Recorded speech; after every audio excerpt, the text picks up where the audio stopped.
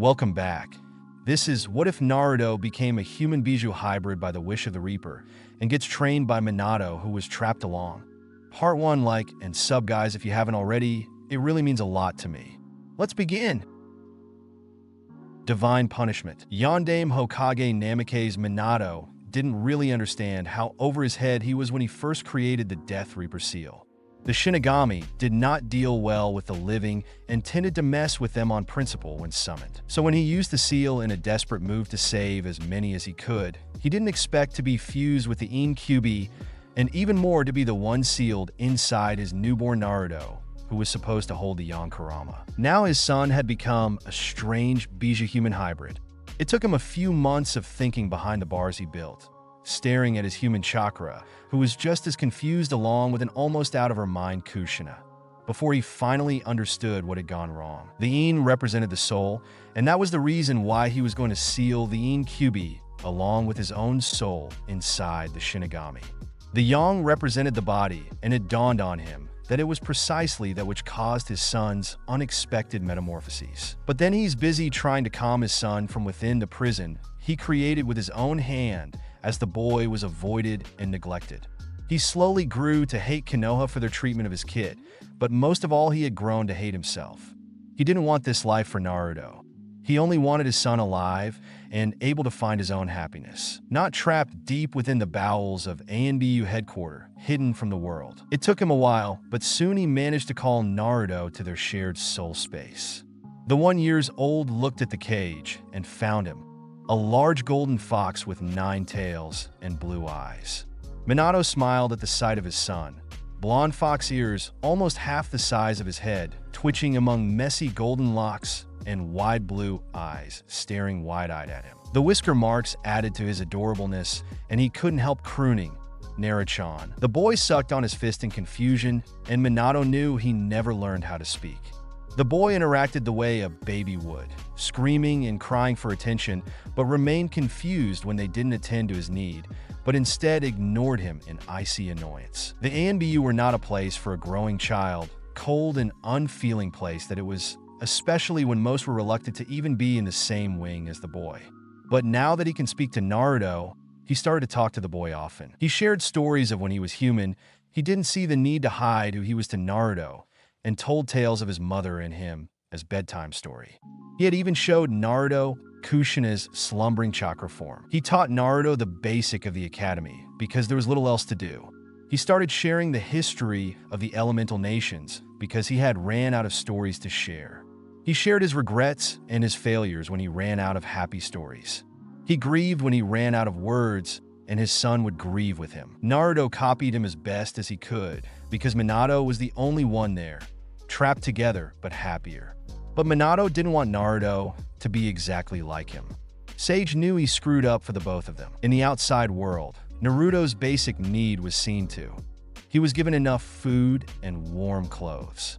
But they didn't do anything else, treating him as though he's just another secret relic best left forgotten. So it was Minato who taught him the importance of hygiene. He was the one who taught Naruto manners and etiquette. He was the one who taught Naruto how to properly walk even. Naruto's hair, never been cut since the day he grew them out, was wild and long, so Minato taught his son about grooming so that they won't mat and tangle, settling with combing because they won't give the boy anything that could cut. During the long silent days, Naruto will learn his alphabets and used his drinking water to practice his writing. He hid this because Minato didn't know how they would react to Naruto already knowing how to read and write at the age of 3 when he had never been taught before. He had also started to teach the boy about chakra, but Naruto astounded him with his instinctual chakra control. So he taught the boy basic physical conditioning, making the boy zoom around his empty but expansive room like a yellow streak. He easily pretended to be asleep whenever his ears caught the sound of someone coming near his room. Naruto has a very large tail. In truth, he has 9, but after falling down from having them tangle around his legs one too many times, he managed to fuse the whole thing into one giant fluff of a tail that reminded Minato of a squirrel. He took a long time grooming his tail, especially when he's bored. At least one ANBU decided to give him a pet brush because his comb could never do it for him. Minato recognized the ANBU immediately, but was wary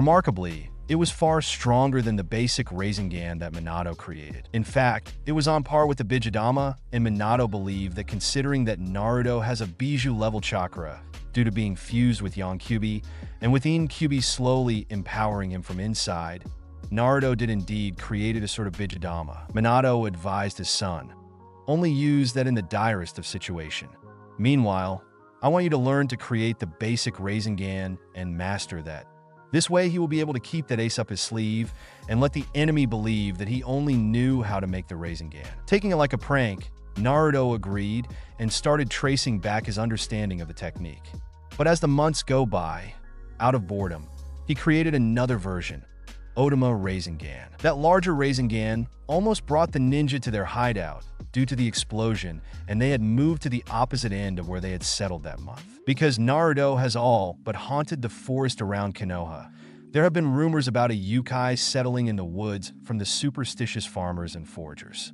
When he had decided to practice Hiraishin, something Minato taught him for quick escape, he had blinked in and out of sight in quick succession. But the few times he missed the foragers or hunters nearby, They mistook him for an apparition or yokai. Naruto was sure to stay away from the places he had been seen for weeks. Better if he never have to return there. Winter was the harshest for Naruto. Not because he's cold, but rather because food became scarce. Luckily, fishes will still swim, but getting wet in frigid weather can hurt even though, as a Bijuu, he was not as affected by the change in temperature.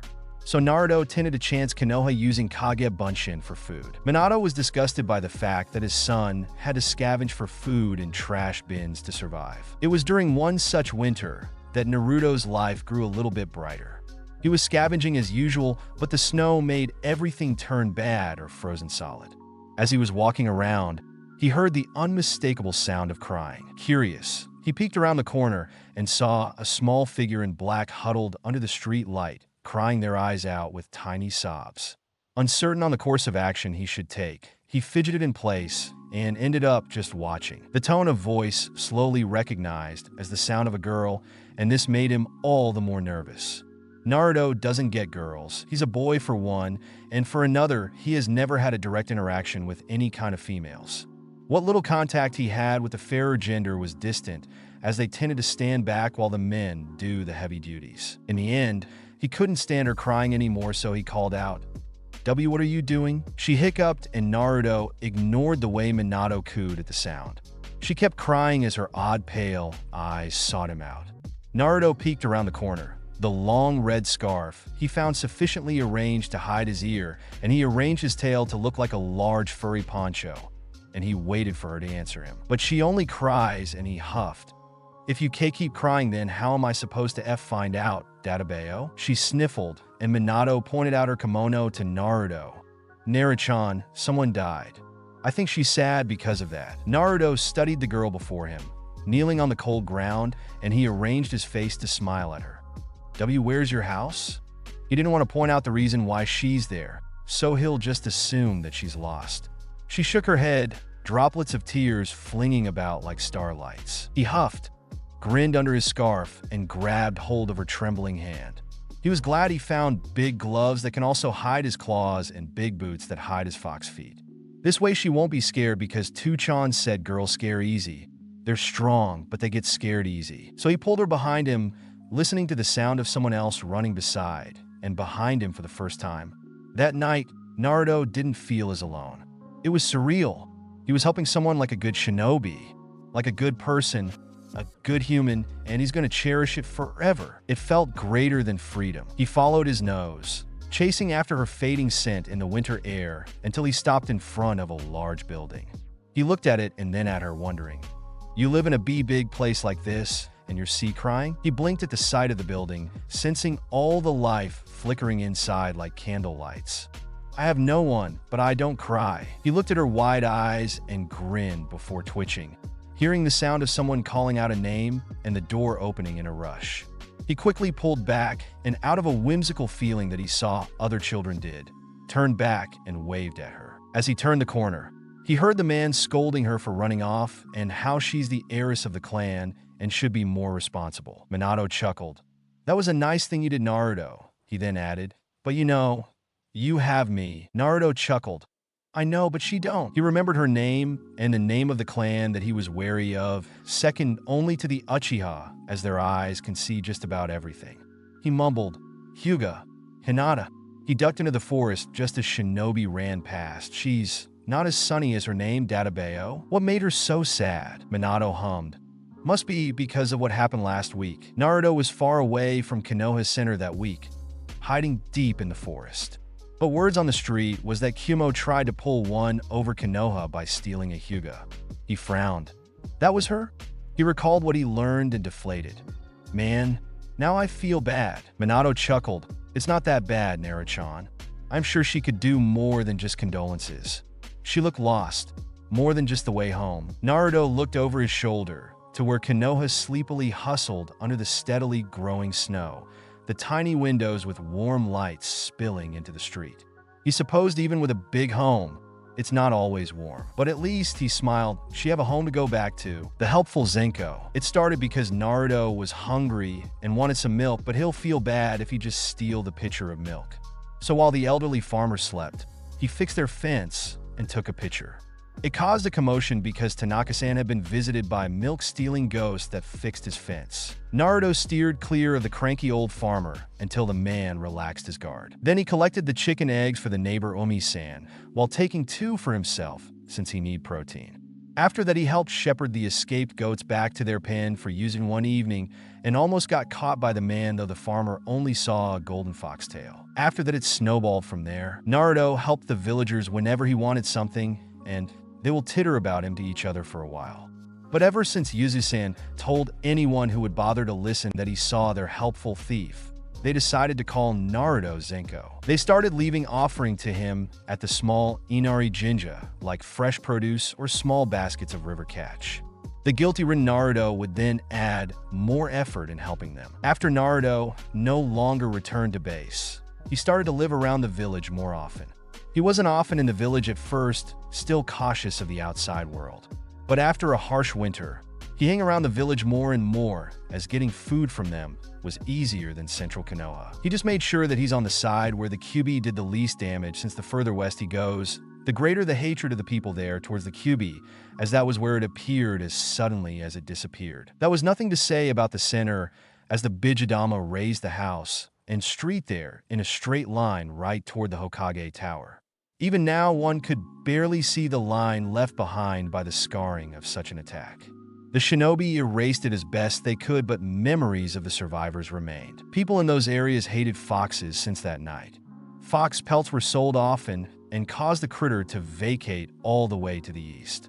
Naruto knew to take caution from the poor creatures. The people of the village were kind, even if they were only kind because they didn't know it was the Kyuubi's vessel that had helped them around and easing the financial burden of asking for Jin and squad for help. Sometimes, or rather most of the times, the squads tended to add more job, and even if as the client, they could just cut off some of the money due to property damage that still would cost money. So Naruto had taken up some of the handyman work in exchange for food. Minato was a great help, guide-wise in this area. He's happy that even though his son lived such a hard life, he still tried to be a good person and not turn to banditry. Meeting that Hinata girl that winter 2 years ago was one of the best influences Naruto ever had.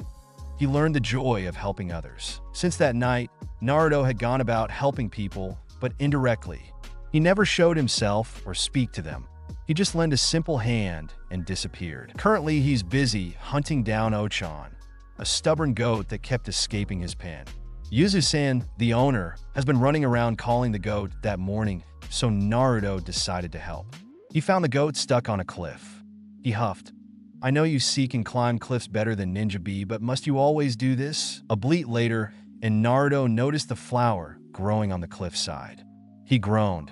Figured it was your stomach's fault. Channeling his chakra, the 6-year-old started to climb.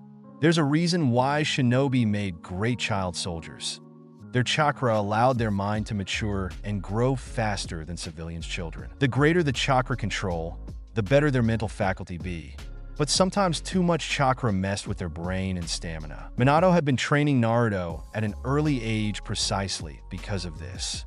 But as Naruto's more Bijuu than human, his mental acuity is greater than children his age. Sure, when he talks, he has this weird lisp that children have, and his mother's hereditary verbal tick of adding databa at the end of a sentence when excited or nervous. But his wisdom was there. Perhaps it was the former Kyuubi, but Naruto's wisdom was random but deep. They did say the most broken person was the wisest. Perhaps in this world, there were no creature more broken than the Bijuu. After Naruto managed to not kill himself wrestling Ochan to the ground level, the young Kyuubi dragged the stubborn thing back to Uzui-san. It had gotten warmer since the night he met Hinata, so he had changed out of the baggy clothes.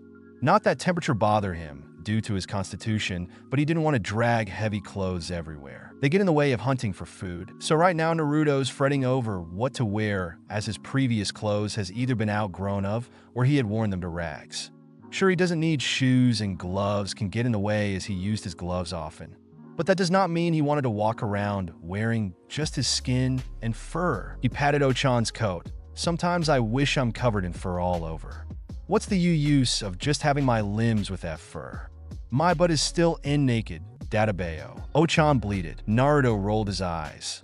"Yeah, and why you wish you have opposable thumbs." When he finally snuck Ochan back, he was surprised to find clothes waiting for him. 𝐤𝐢𝐧 has been keeping an eye out for Naruto, or 𝐸𝐴𝐴𝐵, ever since Naruto started helping around the village with greater frequency. So obviously he noticed whenever he caught sight of 𝐸𝐴𝐴𝐵 that Naruto was in dire need of fashion change. He had hunted down old kimono, the most luxurious he has in his chest in 𝐸𝐴𝐴's size, and promised to offer it to 𝐸𝐴𝐴 the next time the honorable helper came around his farm.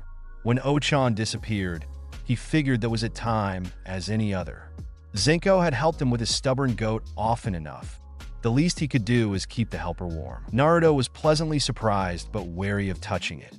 It took 3 days and offered warm food along with the clothes for Naruto to take it.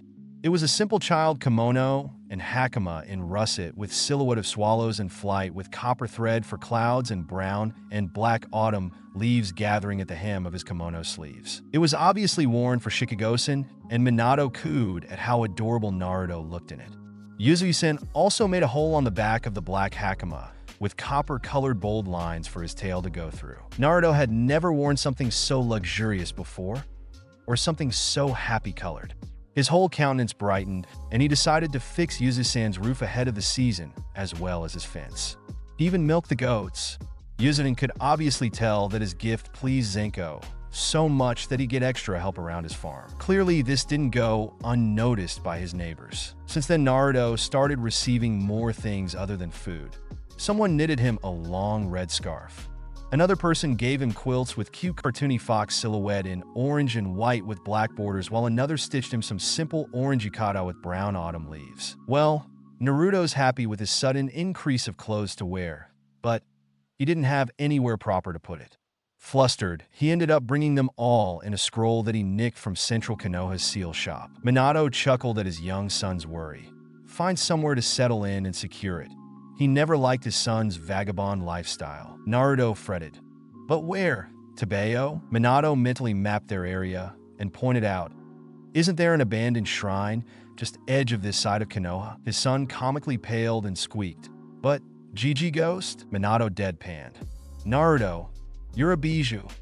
Why should you be afraid of ghosts? His son cried.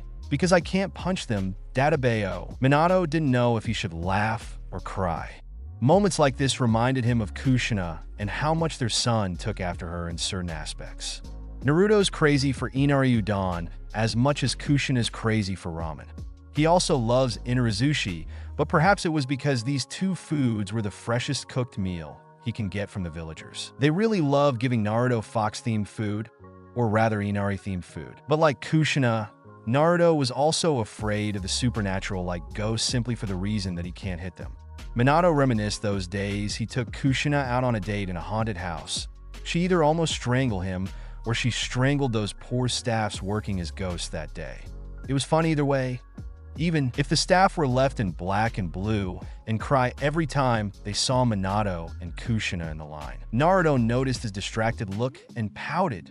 Tutu. Minato sighed and started to debate with his son about living in the abandoned shrine. It took a whole week. His son can be that stubborn, but in the end, Naruto geared up and headed straight for the abandoned shrine. His tails puffed up in bravado as he entered the creaky building, and Minato was surprised. Naruto, we really should have come here earlier. Naruto was not happy with his tutu for making him do this, but asked anyway, why? Minato nudged his mind to look around. This is the Uzumaki Shrine. You own this place by right of birth. Naruto froze and looked around clearly ever since he reluctantly entered the area. It was big, and there's a lot of mass around. His furs bristled on end as he took notice of the most disturbing mask of all looking right at him. Minato whispered, Shinigami. Naruto scowled. I'm gonna break it. Minato fretted. Naruto no. The QB pouted. Why? He made a mess of us. Databea. Minato sighed. Because we are arrogant. I am arrogant. He looked at his clawed hands. It is through no fault of anyone but my own that we are like this. I shouldn't have messed with something like the Shinigami, he suggested instead. Hide the mask, though. Make a fake copy and hide the real one somewhere only you can get to. The masks of Uzumaki are powerful items, especially one that can summon the Shinigami. Naruto gulped. He still didn't like the Shinigami, but understood that Minato wouldn't want anything bad happen to him. His father's a worrywart like that. After he dealt with the mask, which took a solid month as he had a lot of trial and error trying to carve a legit copy of the horrid thing, Naruto started fixing the sturdiest area of the shrine. He won't fix the whole place, as he didn't want people to know about his new, and perhaps even permanent den. With Minato's help and guidance, it didn't take him long to fix seals all over the area. He even managed to fix some of the already existing seals, making the place even more livable as the moisture dried out and the internal temperature grew stable. Not too hot and not too cold. Naruto still go down to help in the village, but now he has a schedule. He will help them at dawn and late evening, but the rest of the morning will be spent working on seals. It wasn't anything new, but now that he has more materials to reference to, Naruto spent the bulk of his time working on seals that he found around the shrine. There were some documents, and he learned a little bit more about his mother's family. His father's side remained a mystery as Minato never knew his father, just that his mother died in childbirth, but no one knew who she was. Minato never wanted to learn more anyway. Yuzu-san was happy that 𝐸𝐸𝐴 seemed more at ease with their village.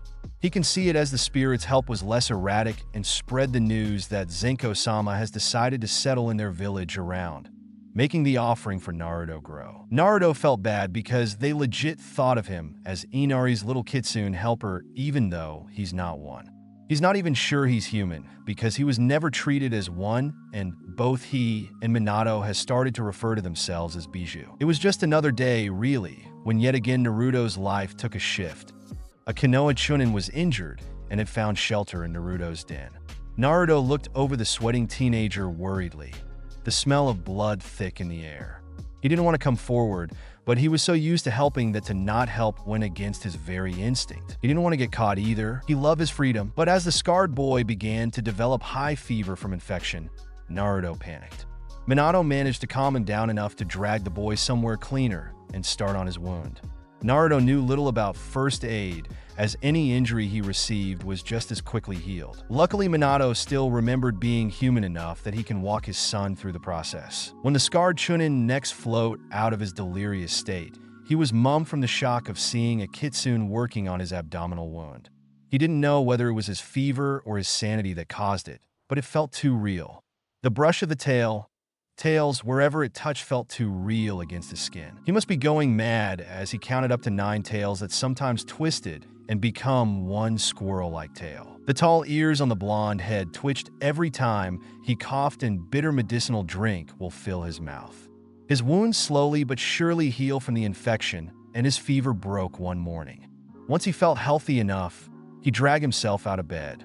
His kitsune host never speak, but he can tell the childlike spirit fretted over him. He coughed as he mused at the irony of it.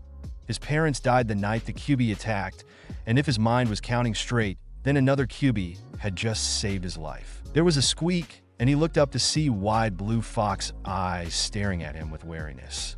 He understood then that it was out of the goodness of the creature's heart that he was saved. The thing was afraid of him, wary and suspicious, but still helped him. For that Yumino, Iruka smiled. "Hi, friends." Iruka quickly learned about 𝐸𝐸𝐴, but knew that the villagers jealously protected the boy's existence from Konoha's force. When Iruka visited the village with a bento of expensive inarizushi, they were rightly suspicious of him. But being a ninja meant collecting information was his rice and natto. It didn't take him long to learn that 𝐸𝐸𝐴 has been the reason why D ranks have been on the low this side of Konoha. He also learned that the villagers knew 𝐸𝐸𝐴 was a kitsune, but never outright saw him. He did notice the offerings they left behind, especially after receiving aid around their farm. Some offered some money, but it was obvious that 𝐸𝐸𝐴 didn't know what to do with it. He lived in the wilderness and seldom, if at all, interact with society. Still, Iruka decided to help him. He offered a round-toed wallet that disappeared soon after. On Naruto's part, he's suspicious of the Chunin, who called himself Yumino Iruka, 15, as he has little positive interaction with shinobi. But Iruka showed no sign of hostility. He visited the village whenever he's free and even offered a toad wallet that Naruto was quick to name Gamachan. He didn't know why he liked it so much, as he has never needed to use the monetary offering given by the villagers. But like all things, Minato told him to take their offerings because not only would it be rude to be choosy, but also it could be useful in the future. Iruka one day visited the shrine and called out, "𝐸𝐸𝐴? Are you home?" Naruto peered around the side of a broken shoji door, letting his tail out as he shyly waved. He really didn't know what to do about Iruka. The teenager smiled at the sight. "Hey, I might not be able to come as often." Naruto didn't know why, but he felt sad.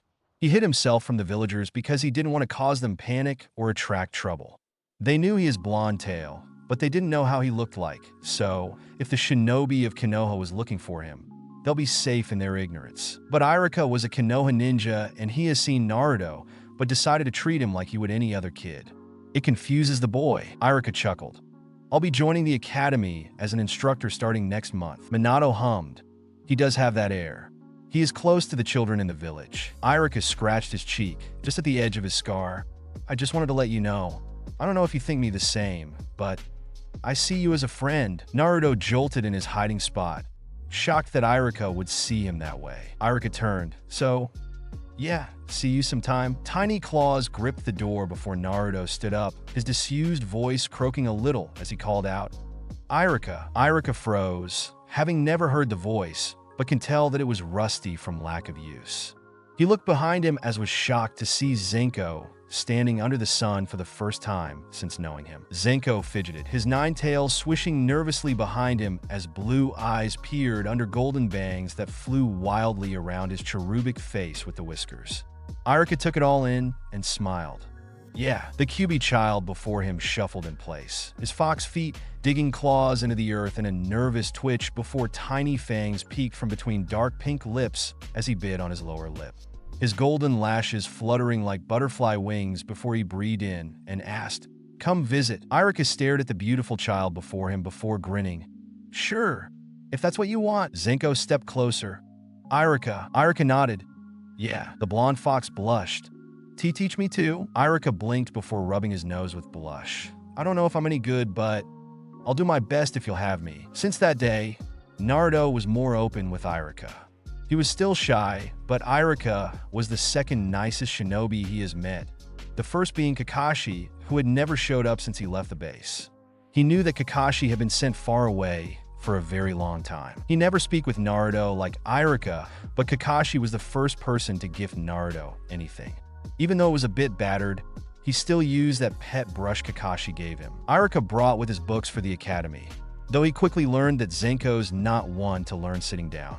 The boy, because he learned that 𝐸𝐸𝐴 is a child, and thus a boy and not a creature, was a bundle of energy. Their weekend tutor session was filled with random adventures, and Iraika quickly learned that although 𝐸𝐸𝐴 can read, his literature was everywhere. This was due to Naruto's seal studies. Seals don't follow the normal literature structure. At best, it's a riddle. At worst, it was random phrases put together. Iraika had a fun time correcting 𝐸𝐸𝐴's learning curve. Imagine his shock when asking the boy to write down a short essay, only to find a completely unknown seal just waiting to be activated.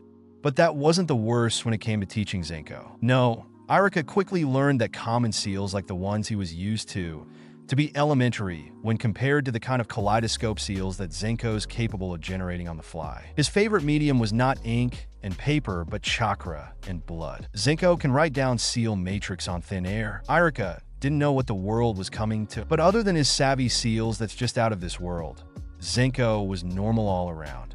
Iraika took pride in teaching the boy numbers, numerical values, economy, history, and geography.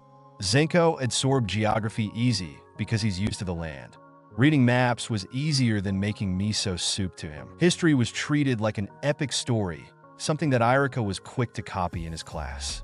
Successfully, his students didn't sleep through the otherwise boring class. But mathematics were beyond him.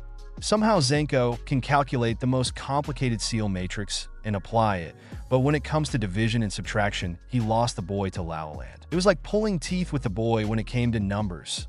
Worse than when learning literature and writing essay that won't suddenly probably transport him to another universe. But teaching 𝐸𝐸𝐴 taijutsu was an experience. The boy will run circles around him with his speed. Iraika had a hard time keeping up, just trying to keep him in sight. 𝐸𝐸𝐴 moved exactly like a fox, unpredictable and speedy. The split-second and instinctual decision to change direction was hard to keep up with. Every martial art has a structure, but 𝐸𝐸𝐴's movement was feral but graceful, instinctual, and controlled. It has no structure that can be followed, and 𝐸𝐸 suspected that 𝐤𝐸𝐽 made it so to fight against stronger enemies. 𝐸𝐸, of course, has no idea that Naruto was moving according to how Minato did when using 𝐸𝐻, except he didn't use the seal, only moving at a speed that can't be followed. Minato had to adapt when using the seal, unable to move in a structured way that most martial artists would predict with the kind of speed he applied. So he had taken to move instinctually, using his own prediction, and calculated every movement his opponent would make, like playing shogi in real life. Move in, hit hard, move out. That was the strategy. Never move in a straight line. Use distraction as much as possible, and always aim for a fatal strike. Clean, quick, and instantaneous. He trained Naruto to move like he would with 𝐸𝐻, except he will apply it with his own speed. This way, 𝐸𝐻 was nothing more than just a speeding tool. 𝐸𝐸 then started teaching him about chakra and was surprised to see that 𝐤𝐸𝐽 has an instinctual control. Of course, he didn't know that Naruto spent most of his early life playing around with his chakra, controlling it like he would breathe. So he just helped the boy mostly with academic matter as well as common sense. 𝐸𝐸 noticed that 𝐤𝐸𝐽 has little social common sense. It was understandable, as the boy was never around people for more than just a shadow. He's quiet, barely speak to even 𝐸𝐸. Even now, 2 years into their odd friendship, 𝐤𝐸𝐽's first action whenever 𝐸𝐸 came over was to hide and observe. 𝐸𝐸 would have felt insulted, but he was a shinobi. Being suspicious even to familiar faces was healthy for their society. During Naruto's 7th year, something else happened. He was walking close to Central Konoha, a little bored because 𝐸𝐸 is busy with exams. The idea was to pop in unannounced like a surprise for his friend/teacher. Minato was happy that Naruto found a friend that didn't mind him being not human. He even encouraged Naruto to try and make more human friends. One of the things that 𝐸𝐸 shared with him was friendly surprises. Sure, shinobi were not good with surprises because surprises equal dead shinobi, but that doesn't mean that they don't appreciate good surprises like party surprises or friendly unannounced drop-by.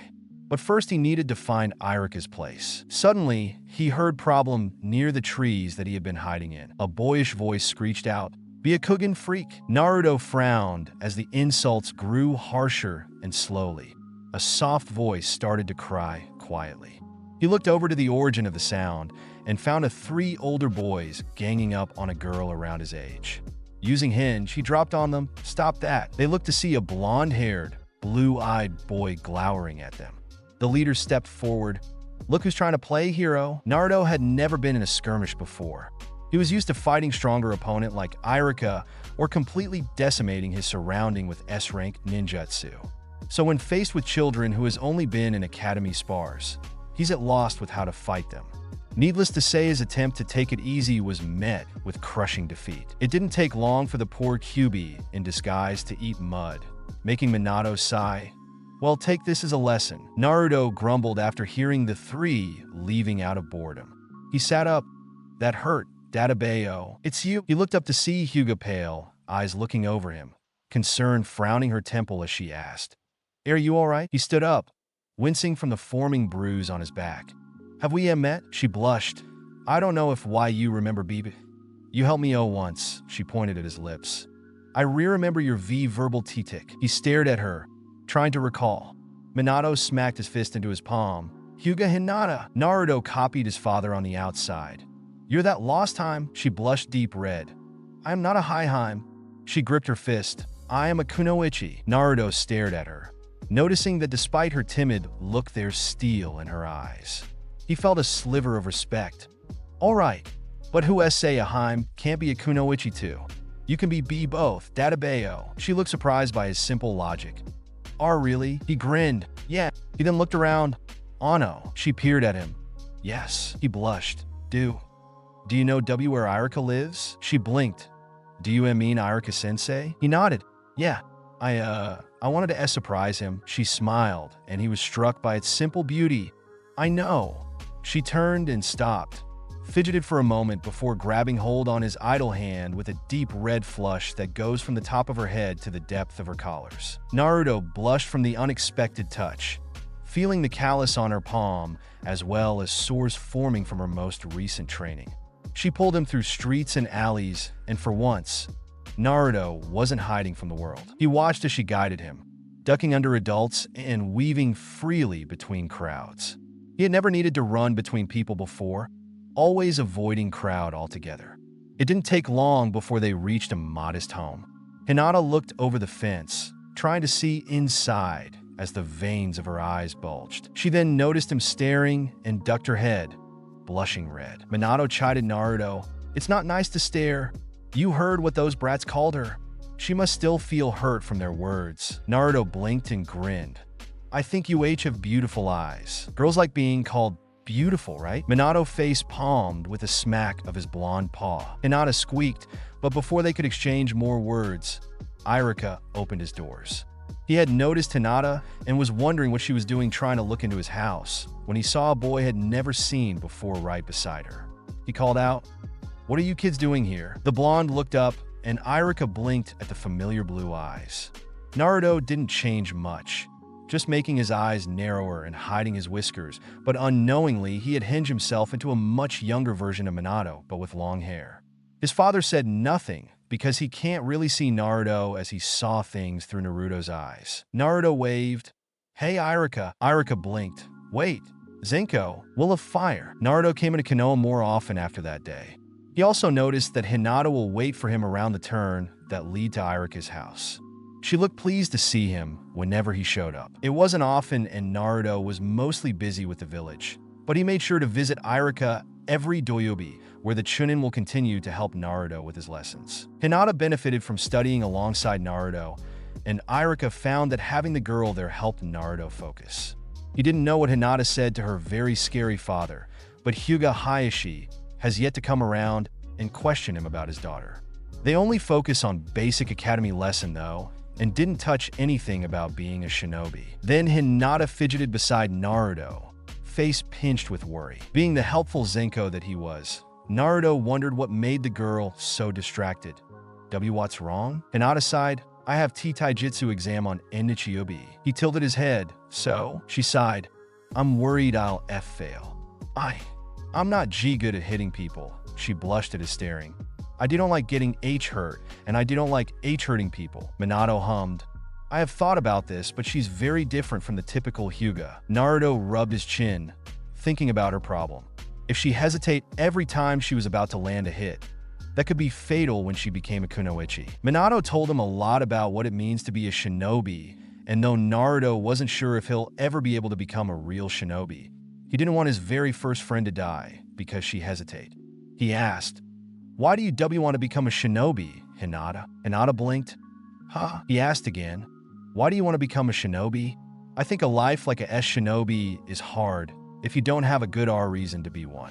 If you said it was because your family asked it of you, then you will die.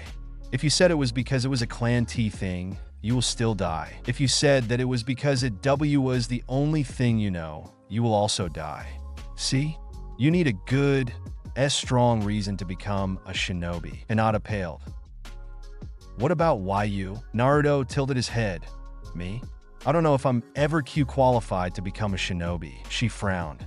But you are learning L like a shinobi?" Naruto shrugged. "Yeah, but that still doesn't mean I am qualified to be one." Hinata was confused. What do you mean?" Naruto gave her a sad and complicated smile.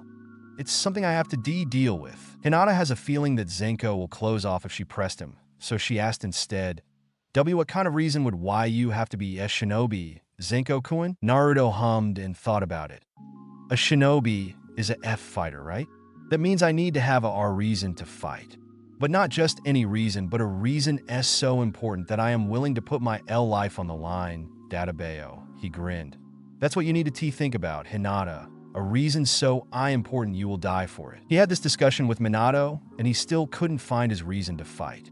So he wondered if Hinata will find a reason to fight, and what it could be for her to put her life on the line. Hinata sat still, mulling over Naruto's question. What would she give her life for?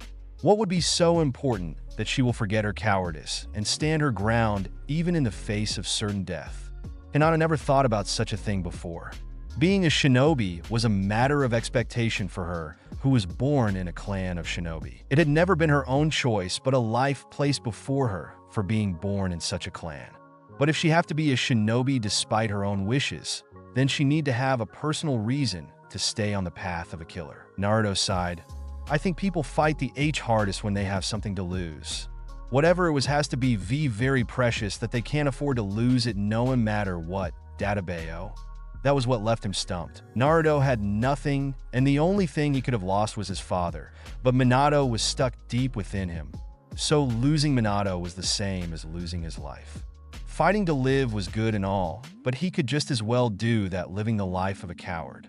Not the life of a shinobi. Hinata thought about the logic 𝐫𝐤𝐽 gave her. She didn't want to lose her family. She didn't want to lose her home. Hinata couldn't imagine being the only Hyuga left. She then realized why Naruto asked her why she wanted to become a shinobi. Shinobi waltzed with the Shinigami simply by living their lives. Every mission meant certain death. She thought about all the ways a shinobi could die and realized that hesitation was one of many, but certainly a definite reason. She could imagine hesitating hurting her enemy, and they, unlike her, would not hesitate to kill her. 1 second, a blink of an opening. That was all it took to lose her life. She gulped and looked at 𝐫𝐤𝐽. I understand. Naruto blinked. Understand, what? She stared at him right in the eyes, the hidden steel unsheathing like a bloodthirsty katana. If I fall, then I will lose everything. If I hesitate, then everything precious to me will be ruined. Naruto stared at her, hypnotized by the fire inside her. He didn't realize that he was staring until Hinata tilted her head at him in confusion. He blinked and quickly looked away, suddenly all too aware of the heat on his cheeks. He cleared his throat. Well, and now you know why you can't hesitate. 𝐫𝐸𝐽. It might still be fine during a friendly spar, but it might become a bad habit. Hinata looked down, deflating. That means I have to get used to hurting people. Naruto sighed and grabbed her hand without thinking. Hinata, she squeaked from the unexpected contact. Why yes? Naruto stared into her eyes. Don't think of it as hurting people. Think of it as helping them get better at blocking and avoiding.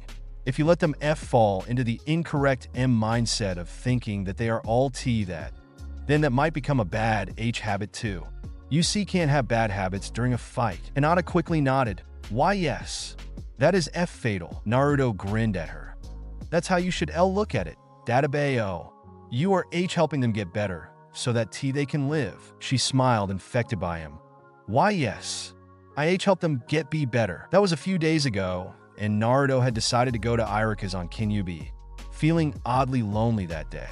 It won't be the first time he had a sleepover at 𝐸𝐼RIKA's anyway, and Minato was all for his son to socialize with anyone beside a goat. Ochan was a fine goat to hang out with, as his son had pointed out prior to meeting 𝐸𝐼RIKA, but a goat was still a goat, and a goat does not make intellectual conversation partner. So it was because of his sudden need for company that he heard trouble in the forest he was passing through.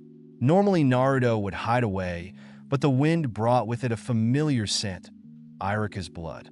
His own gone cold inside his vein. Naruto made a sharp turn and ran towards where the scent was carried from. He barely had enough of a mind to hide up a tree to listen to what was going on below him, and his heart squeezed in pain at the sight of 𝐸𝐼RIKA on his back against the tree, blood smeared on the rough bark. 𝐸𝐼RIKA's voice was a pained wheeze. You do this, Mizuki. You are a shinobi of Konoha, and you are willing to sacrifice us all. And for what? Recognition. The other man, apparently Mizuki that Naruto had heard in passing from both 𝐸𝐼RIKA and Hinata, laughed at him. Once I hand the forbidden scroll of sealing to Orochimaru, I will be more than you could ever hope to be. 𝐸𝐼RIKA. Minato froze. Orochimaru, Naruto mentally asked him. Who is he? Minato hissed. An abominable man who experimented on children. Also, inside the forbidden scroll of sealing are techniques that someone like Orochimaru must never get their hands on. Naruto. His voice strained and Naruto could hear the conflict in his growl. I know that Konoha had never been good to you, but there are good people there. People like 𝐸𝐼RIKA and Hinata exist there. And though I am no longer Hokage, I can't let Konoha burn from the greed of one man. Naruto knew what his father was asking him. He never knew if he could ever be a shinobi, Konoha's or not, but he knew that it was against his instinct to turn from someone in need.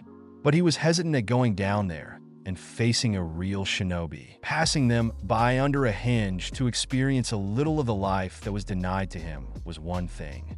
But going down there and facing someone like Mizuki would give him away. He didn't want to be locked away again. However, he looked down just in time to see Mizuki throw his giant shuriken at Irika, and he remembered that talk he had with Hinata.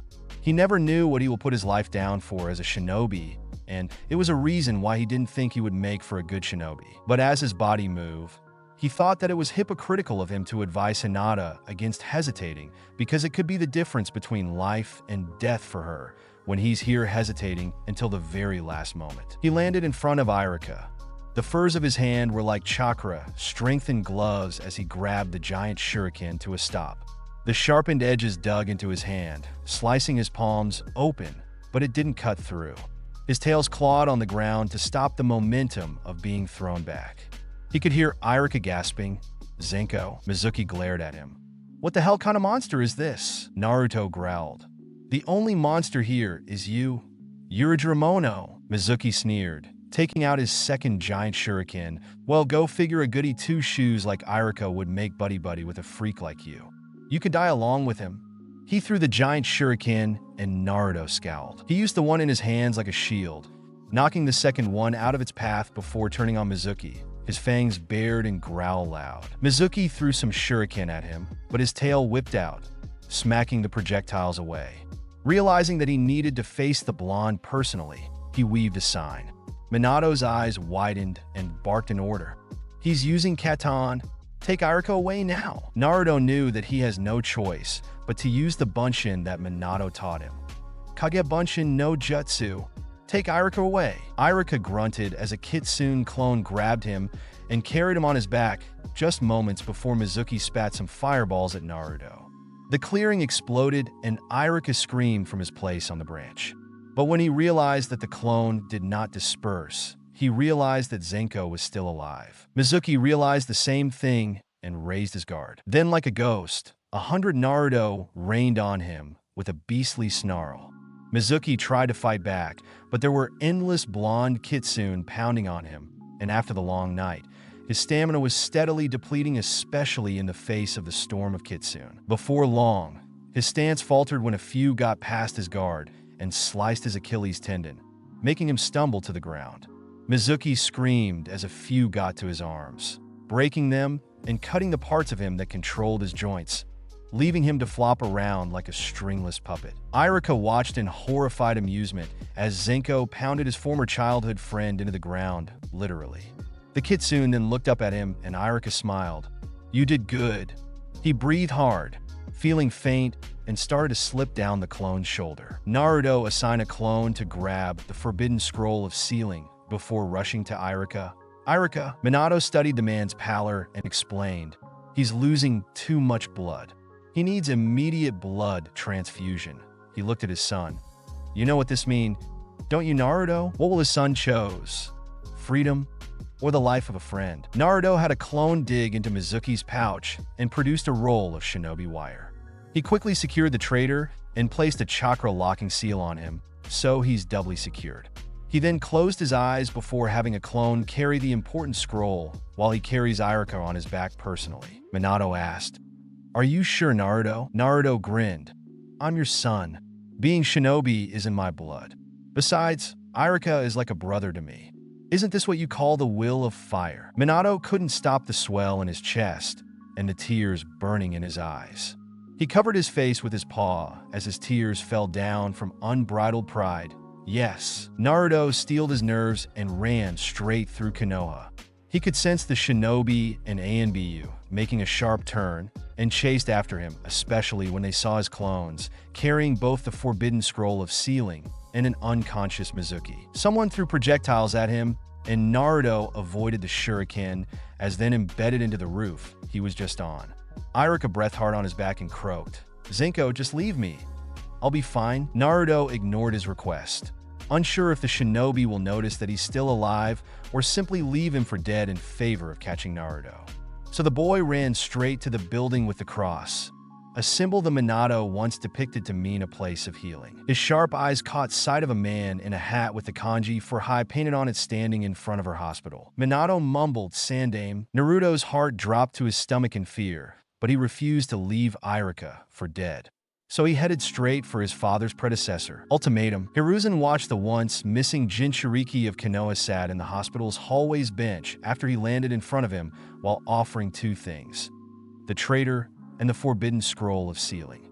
In exchange, he wanted Irica attended to, but when the ANBU arrived, his eyes showed Hiruzen that he wanted to bolt, but his body language said that he refused to leave Irica alone.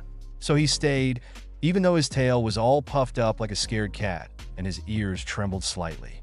He was the image of every frightened animal Hiruzen had seen, but still he refused to leave Irica behind. So Hiruzen relented and stayed with him, while the frightened medics looked after the injured, loyal shinobi of Konoha. Hiruzen wondered how the two met and why Irica didn't say anything. But then again, only he and those in the ANBU knew about Naruto and how he looked like.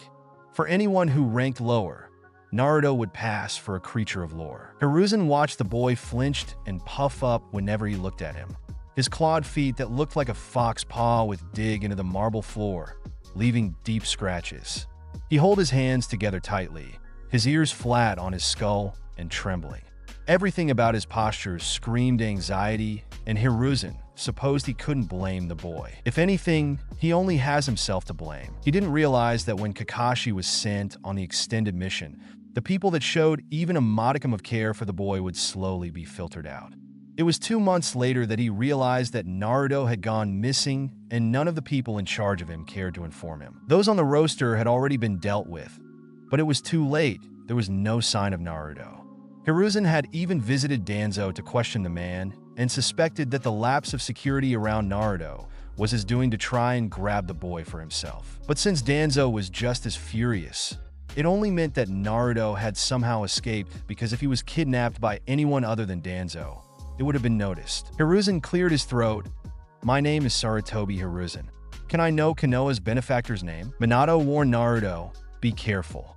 His age only meant he's dangerous." Naruto fidgeted. "Zinko." Hiruzen hummed, "Like the helpers of Inari-sama?" Naruto nodded. Hiruzen smiled, wishing he could smoke his pipe, but knew better than to challenge the hospital staff's patience.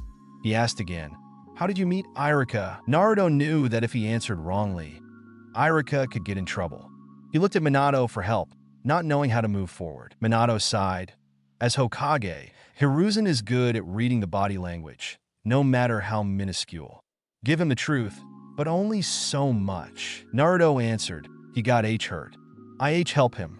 He teach me, not too much, but not a lie." Hiruzen mentally sighed, but didn't push the boy any further. An ANBU appeared, and Naruto's eyes brightened at the familiar mask, but didn't do anything more. His nose and his senses all told him that this must be Kakashi, his father's surviving student. But he couldn't say that he recognized the man. His ears betrayed his delight at seeing the masked man, though, as they stopped trembling and straightened up. Hiruzen noticed the change and wondered if Naruto actually remembered Inu. Naruto curled his tail forward and hugged the giant fluff, staring at Kakashi. The masked man studied the boy that had disappeared for years. Kakashi had been out of his mind with worry when he returned after 2 years away to a Konoha missing Naruto. He had almost commit mutiny when he blew up on Hiruzen for the neglect of Naruto's security. But since the Hokage felt that he deserved it, Hiruzen didn't even punish Kakashi and let the man spend most of his free time hunting down Naruto. Who would have thought that Naruto had never left Konoha? Maybe he should have put more stock on that gossip about their forest being haunted by a yokai. But since most civilians tended to mistook shinobi for yokai on the best of days, Hiruzen didn't think much of it. He looked to the side when Mitarashi Anko from T&I appeared and informed him that Mizuki has awakened. He nodded at the quick whisper and looked at Inu. "Stay with him." Kakashi didn't even acknowledge the Hokage as the man left the hospital to interrogate Mizuki personally. As I was trained on Naruto, taking in the older appearance and larger frame. He then noticed the tangle of knots on the boy's tail and instinctually took out the pet comb that he had randomly bought one day when he came back from his 2 years mission, thinking that it was time he changed the comb that he gave Naruto so long ago. He had carried the comb everywhere, since as a reminder to not give up looking for his sensei's soul legacy. Naruto blinked when a pet comb was offered to him. The one he has at home has started to lose some teeth and didn't work as well anymore. He awkwardly accepted the comb and started working on the tangle on his tails, especially the tip where he had dug into the ground to battle the backward momentum from catching the giant shuriken. Naruto ignored everything as he combed through his tails, finding random bits of the forest in them and working hard to make it smooth again. Naruto loved his tails, and he worked hard to make them soft and fluffy. Maybe it was something left behind by the 𝐸. He thought that as a proud Bijuu, the 𝐸 would definitely spend some time preening his tails.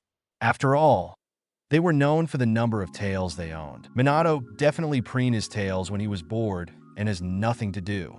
He can't deny it. Naruto caught him licking his tails once. He had looked at his son outside the cage with his tongue stuck out. It was rather hilarious and awkward.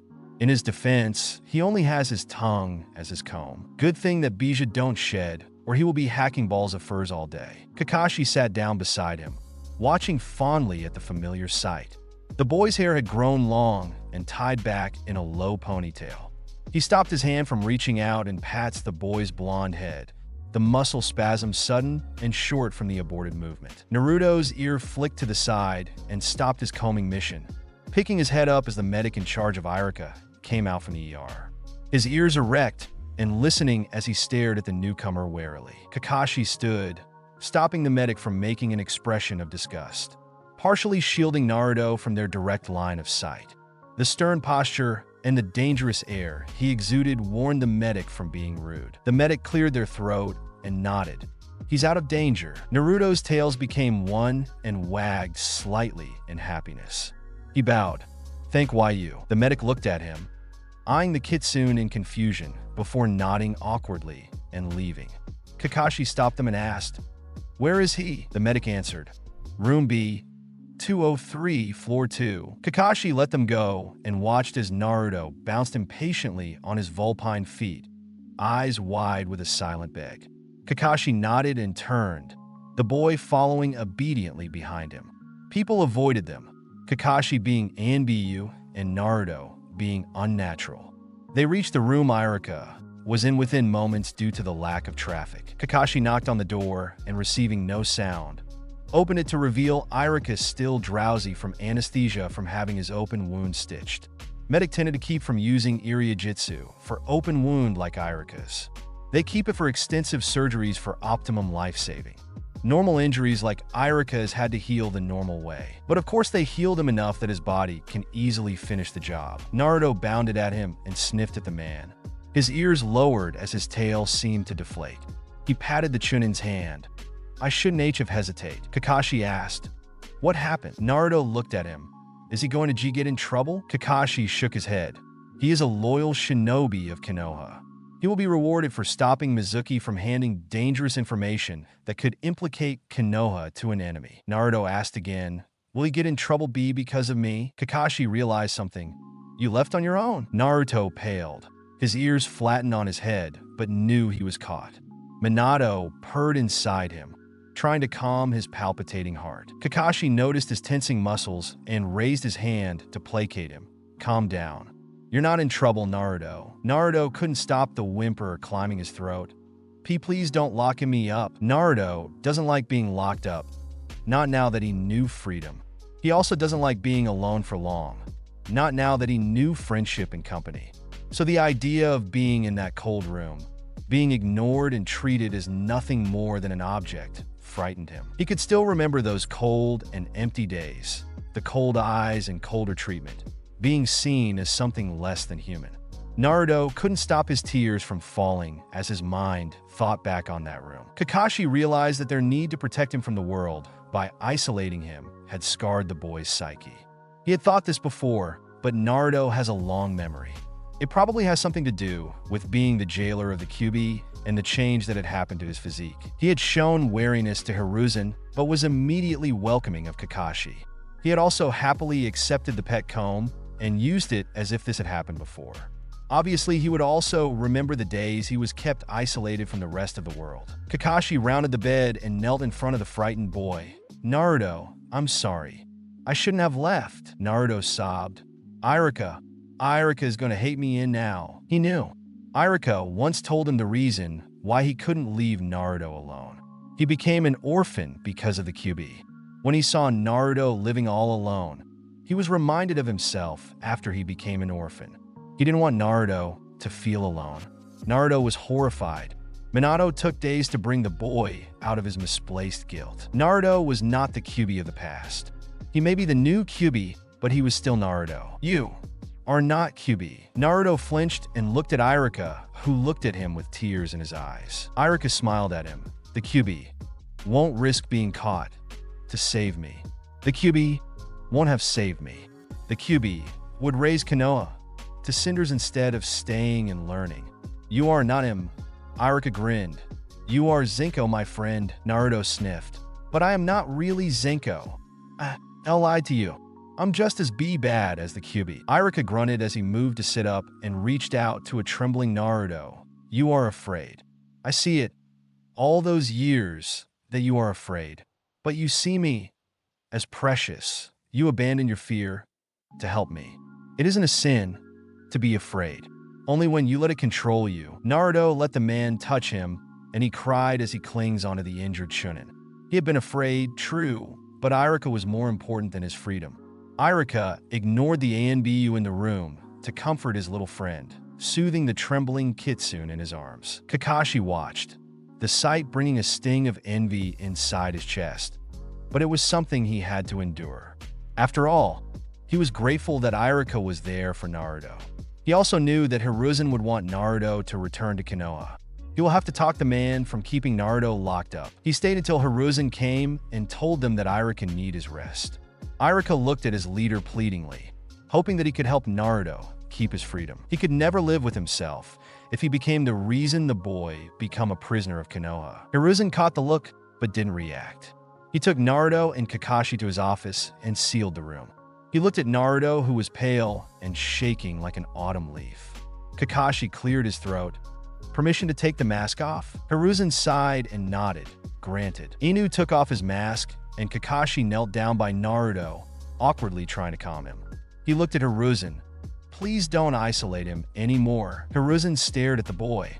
He lit up his pipe and puffed the leaves for a while before sighing. "It was never my plan to keep him in that room forever." He looked at Kakashi. "I was planning some things to help him settle down in Konoha." So far, he had gone unnoticed until today. He looked at Naruto. "How did you do it?" Naruto was still trembling, but he called on his henge when he traveled through Konoha to visit Iraka. He didn't want to tell them about the kind village where he had lived in until that day. The villagers had been very welcoming and kind, and it was that kindness that saved his heart. He didn't want the shinobi to interrupt their daily lives because of him. They stared at the long-haired mini Minato. Hiruzen coughed. "Well, we could work with this." Kakashi looked at him. "Sir?" Hiruzen puffed his pipe. He already showed that he has the will of fire burning inside him by not abandoning Iraka and going above and beyond for his friend. He looked at Naruto. "Naruto, the only way to keep your freedom is become a Konoha shinobi. You are not a normal boy, and even if I wanted to give you a normal life, there are people out there that would demand otherwise. So will you take this chance?" Naruto knew that Hiruzen speaks the truth. He would miss the village that he grew up in as well as the kind people that live there. But for their sake and for his freedom, he has no choice but to accept his leash and collar. He gulped and nodded. "Just don't lock me away." Hiruzen tapped his pipe on his ashtray. "Deal." A new journey. Naruto sat in the provided room, wondering where his life will go from here onward. To calm down, he unsealed one of his projects from the seal he had sewn into his sleeve. It was a simple mask, and he was hoping to continue the tradition of making special masks that his clan was famous for. He had a lot of time learning what he could from the masks inside the Uzumaki temple. It was one of his ways to calm his mind and stay still. Minato quietly ruminate over the events that had just happened.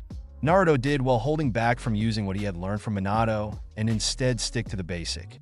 Who knew how Hiruzen would have reacted had he known that Naruto can do what Minato can? The biggest question that they will ask would be who his teacher was. After all, the formulae for the Hiraishin seal was known only to Minato, and though the original one can be found inside the Forbidden Scroll of Sealing. Minato had tweaked with the one he was known for that if anyone bothered to study it, will immediately know that it was his work. But as far as the rest of the world knew, Minato was dead. That said, nothing that Naruto knew should be known to him. In the end, if Naruto revealed too much, he will be locked away. Even using the Kagebunshi was already suspicious enough, but that could be passed on as learning from watching Shinobi. So in the end, Naruto did well for his first Shinobi conflict. But now what? Naruto stayed in the room for the next 3 days, and he struggled with anxiety. The suspicion that was he trapped kept nagging him, and it took everything in Minato to stay behind his gate. Only the reminder that Naruto could die if he leaves stayed his hand from breaking out. Instead, he distracted the boy by going through an idea to hide his unnatural appearance further, besides using hinge that can be undone with the right force. The door finally opened, and Naruto stood in the corner, eyeing the person who showed up suspiciously. The figure has a large stature with wild white mane for hair. He looked around middle-aged with red lines going down from his eyes to his jaw. Minato immediately recognized him. Shursho, Gamasanin Jiraiya looked at his suspicious godson, who looked at him like he was going to wrestle the boy to the ground the moment he stepped into the room. He mentally calmed his heart and emotion as he opened the door wider, relaxing his stance and his expression. He held up the plastic bag in his hand. "You hungry? I got some ramen fresh from Ichiraku here." Naruto eyed him, not answering the man. Jiraiya smiled as he sat the takeaway on the provided desk before sitting down on the bed. Prior to coming to Naruto, Hiruzen had insisted that he meet up with Chunin Yumino Irika. The Chunin was a treasure trove on how to approach Naruto. It seemed that the blonde had grown up suspicious of Shinobi in general, and it took a long while for Irika to gain his trust enough to begin teaching the boy. Jiraiya can see that Naruto has little trust in people, and even if he let them close, he will be wary of sharing anything more. He couldn't blame the boy. Naruto was highly aware that he's different, and that his difference can bring him pain when exposed to the wrong person. It was a sad reality that shouldn't have happened to anyone, especially to a child not even a decade old. But this was their world, and he needed to work with what was given to him. So he kept his body language open and calm as he sat down at the table provided. Jiraiya sighed as he ate a bowl, showing the boy that nothing was added, before setting that aside and taking the remaining one and ate that one too. He then let the boy watch him. He had learned that Naruto had refused any sort of food or water provided to him. He supposed that it was only due to Naruto's odd constitution that he was even standing. He opened one water bottle and drank it before setting that aside too. He watched the boy waited for 15 minutes before he touched any of the food items before him. Smart kid. Even though Jiraiya suspected that Naruto can't be poisoned in any way whatsoever due to his physique, it was good practice to avoid being poisoned. The boy was clearly hungry, but he ate at a sedate pace while keeping an eye on Jiraiya, one tail holding onto a water bottle possessively. Jiraiya pretended that he wasn't watching Naruto as he leaned back from his ramen fill. He then noticed the unfinished mask. He blinked at the sight and reached out, but the mask was snatched by a tail, leaving him reaching out to nothing. Jiraiya looked at him. "So, you like carving things?" Naruto said nothing, only drinking his water hungrily while keeping watch on Jiraiya. Jiraiya shrugged and took out his scroll. He read the scroll while Naruto finished his meal. He looked up when the boy was done with his meal. Before long, the tired boy started nodding. Understandable, as it was reported that he didn't sleep at all for the last 3 days. When he finally fell unconscious, Jiraiya picked him up. He won't have long. Hiruzen informed him that Naruto agreed into becoming a shinobi only if Irika was treated. The boy has love in his heart, but he was stingy with it. He feared that by trying to keep Naruto within Konoha, the boy would learn to hate instead of being wary. Not to mention, Danzo has been visiting and demanding for Naruto to be trained by him. Hiruzen's plan to have him join the academy was ruined, as the people who saw Naruto had spread unsavory rumor. The rumor that was spread was unsavory and spoke of a kitsune out to bring ill omen to the village. Some even went as far as painting Naruto as an evil spirit. This would mean that the moment he entered the academy, he would be treated as an enemy. But Naruto cannot remain untrained. Normally, Jiraiya would disagree with the plan, but when Irika told him that Naruto has a unique understanding of Fuinjutsu, as well as capable of staying hidden unless wanted to be seen, he knew that he would have little problem keeping the boy with him on his journey. Naruto only needed a special seal to hide his unique features. Sealing Naruto inside his prisoner scroll was easy. Smuggling him out was also easy. Jiraiya has a lot of practice on sneaking in and out of Konoha whenever he wanted. He won't be a spy master if he wasn't able to do that much. After he left the front gate disguised as a simple traveler from the capital city of High no Kuni and walking in that direction for a couple of miles, Jiraiya immediately headed for the Uzumaki temple that Iruka had told him where he first met Naruto. He felt that approaching the boy in a place he knew best would work better than the boy waking up in the middle of nowhere. It didn't take long for him to find the boy's den, and he quickly set to work at securing the immediate surroundings. Jiraiya immediately noticed the unique seals placed around the home and decided to not tempt fate by triggering what could only be security seals. So instead, he settled in an empty room and unsealed the boy before placing him on a bedroll. Naruto breathed easily. Jiraiya sighed, a little more relaxed now that the most important part had been completed.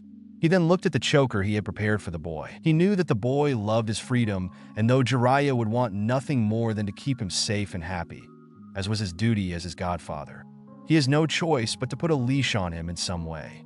So he tied the black leather choker around the boy's neck. Special seals had been sewn into the choker lining, making it grow with Naruto, as well as informing Jiraiya of his whereabouts. The red tassel was added for aesthetic. He do have his fashion taste, even if Minato said it was tacky of him. Jiraiya stayed up that night to make sure that none of Danzo's monkeys followed them. Naruto came around as the sun burned away the morning dew. He sat up and looked around with bleary eyes. His large fox ears flopped tiredly on his head as he tried to make sense of what was going on. Jiraiya stifled a snort as the realization hit the boy, his ears springing straight on his head and his tails fanning behind him, each chakra dense limbs dancing hesitantly before speeding up into a wag. He watched the blonde sniffing the air before freezing and jumping out of the bedroll, landing on all four with his tails fluffed up and ears flat on his skull. His messy long hair standing on end as his eyes zeroed in on Jiraiya, who sat in the corner where he can watch every entrance while staying out of sight from the outside. Jiraiya grinned. As promised, you are not locked away under Konoha. Naruto frowned at him, body tense and ready to bolt. He then shifted his head, already feeling the odd touch of his collar. His hand grabbed the leather around his neck, and he hissed as he scratched at the collar. I'm not an animal, Dadabayo. Jiraiya raised his hands to placate him before he clawed his throat out. All right, calm down. It is there so that I can keep track of you when we travel. Naruto froze. Travel? Jiraiya nodded. Travel. You and I are going to be traveling together. Naruto frowned. Why am I traveling with you? Jiraiya smiled. Because it is safer with me. Look, if you were a normal kid, I would have left you in Konoha. But you are not. Also, I learned from Iruka that you were something of a Fuinjutsu prodigy, and before you think he betrayed you, I asked him because traveling with me is the best way to keep you safe, train you, and to give you your freedom. Naruto's face softened. How? How is he, Iruka? Jiraiya's smile became gentle. He's healing, and you saved him from bleeding to death. Naruto sat down, his puffed-up tails deflated. Oh, that is good. Tabeo. Jiraiya approached him, telegraphing his movement clearly so Naruto won't get his guard up again. As promised, you are not locked away. But keeping you in Konoha is impossible because of some unsavory elements in the village trying to get their hands on you. With how woefully untrained you are, catching you would be a matter of planning well. Naruto scowled.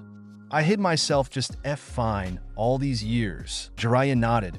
I know, but you have revealed yourself, and they will keep track of you. Right now you are with me, and they knew better than to face me.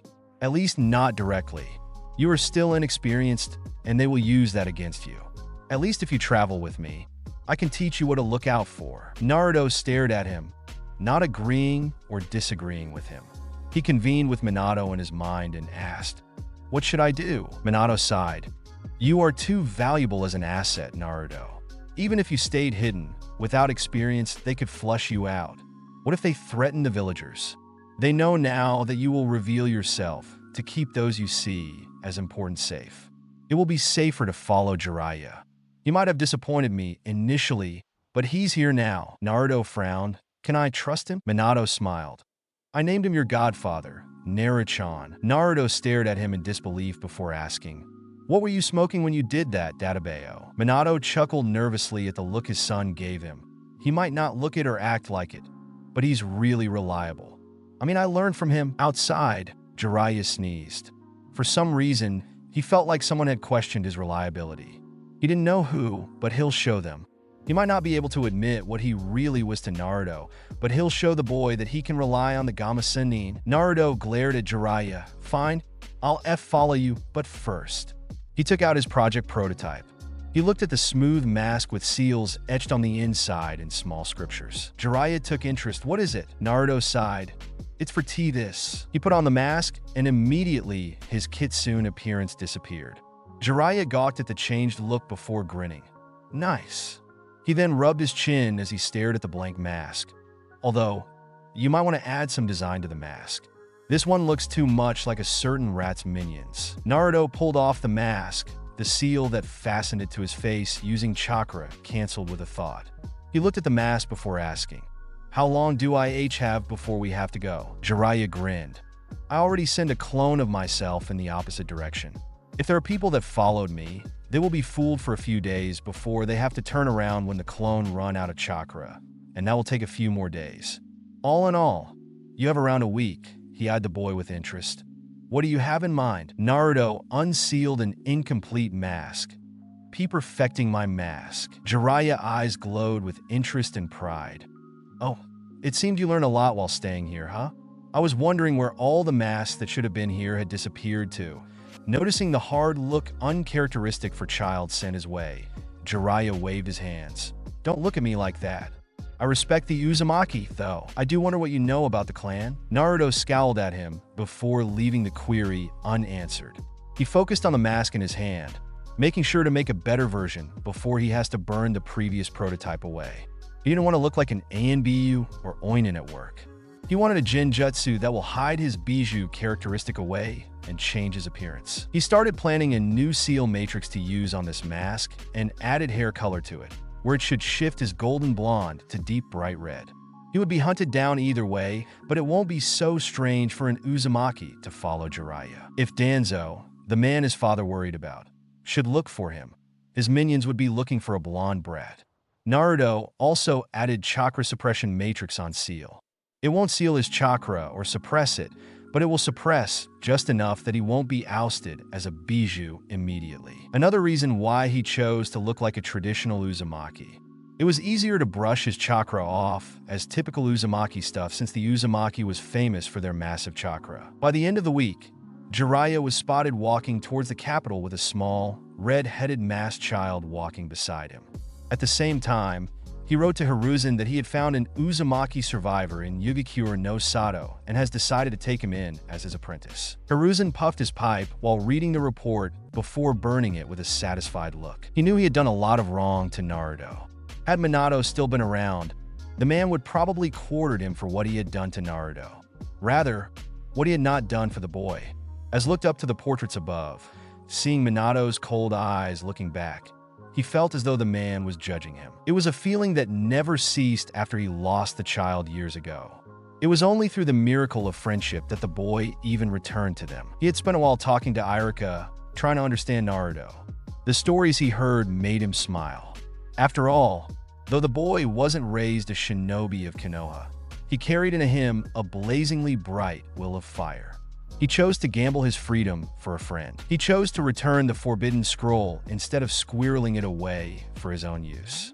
He didn't even try to bargain for his freedom, but rather the life of Irika. Every action he took was one Hiruzen had tried to instill in his fellow shinobi, though few truly understood it. Meanwhile, Irika returned to the academy and saw Hinata. He knew that the girl will soon notice Zenko's missing presence. And he was right. When the boy continued to fail at appearing to their tutoring session, she had sought him out and asked him outright, Irika-sensei, did something happen to Zenko-kun? Irika hummed. A few things happened, I'm afraid. Her pale eyes widened and her face turned white as ghost. What happened? Is he okay? Is he hurt? Irica shook his head. No, he's fine. Last I saw him. Her lips trembled. Then why isn't he here? Irica smiled and placed his hand on top of her head. 𝐫𝐤𝐴 need to go because he need to grow stronger. One day, he'll return. You can ask him about his adventure when he does, but until then, you need to keep up with your studies and training. You don't want him to be disappointed in you. Now do you? Hinata blinked out a few fat droplets of tears, already missing her precious friend. But she wiped them away and smiled. I'll be a famous kunoichi, so that he'll hear about me. Irica chuckled before saying, then make sure you make yourself a legendary Hyuga. He then added, but don't be a bad kind of famous, okay? That'll be bad for my heart. Hinata giggled, I won't be a bad kunoichi. 𝐫𝐤𝐴 is so good he'll be sad if I become bad. So you don't have to worry about that. Irica-sensei. She clenched her fist. I'll be someone he'll be proud to call friend. Irica smiled before saying, now why can't you talk straight to him like you do with me? You don't stutter one bit. Hinata's face flushed a deep red, her whole frame trembling as her emotion grew stronger. Because 𝐫𝐤𝐴 is so cool. He makes my heart go daki daki. Daki daki. So hard that I just can't talk straight with him. Irica thought, young love, welcome to Team 7. Jiraiya groaned, his body a little stiff from entertaining all the beautiful ladies from last night. He sat up in his bed, looking out the window to see that it was noon. He shivered from the biting cold of Shimo despite the heater and scratched his chest, yawning messily as he sought out his travel partner. He snorted in bitter amusement. Naruto might not like the attention, but the women love him either way. The past few years had been an interesting experience.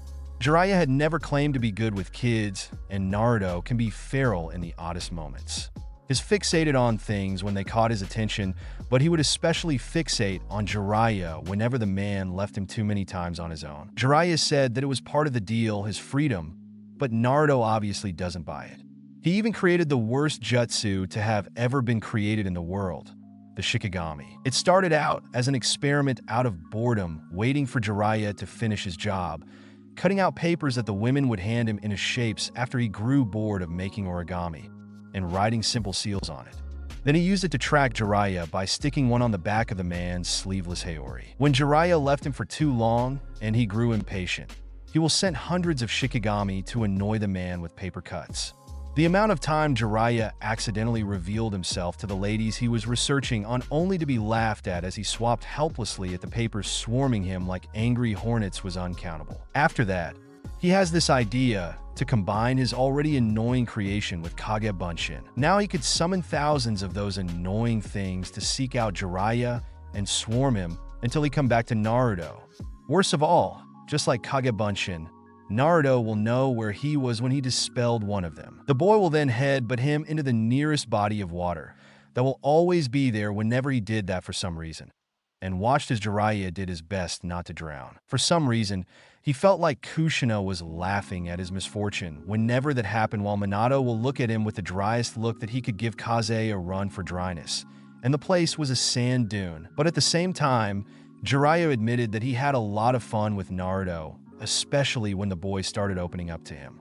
It hurt less since the boy wore his 𝐫𝐴 mask that looked like it came from one of the many Inari shrines that they passed through. Jiraiya knew that he shouldn't feel glad that he couldn't see his godson's face, but he admitted that he was relieved by the constant mask on his face. Although Naruto claimed to have created a special seal on his latest mask project, Jiraiya never knew the rest of the seal's function other than the masking of his chakra and obscuring dojutsu, like the Byakugan from seeing through the masked Jinjutsu. He exited the room and went down to the eatery to find some breakfast. He easily found Naruto, who was cooed at by the women there. Naruto has built a personality of a storyteller as Jiraiya's passed around as an author. His Rakugo style of dressing helps sell this cover. Right now, he was entertaining them with the story about the rabbit and the tanuki. It was a horror story, but for some reason he managed to make it funny by ending the story with the rabbit, as opposed to most rabbits going to Shangri-La to learn medicine, went to hell to continue punish liars, and anyone who behaved like the tanuki who tricked the two kind elderlies that helped raise the rabbit. So now there was a rabbit amongst the Oni of hell punishing sinners. The rabbit will even punish lazy Oni into doing their work. Jiraiya supposed having a cute fluffy rabbit that scares sinners more than Oni was funny. After Naruto finished his story, Jiraiya joined him. What the hell kind of story is that? Naruto shrugged as he sipped his tea. A cautionary tale against trickery? Jiraiya snorted. Then I suppose I'll be meeting this rabbit a lot in the afterlife, huh? Naruto looked at him. I'm thinking that you will be treated in the hell section where adulterers go. I'm sure they have a special program for perverts like you. 𝐫𝐸𝐽𝐽. Jiraiya pulled a face. You were seriously sending your Shursho to hell? Naruto sipped his tea slowly through his mask while keeping his eyes on Jiraiya before answering. It would be an injustice to all the women you peeped on to do otherwise, 𝐫𝐸𝐽𝐽. He then shrugged. And even if you did end up in the Pure Land, I am sure there are women there that would drag you personally to hell, 𝐫𝐸𝐽𝐽. Jiraiya suddenly had the familiar traumatizing image of an Uzumaki mother with flaring red hair, smacking her fist in her palm while sneering at him viciously, golden chains shaking ominously. He quickly shook the image out of his mind, ordering some simple breakfast from the owner. Besides, he did try to corrupt the boy with his vices with women, but Naruto took one look at him being pummeled into the ground that first night. He showed Naruto his favorite pastime and decided that he liked looking like a person more than a trampled yakimochi. Boy only peeped on the bathhouse once and refused to do it anymore. Unknown to Jiraiya, Naruto was lectured by Minato for hours after he listened to Jiraiya that one time. And since he can't exactly turn a deaf ear or run away from Minato who was stuck inside him, he ended up in lecture hell all through the night. So for the sake of peace and sanity, Naruto decided that Jiraiya's hobby could go to hell. The two made their way out of the village they had lingered in for the past few days while Jiraiya gathered his information from the numerous contacts he kept. As they moved, Jiraiya pouted as Naruto patted his Gamachan wallet. The first and last time Jiraiya tried to put his hand on the wallet turned out to be a living seal that then tried to eat his hand. He didn't even know how the boy figured out the matrix to living seal. Those were something that Uzumaki seal masters of old died with the fall of Yuzushiyo. The boy was a legit Uzumaki, if not his appearance. Jiraiya waited until they crossed the border of Shimo, before dropping the news. I have decided that you are ready to join Konoha as an official shinobi. I already sent your report to Sensei, and he sent this back. He handed Naruto a shiny new Konoha 𝐻𝐻𝐻. Naruto stared at it before accepting. He didn't tell Jiraiya that he had found Minato's old 𝐻𝐻𝐻 while still in Konoha. He had wanted something of his father in the physical world for comfort, but Minato can't exactly give him things that just about anybody will recognize as his. In the end, he guided Naruto to a small, inconspicuous shed where he kept some of his older things from his time before becoming Hokage. He didn't expect for Hiruzen to hide his and Kushina's things there. So from his father, he got his Konoha 𝐻𝐻𝐻, and from his mother, her black hairpin that she liked so much. He pinned her hairpin in his hair and had received a weird stare from Jiraiya. But it was such a common item that the man simply brushed it off as coming from the same line of product. He hid Minato's 𝐻𝐻𝐻 in his special seal. He only took it out whenever he felt lonely and Minato was asleep. Minato slept a lot because otherwise he would go crazy. He wasn't a millennium-old Bijuu. He was just a man who made a terrible mistake one day and stuck with a curse. Sleeping away his reality and dreaming of a life where he and his family lived a normal life was all he can do to stave off his depression. Minato didn't share this with Naruto, but Naruto inherited his perception and ability to dissect a person's intent. He had to survive. On the day of their arrival, Naruto stared at the gates of Konoha. He touched his mask. It did not cover his mouth and jaw, but it covered everything else. The nose was carved to be pointed, covering his own, giving it a vulpine shape. His eyes were peering through the carved holes, though the seal made it look obscure and blacked out. It was white with black and persimmon orange painted in a decorative manner. He purposefully made the ears big and vulpine, with the inside colored a deep red. From under the ears were long red tassels with seal tags hanging from the side. The symbol of Konoha was carved on the temple of the mask, but not colored in, making it almost invisible. A few villagers eyed him suspiciously, but the presence of Jiraiya kept them away. Naruto had long learned to ignore the looks people sent him. There was so many reasons to stare, after all, from his mask that added to the mystery of his appearance, to his Rakugo fashion style that made people think that he was a performer. Unlike Jiraiya's green and red, Naruto decided to keep up with the theme of autumn and foxes. So he was dressed in solid black with copper-orange clouds and crimson autumn leaves. Tiny white foxes, each a solid white silhouette, frolicked among the fallen leaves and danced with each move of his sleeves. Jiraiya opened the door to the apartment that he had asked 𝐸𝐻𝐻 to help prepare. He owned the building, which made this easier to arrange. He then turned to Naruto and handed him the key. "This is your new home now, just like how I like them. Rooftop with a garden," he gestured. "You even have a pond of lotuses up front." He then clapped his hands. "Anyway, I better go report. Have a great time." He then disappeared. Naruto looked around, taking note of his new home. It wasn't big, being on the roof of a building and all. Plants hung over his window, and more surrounded the space around his new home.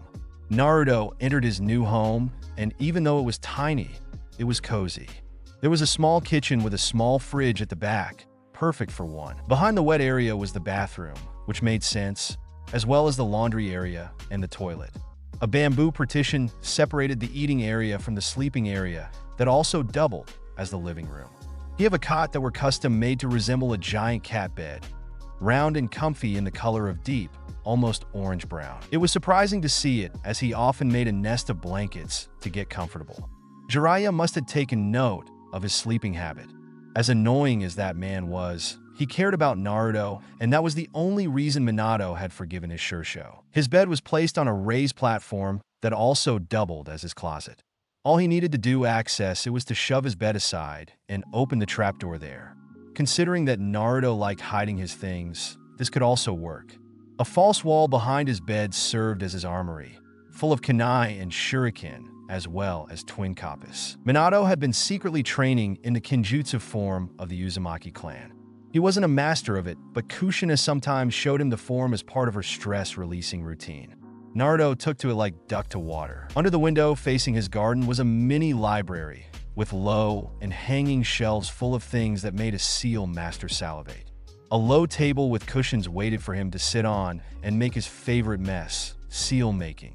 The island served as his dining table also separated his work area from his kitchen. All in all, it was a nice place for a single person to live in. Naruto closed the curtains over his bedroom/living room and study/dining room's windows.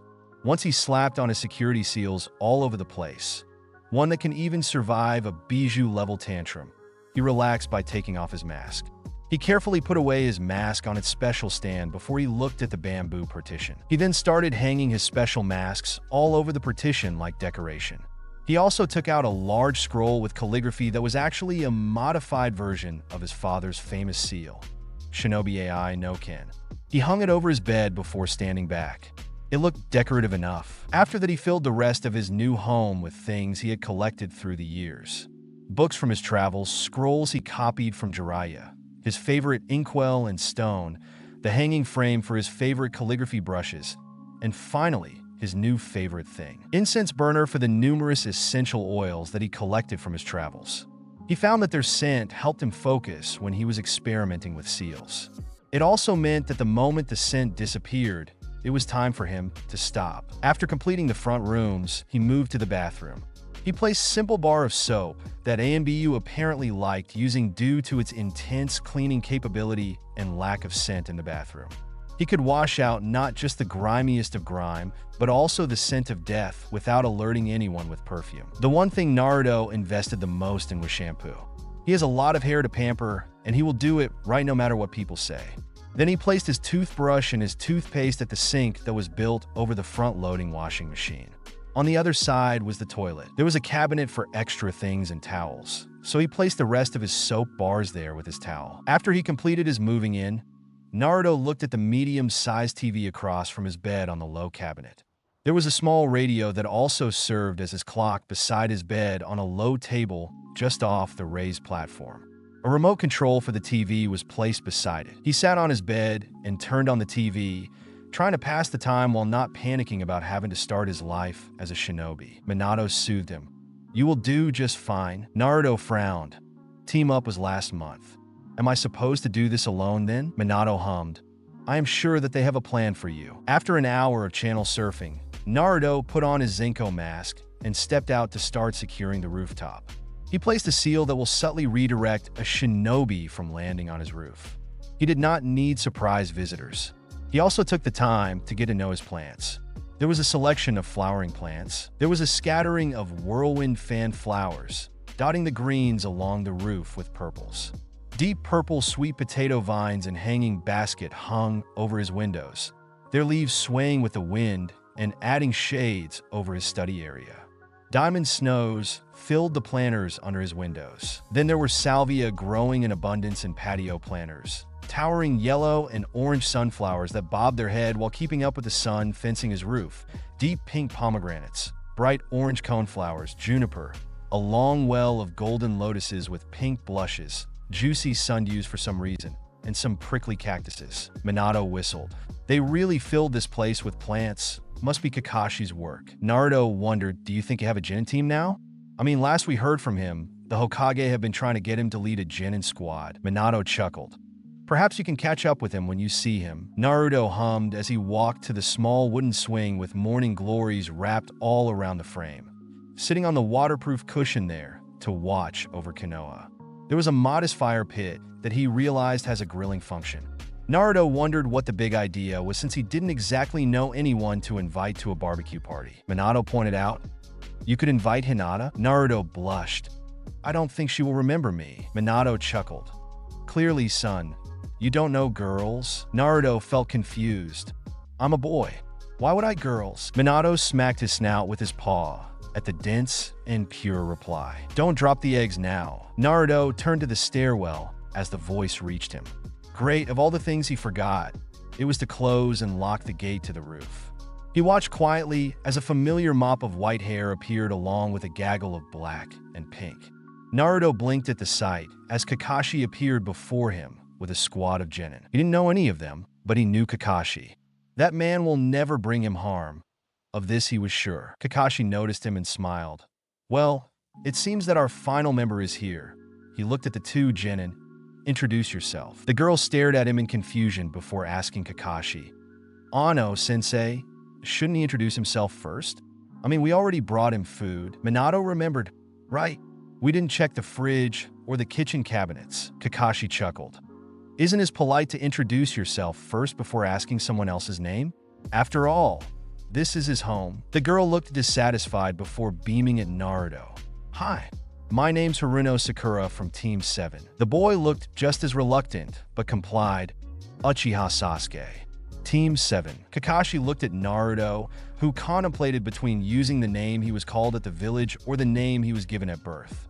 After a long while of just staring at each other, causing an awkward tension, he answered, "Uzumaki Naruto." Kakashi placed his plastic of thing on a table around the unlit fire pit. "Nice. Naruto, these are the food for this week. You are to join our team for this week onward. But for today, let's have a welcome back party, shall we?" Naruto stared at him before smiling shyly, nodding silently. Kakashi looked at his tiny home. "How do you like the place?" Naruto helped bring the grocery into his kitchen where he took out the knife set that he was gifted from a blacksmith in Tetsu for helping with a little something. He sharpened the knife like an expert chef before taking out the slab of meat that his apparently new team bought. He silently prepped the food before answering. "I have yet to really experience the place." Kakashi nodded. "Well, you did just arrive." He turned to the others. "All right, let's start the fire pit for grills. Where are the sauces there?" "Naruto, you need any help marinating the meat?" Naruto shook his head. "I'm fine." He took out the radio and turned on a station for some music. He thought he should at least be hospitable. Kakashi easily tended to the fire where he was already grilling some corn on the cob. Sasuke stared at the tomato slices, his face hungry. Sakura, on the other hand, was watching him with a dreamy look in her eyes. Naruto suddenly had an epiphany that he would be a third wheel in what appeared to be a one-sided romance. He would know. He spent time with a romance/smut author. Jiraiya had him proofread the less racy bits of his story, which ended up helping him with his reading comprehension and literature. After he felt that the meat had been marinated long enough, he took them out and handed them to Kakashi. Kakashi swiftly started grilling, making them even hungrier from the fragrance. A bottle of sweet drink was opened, and then they were toasting him. Kakashi crinkled his eye in happiness. "Welcome back to Konoha, Naruto, and welcome to Team 7. First day, as Shinobi. Sakura stared at the new guy. At first, she was disappointed that she won't be alone with Sasuke anymore. Then this Naruto showed up, and suddenly, she found herself curious about him. He wore a mask, for one. Other than his lips, chin, and part of his jaw, everything else was covered by a mask. It didn't look like the ones those AMBU were wearing, and it looked decorative almost. And another thing, he wore a rather fancy traditional style, and nothing like her peers. Sasuke didn't have much of an opinion about the other boy. He was only a little disappointed that Kakashi won't be focusing much on him anymore, which means less one-on-one training. At least Sakura will be a little less annoying. She seemed to be curious about Naruto, and perhaps she will change the target of her affection and leave him alone. Naruto focused on his mission. It was a little nostalgic to be herding goats as it reminded him of Ochan. He wondered about the villagers now, and then Jiraiya checked up on them a few times, and Naruto was a little sad that he couldn't attend Yuzu-san's funeral when the elderly man finally kicked the bucket. Still, he had one of Jiraiya's toads send over an origami of a fox with a thank you note from him for the kindness the grumpy elder had shown him. Apparently, Yuzu-san's family decided to put his fox origami in a display box and placed it beside the elder's portrait on their Butsudan. As he did his work, he heard the owner, who had a sprained ankle, thus the mission, calling on Kakashi. "Shinobi-san, I don't know who your new helper is, but can you tell him not to wear such an inauspicious symbol? Don't he know foxes are omens of evil in Konoha? He makes me uncomfortable with his mask and his clothing." Kakashi hid sigh, noting how Sasuke and Sakura grew curious about the matter, and said, "Mama, don't you know that the deity Inari-sama have fox helpers? Just think of him as a little Zenko for Inari-sama, yeah? Don't want to make Inari-sama curse your farm with bad harvest, and the like, do you?" The owner turned pale before looking, coughing. "I see. I'll just go over here." Sakura addressed Kakashi. "Sensei, what was that about?" Kakashi shook his head. "Nothing for you to worry about, Sakura. Just focus on milking the goats. The same goes for you too, Sasuke." He looked around to check on Naruto and found the boy riding a goat while sitting lotus style. He snorted at that, thinking that Naruto was really playing up the part of Zenko. Then again, he was called Zenko when he was younger. Kakashi checked up on the villagers that had been kind to the boy every other month. Just another way for him to atone for himself. Naruto heard everything and heard Minato laughing. It seems that Kakashi is trying to divert people's attention on you by invoking Inari-sama. I suppose that in this way, he will remind people that the Kyuubi isn't the only fox in this world. Naruto hummed before making sure that the goats entered their pens after a whole day outside. He carefully counted them before scowling. He looked around before calling Kakashi. "Sensei, one goat had wandered off. I'll be looking for it." Kakashi nodded. "Go. Sasuke, we'll keep an eye on the ones in the pen." With permission given, Naruto bounded off. To the ordinary eyes, he had normal limbs, but under the Genjutsu seal on his mask that can only be taken off by deactivating the chakra that adhered it to his face without need for glue or strings, his Bijuu features remained, which when he moved fast will show in the way he ran. So he tried not to move too quickly if he can, but when he can, he milked the moment for all it worth. Sniffing the air, he scented for the wayward goat. He knelt down, sniffing as close to the ground without outright crawling with his nose stamped to the grasses. He stood back up and sniffed the air. He turned his head and bounded off again. Within moments, he heard a voice complaining, "Stop trying to eat my hair, stupid goat." Perhaps the goat mistook your hair for grass? The reason why is because you fell down and rubbed your head against the grass when those dogs crashed into you. "Shut up, Shino." "Ow. Stop that. Damn goat." Naruto quickly found the goat trying to eat a boy's hair. He quickly grabbed the goat by the horn and bowed at the surprised boy. "Apologies. The goat is from a farm my team is doing mission in. It got away while I was attending to the others in the herd." A woman's voice addressed him. "Ah, you must be the boy that Kakashi was waiting for." He looked up to see a beautiful woman in a kunoichi-style dress smiling at him. She looked curiously at his mask. At that moment, the boy with the puppy sneezed. "Dude, you smell like a fox." "What the hell? Ha! ACHO." He sniffled. "Seriously, why do you smell so much like a fox? This is ridiculous." Naruto said nothing. As he was about to introduce himself to the kunoichi jounin, a familiar scent reached him. Then a soft voice called, "Zenko?" He turned to see his childhood friend Hinata staring at him with big eyes. He smiled, happy to see her. "Hey, Hinata." Her face turned red and her eyes rolled back. Naruto panicked as he reached out to her before she could hit her head. He slowly lowered her to the grass safely before asking her teammates, "Is she okay?" Puppy Boy frowned in confusion. "What just happened?" The boy with the shade answered, "It seems that Hinata had fainted upon seeing our new comrade. The reason why is unknown." The teacher approached her and checked on her as Naruto pulled away. He wondered what just happened when he heard a voice laughing inside him. He scowled at his father. "Why are you laughing? This is not something to laugh about." Minato, on his end, couldn't stop his laughter because that was just adorable. He knew that the girl had a crush on his son for a while now. It was rather obvious since she seemed to be talking just fine with Iruka, but started stuttering badly around Naruto. Not to mention the constant blushing and fidgeting and spying from the corner of her eyes. It was so obvious. But his poor boy knew nothing about girls. He knew too much about women, no thanks to Jiraiya, but girls were in new territory for him. He apologized, Sorry, she's just adorable." Naruto pouted at him. "There is nothing adorable about getting a sunstroke, Dadabayo." Minato thought he could die from laughter at this point, so he ended up saying nothing and observed through his son's eyes as he fretted over the Hyuga girl. Naruto didn't understand why Minato laughed at Hinata fainting. She could be sick. The Kunoichi smiled. "Don't worry. She's fine. She just blacked out for a moment. Oh, she's coming around," she called to the girl. "Hinata-chan, are you okay?" Hinata mumbled, "I dreamed that Zenko came back." Naruto looked over the teacher's shoulder. "I did. I came back yesterday, Dadabayo." Hinata stared at him, wide-eyed, before saying goodbye to the waking world again. Naruto panicked. Hinata. It took her fainting and waking up several times to Naruto build up a fragile immunity to his presence. She whimpered, "I'm so sorry for the tea trouble." Naruto sighed before smiling. "At least you're okay now. Anyway, I really need to take the goat back. See you around, Hinata." With that said, he pulled the goat along with him, leaving the Genin squad speechless as Hinata stared at the back of her childhood friend. She didn't know why he was wearing a mask. Then again, he was always hiding himself. She never told him that she once saw past his hinge and noticed all the strange limbs he have. It made his name made sense to her.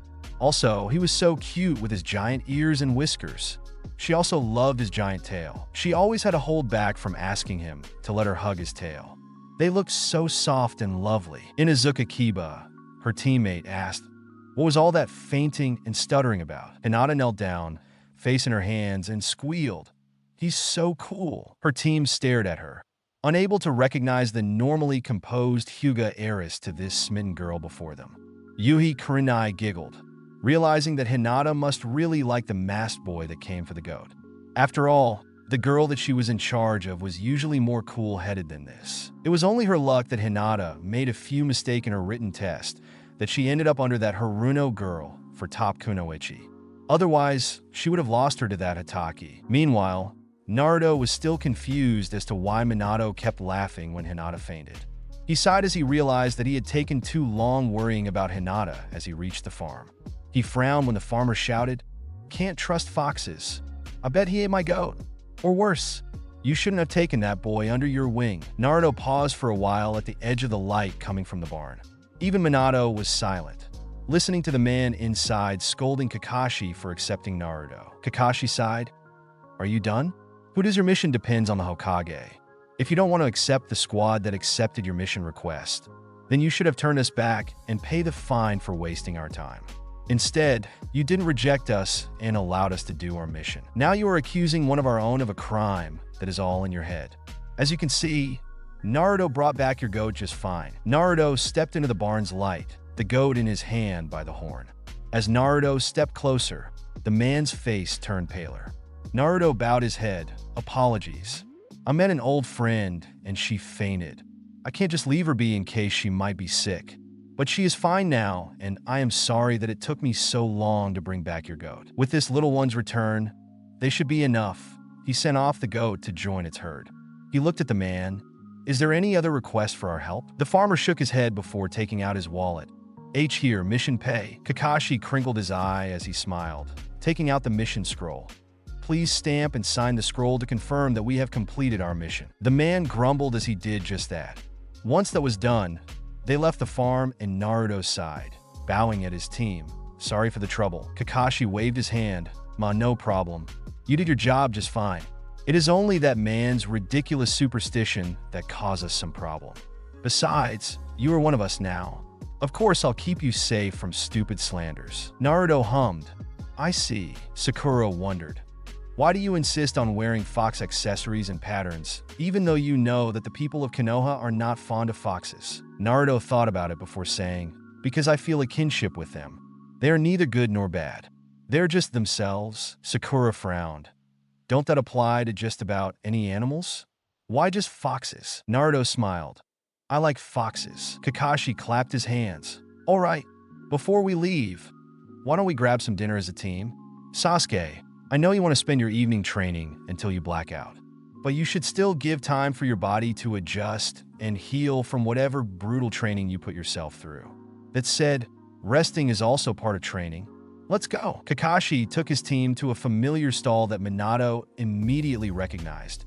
Ichiraku, your mom and I loved coming to this stall. He made the best ramen in town. Naruto wondered.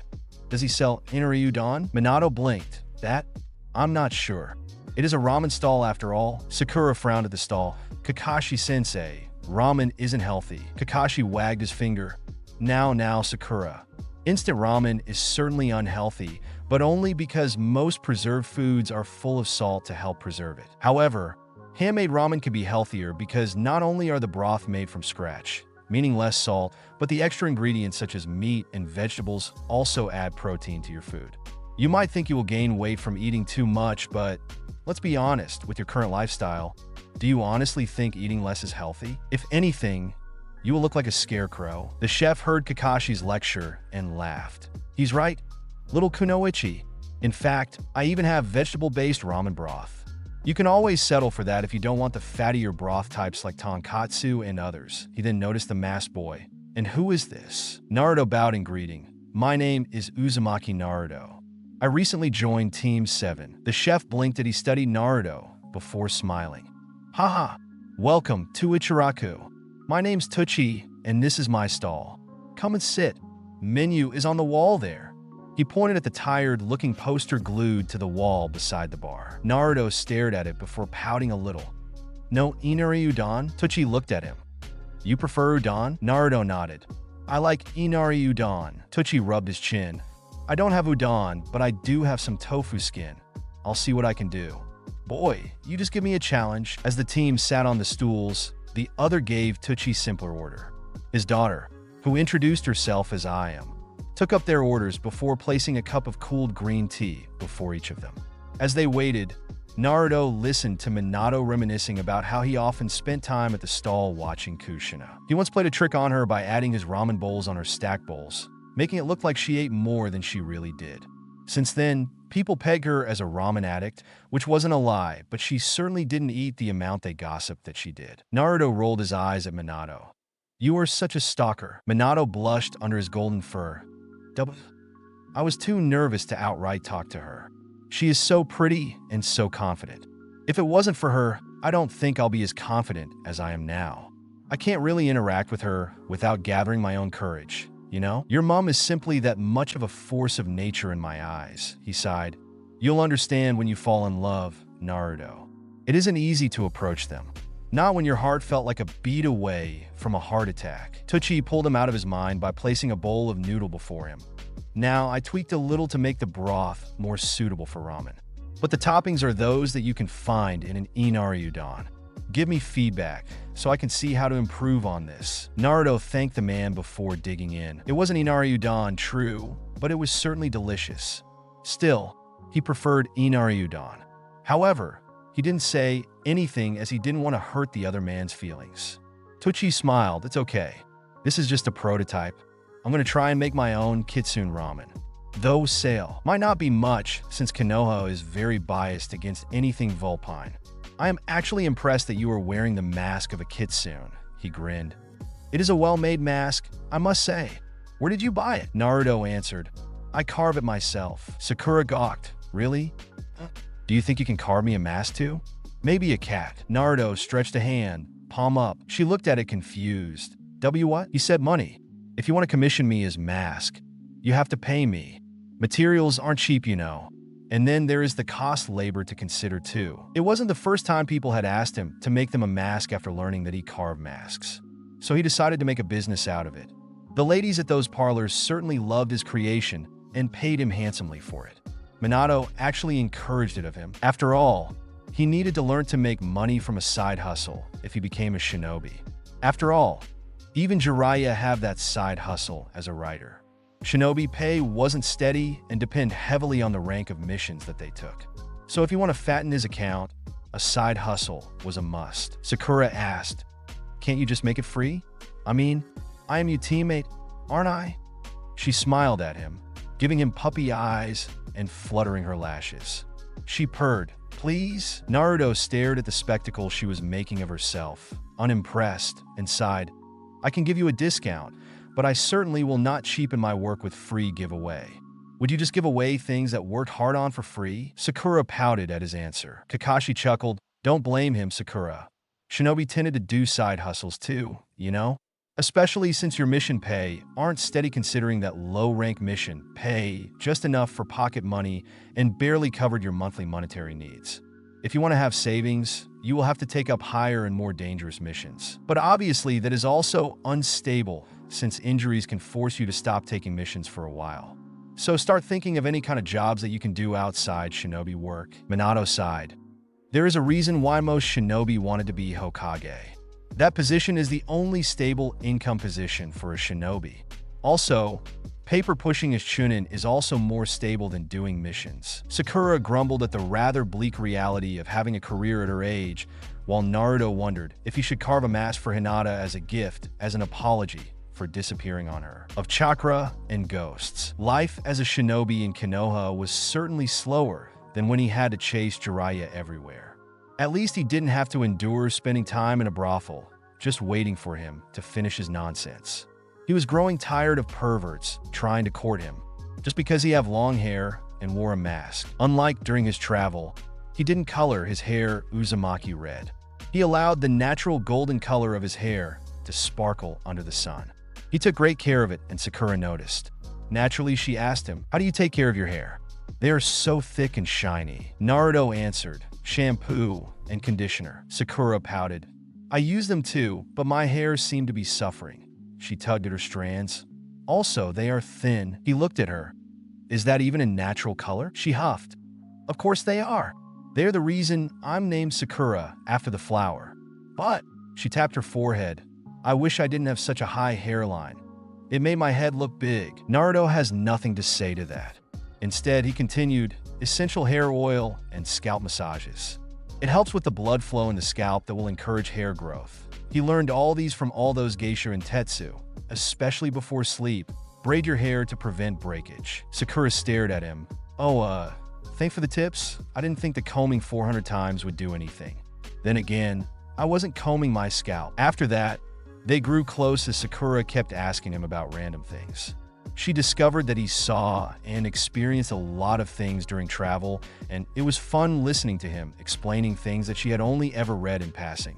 However, she also noticed that Naruto only talked when she talked or asked him something. Otherwise, he kept to himself. Or rather, Sasuke grabbed Naruto by his sleeve. "You almost walked into the pole there. He was a little airhead." Naruto thanked the Uchiha. "Thank you." Sasuke glared at him before looking at Kakashi. "Oi, Kakashi.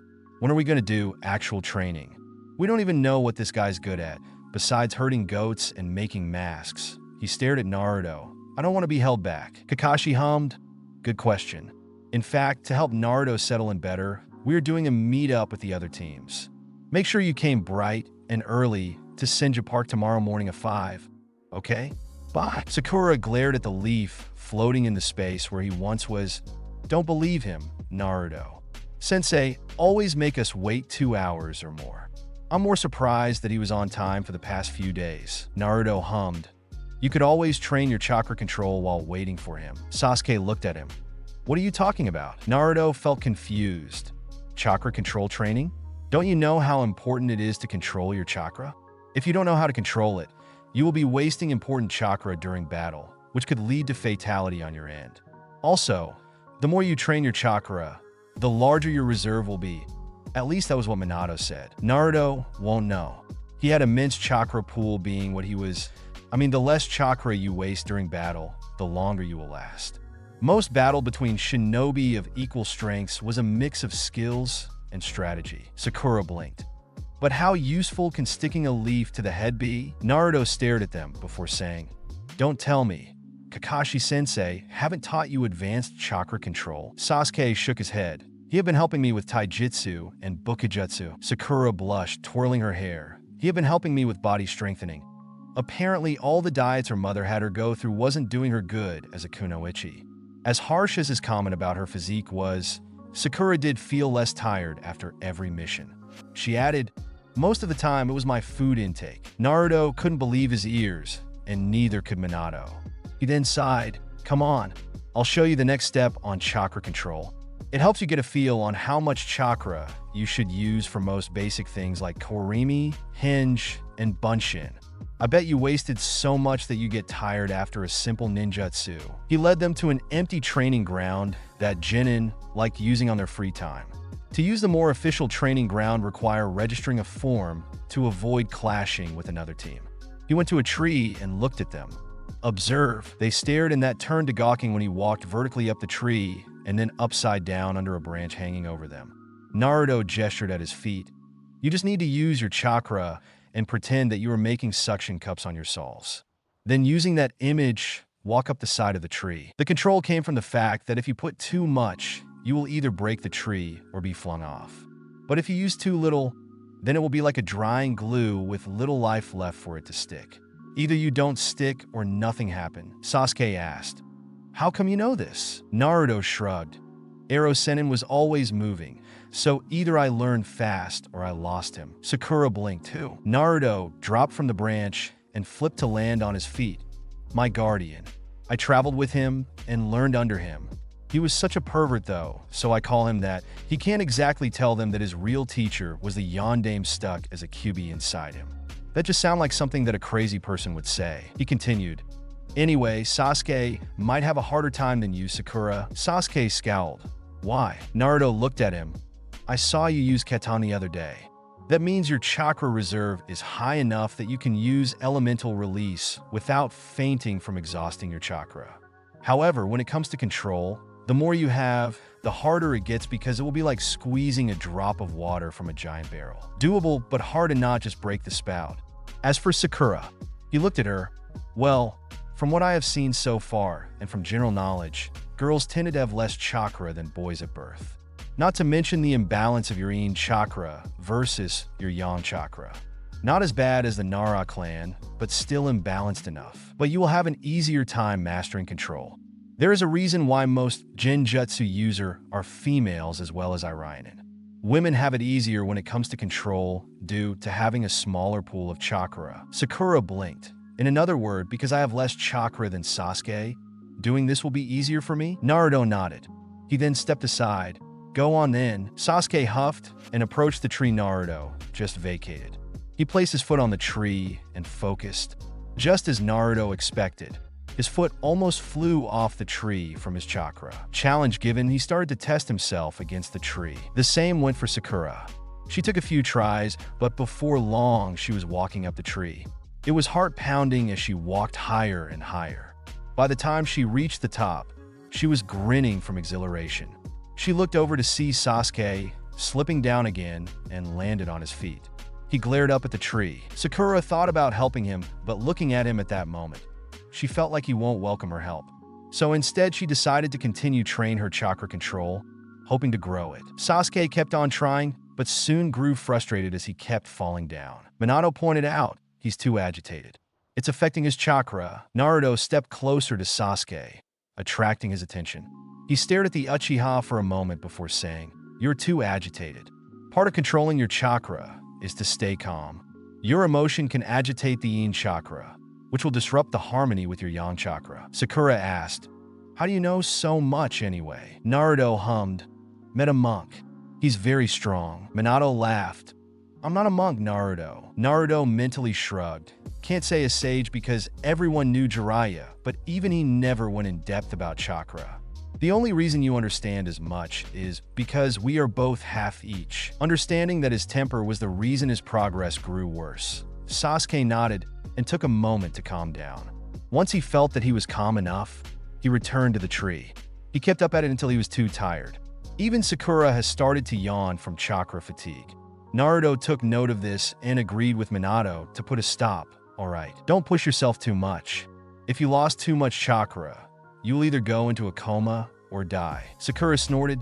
Gee, Naruto, optimistic much? Naruto tilted his head. I'm just being honest. That is what happened when a shinobi went above his limit and exhausted his chakra. 𝐷𝐷. Sasuke decided to stop before he chants it. He looked at Naruto. What does that mean anyway? Naruto looked at him. What does what mean? He gestured tiredly. That thing you sometimes said at the end. The 𝐷𝐷. Sakura nodded. Yeah. What does it mean? Naruto stared at them before they noticed that the skin under his mask turned red. The mysterious boy looked away and said, It meant nothing. They just slip out sometimes. 𝐷𝐷. He froze, damn it. Sakura giggled. Is it something like a verbal tick? Naruto shyly nodded. Something like that. There was the noise of something falling behind him, and he turned to see that Sasuke had stumbled and face slammed into the grass. Sakura fritted. Sasuke-kun? Sasuke grumbled, his voice muffled.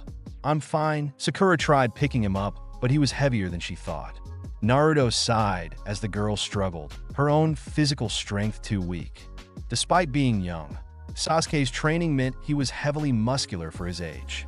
Naruto ended up carrying him on his back. Come on, he walked Sakura home first. The girl frowned when her mother turned pale at the sight of Naruto and hurriedly pulled her in. She still stuck her head out and waved at him. See you tomorrow, Naruto. As Naruto carried Sasuke towards the Uchiha district, Sasuke wondered about the blonde. He was such a weird guy. Most of the time, he was in his head, but he was certainly not dumb or slowing Sasuke down. Sasuke had not felt this tired since, well, a while now. The boy was even willing to help him. As they walked, they came across Team 8 coming back from a mission that went on too long. 𝐫𝐴𝐵. Naruto looked up, his voice oddly lively and cheerful. Hinata. The Hyuga girl smiled at him. H, how are you? Oh, is T that S Sasuke-san? That was odd. He had never heard the Hyuga era stutter before. Naruto nodded. Yeah, we overdid it with training today, so I'm carrying him home. Did your mission run late? Kiba snorted. Yup. We had to chase this runaway bull all over the countryside. Then we had to wrestle the damn thing back to his home. He patted Akamaru snoring in his hood. This little guy is all tired out. Naruto nodded before bowing towards Kurenai. Kurenai-sensei. I heard that there's a meetup tomorrow. Kurenai nodded. Yup. The whole of Konoha's freshest faces. She grinned as she teased the somewhat shy boy. I hope you're not too nervous, 𝐫𝐴𝐵. Sasuke looked up groggily. 𝐫𝐴𝐵? Why are they calling you 𝐫𝐴𝐵? Isn't your name Naruto? Naruto sighed. 𝐫𝐴𝐵 is the name Hinata knew me by. We are childhood friends. Hinata stared at Naruto. Naruto blinked. Ano Hinata? What is it? She asked. 𝐫𝐞𝐦𝐵 Naruto 𝐸𝐴𝐵. Naruto blushed bright red. He had never given her his real name, and he had completely forgotten to reintroduce himself to her. Yet hearing Hinata calling him by his real name made his heart go crazy. He panicked and asked Minato, "Two-san, what's going on? What's going on with my heart? 𝐷𝐷. Minato pushed away his amusement and told him, Answer her, Naruto. You're going to make her sad with your lack of answer. Naruto gasped, Ah, T, that's okay. You can call me Naruto too. Hinata broke into a brilliant smile. Thank you, Naruto-kun. Naruto felt like his heart forgot to beat from the unexpected smile attack. He asked Minato, why is she so happy just being able to call my name? That smile is unfair, 𝐷𝐵. Kurenai noticed the happening with Naruto despite his mask. The way he seemed to tremble slightly from Hinata's smile told her much about his yet unknown feelings for her little girl. She quickly stopped Kiba from pointing out and said, All right, it is best we go now before the day get any later. See you tomorrow, Naruto. Sasuke. Naruto blinked out of his stupor and gave a polite bow. Oh, "I see you tomorrow." Once Team 8 left, Sasuke looked at him. "How come I have never seen you around? If you know Hyuga, shouldn't you be in the academy with us?" Naruto continued his journey to Sasuke's place. "Well, I have a lot of things happening, and I can't attend the academy. I was last in Konoha when I was 6, almost 7. Sasuke frowned. That was from before the Uchiha massacre. No wonder the boy didn't look at him strange like the others after the massacre. Did he even know about it? As they reached the ghost town Uchiha district, Naruto looked around. He asked Sasuke, "Anno, please tell me this place is not haunted." Sasuke frowned. "I wouldn't know. I live in that building there." He pointed at the former Uchiha police barrack. There was an apartment at the top that he decided to settle in. Everywhere else in the district was just too much for him. He couldn't walk the street without seeing the ghost of the dead lying the street or smell the fishy scent of spilled blood. Naruto made his way to the building he pointed. "Oh, okay. I don't like ghosts." Sasuke looked at him. "Why?" Naruto grumbled. "It sounded stupid, I know. But if they exist, I can't exactly punch them, can I? So since I can't hurt them, but they can hurt me, I'd rather that I never meet any of them." Sasuke thought about the boy's odd fear. He then felt a need to tease him. So he said, "Well, sometimes I heard moaning dash." Naruto crossed the distance between their previous position straight to the building that Sasuke lived in. "Whatever. Hurry. Just open the door. You have things to keep ghosts out, don't you? I mean, you live here after all." Databeo. Sasuke stared at the blonde before hiding mischievous grin as Naruto put him down at the door, a dark humor making him say, "Well, they don't bother me. I'm family after all. I don't know about you. My clan hate foxes too." He watched as Naruto turned still as a statue before he started trembling. "It's only for you T to be HH here. Why yes? CC can I G-Go now? PP please?" Sasuke shrugged before looking over Naruto's shoulder. "Oh, it's Uncle Kyoshi Dash." Naruto leaped over the tall Uchiha gate, vomiting out the words, "Gotta go. See you tomorrow, Sasuke, bye." And he was gone. Sasuke looked at the empty street before opening the door of the building. It was only once he was in the safety of his room did he burst out laughing. He had not had that much fun for a very long time. Perhaps because Naruto had nothing to do with him that he felt like he could joke. But soon that laughter turned to tears as guilt gnawed on his heart. He can't be happy as long as he walk on this earth. Sasuke didn't deserve any form of happiness. Not until he completed his mission for his clan. Meanwhile, Naruto was blitzing all the way home, where he immediately activated all the necessary seals to keep out unnatural things. Only then did he relax. He pulled off his mask in the safety of his home and saw his frazzled image in the mirror. His tails were all puffed up, and so was his hair. His giant ears flattened on his skull, and his eyes were wide. He was breathing hard. He sighed and told himself that he's safe from ghosts and other things he couldn't touch. Once he was calm enough, his tails deflated and his ears slowly sprang back up though low. Minato didn't have the heart to tell him that he had just been teased. Dangerous taste. The next morning, Naruto watched as Sasuke tried again with the tree with waiting for Kakashi. He reminded the boy, "Sasuke, we got things to do after this, so don't tire yourself out." Sasuke waved his hand without looking at him. "I'll be fine." Sakura yawned on the side, leaf on her forehead. "Kakashi-sensei is so annoying," she huffed. "I bet the real meeting time isn't even 5 in the effing morning." Naruto nodded before sitting down and started talking to Minato about this Fuinjutsu experiment that he was thinking about. They went into a lot of tangents and theories, exercising their seal master skill at thinking up the improbably and trying to make it real. Naruto was thinking of a more secure communicating channel and thought that perhaps seals that work like radio waves, but only using chakra, would work. Replacing the radio waves with chakra using special seal matrix sounded like a brilliant idea. Sasuke stopped once he had felt a familiar strain on his chakra and decided to relax and recuperate. He then saw Sakura staring at Naruto, who seemed to be meditating. He sat beside. "What is he doing?" She shrugged. "That weird in his head space thing. I don't know. He always seemed to get lost in his head randomly. Do you think he's, She made a motion with her finger on the side of her head. He scowled at her, and she raised her hands defensively, whispering, "Hey, I'm just saying. I have never seen anyone spend so much time just staring at nothing." He rolled his eyes. or he could just be meditating. Sakura pursed her lips before staring at him. Sasuke felt like sighing. Even after a month working together, she was still all over him. It was more tiring than flattering. He wished that she would be more serious with her kunoichi training. Had she been more serious with the training Kakashi was giving her, she won't still look so skinny. He had seen a few kunoichi around, and they all have at least a semblance of lean muscles on their arms. Sakura still looked too soft there, and he worried that if she got into a fight, they'll just snap her arms. She opened her mouth, and Sasuke prepared to say no when more teams showed up. Fortunately, it wasn't Yamanaka Ino's team. She was just as bad as Sakura, being clingy with him. But at least she came from a clan, which meant that one of her parents would be pressuring her to train more. Sakura's civilian family was too enamored by the idea of romancing a shinobi to really understand the danger of putting their daughter up for this. Kiba yawned, too sleepy to say anything more than a lazy wave of hello. Shino immediately checked on the trees for bugs, as was his habit since academy. Hinata, on the other hand, stared at the meditating Naruto before sitting beside him and stared at him like Sakura stared at Sasuke, which was weird. In some circle, she was considered as icy as the rest of her clan, but she was still softer than them, so they just called her 𝐤𝐢𝐴𝐻 behind her back. She wasn't close with the other girls, as she was more focused in her studies as kunoichi.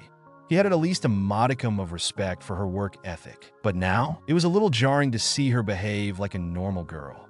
She was always so stiff and polite, though kinder than her clansmen. Yet she had no qualm at beating down her opponents in class. Ironically, beating them down was her idea of kindness.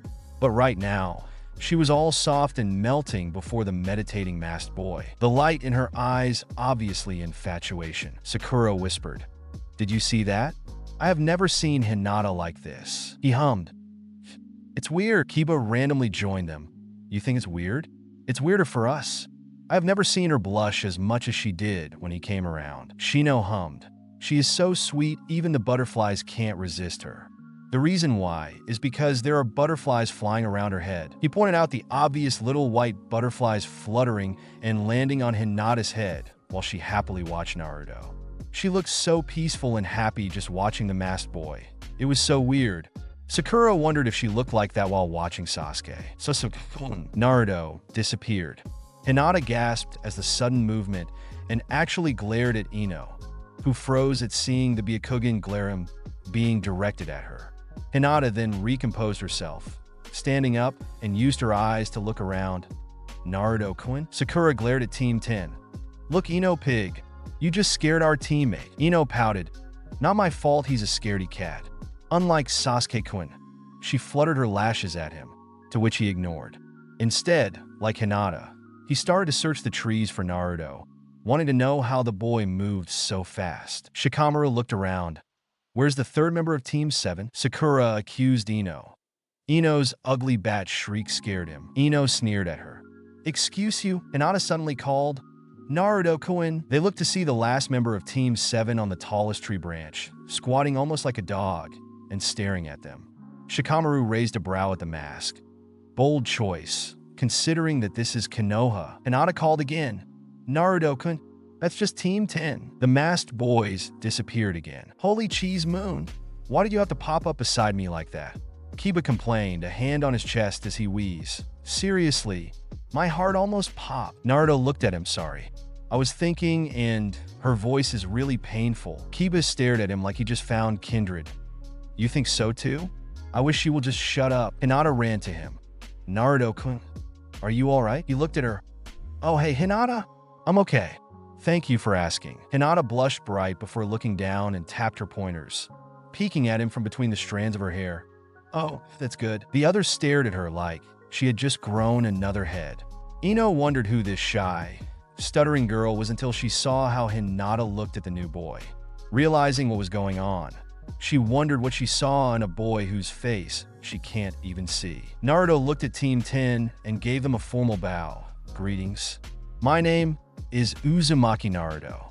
I am the new member of Team 7. I hope we can work along well." Ino waved her hand. "Sheesh. You don't have to be so formal with me. Just call me Ino. I'm from the Yamanaka clan. This lazy ass here is Nara Shikamaru, and chubby, there is Akamichi Tsuji. Just don't call him fat, and you're good. Tsuji chewed on his chips. I'm not fat. Naruto looked at him. You have an abundance of yang chakra, and your body requires constant sustenance to sustain itself at a healthy level. Failure to do so will end up with your own body eating itself. If anything, the more fat you store, the stronger your clan's jutsu will be. He then looked at Shikamaru. In contra, the Nara clan is full of yin chakra. This makes sleeping hard as your brain never stopped processing things, which made it hard for your body to keep up, which is why you power nap whenever you can. Shikamaru blinked before smirking. You're good. He then nodded. Yeah. My clan is blessed with overabundance of yin chakra. We are insomniac. The more gifted we are, the less we sleep. But the body can only stay up for so long before it gets unhealthy. So yeah, we nap whenever and wherever we can. But it's too troublesome to explain this to outsider. So we just roll with the reputation of being lazy. Tsuji shoved a bag of chips to Naruto, his eyes bright. I like you. No one really understands why we eat so much. Naruto looked the offered bag of chips. He awkwardly accepted. Tsuji grinned. Consider that as a token of our friendship. It's the latest flavor and a favorite of mine. I want you to taste something I like too. Naruto nodded. Thank you. Minato cooed. Naruto made new friends. Naruto blushed at the tease. Shut up. He sealed the bag of chips away. The act surprised the others, but Hinata wasn't fazed. If anything, she asked him, why your sealing techniques have gotten better. Naruto smiled at her. Yeah, I train lots. Kiba stared at him. Why is he speaking Kigo with us, but used Tamagotchi with Hinata? He then called out, Oi, Naruto. Just talk casually, all right? You sound so stiff with us. We are the same age, aren't we? Naruto was lost. He fell silent, no knowing how to reply to that. He didn't want to accidentally insult them. That was why he used a more formal speech pattern. He was familiar with Hinata, which was why he felt comfortable to speak casually with her. It looks like our adorable genin have gotten familiar with our newest member. They looked up to see the Jounin instructors approaching them. They immediately get in line with their own team.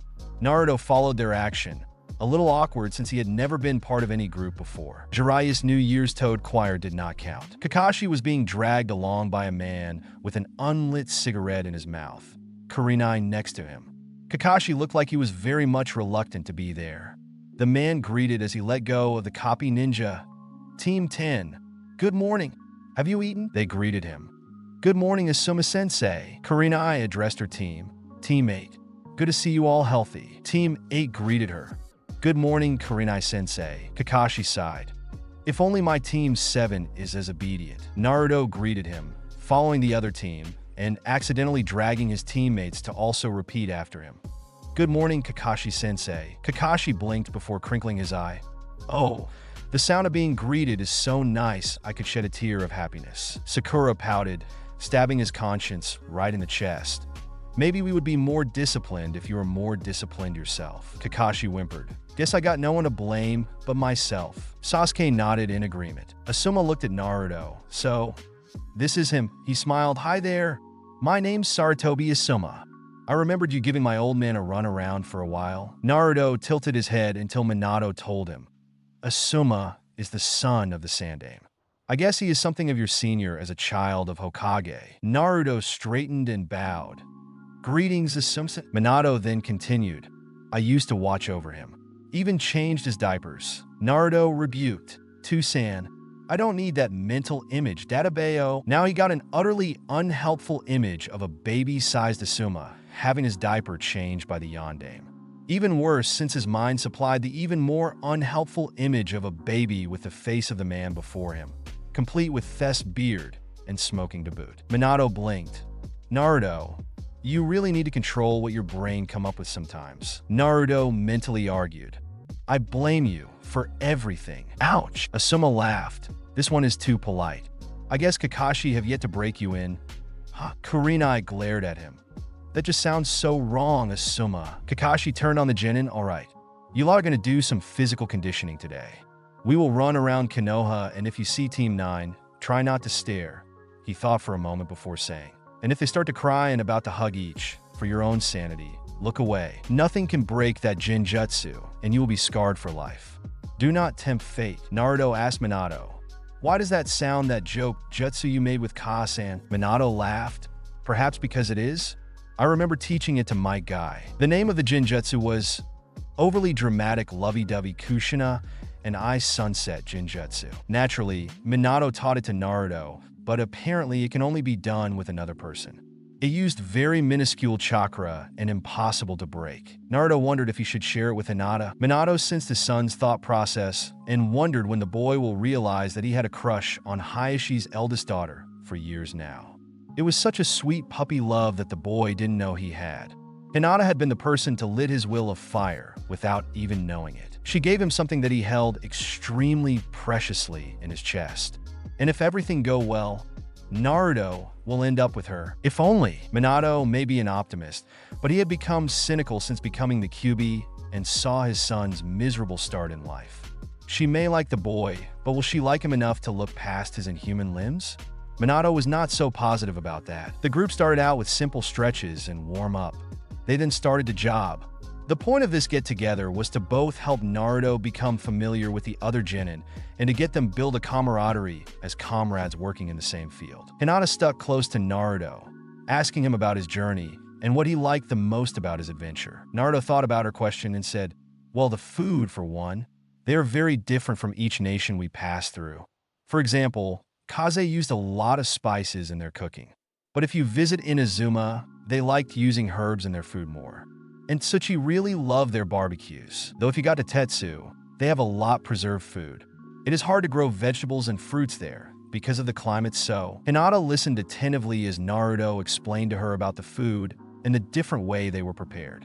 She had a feeling that since Naruto traveled around with someone that taught him how to be a shinobi, she felt that talking about food was considered a safe enough topic without revealing too much on what happened on his travel. He then said, "Although I would rather never returning to 𝐤𝐢𝐳." Hinata was curious. Why? He sighed.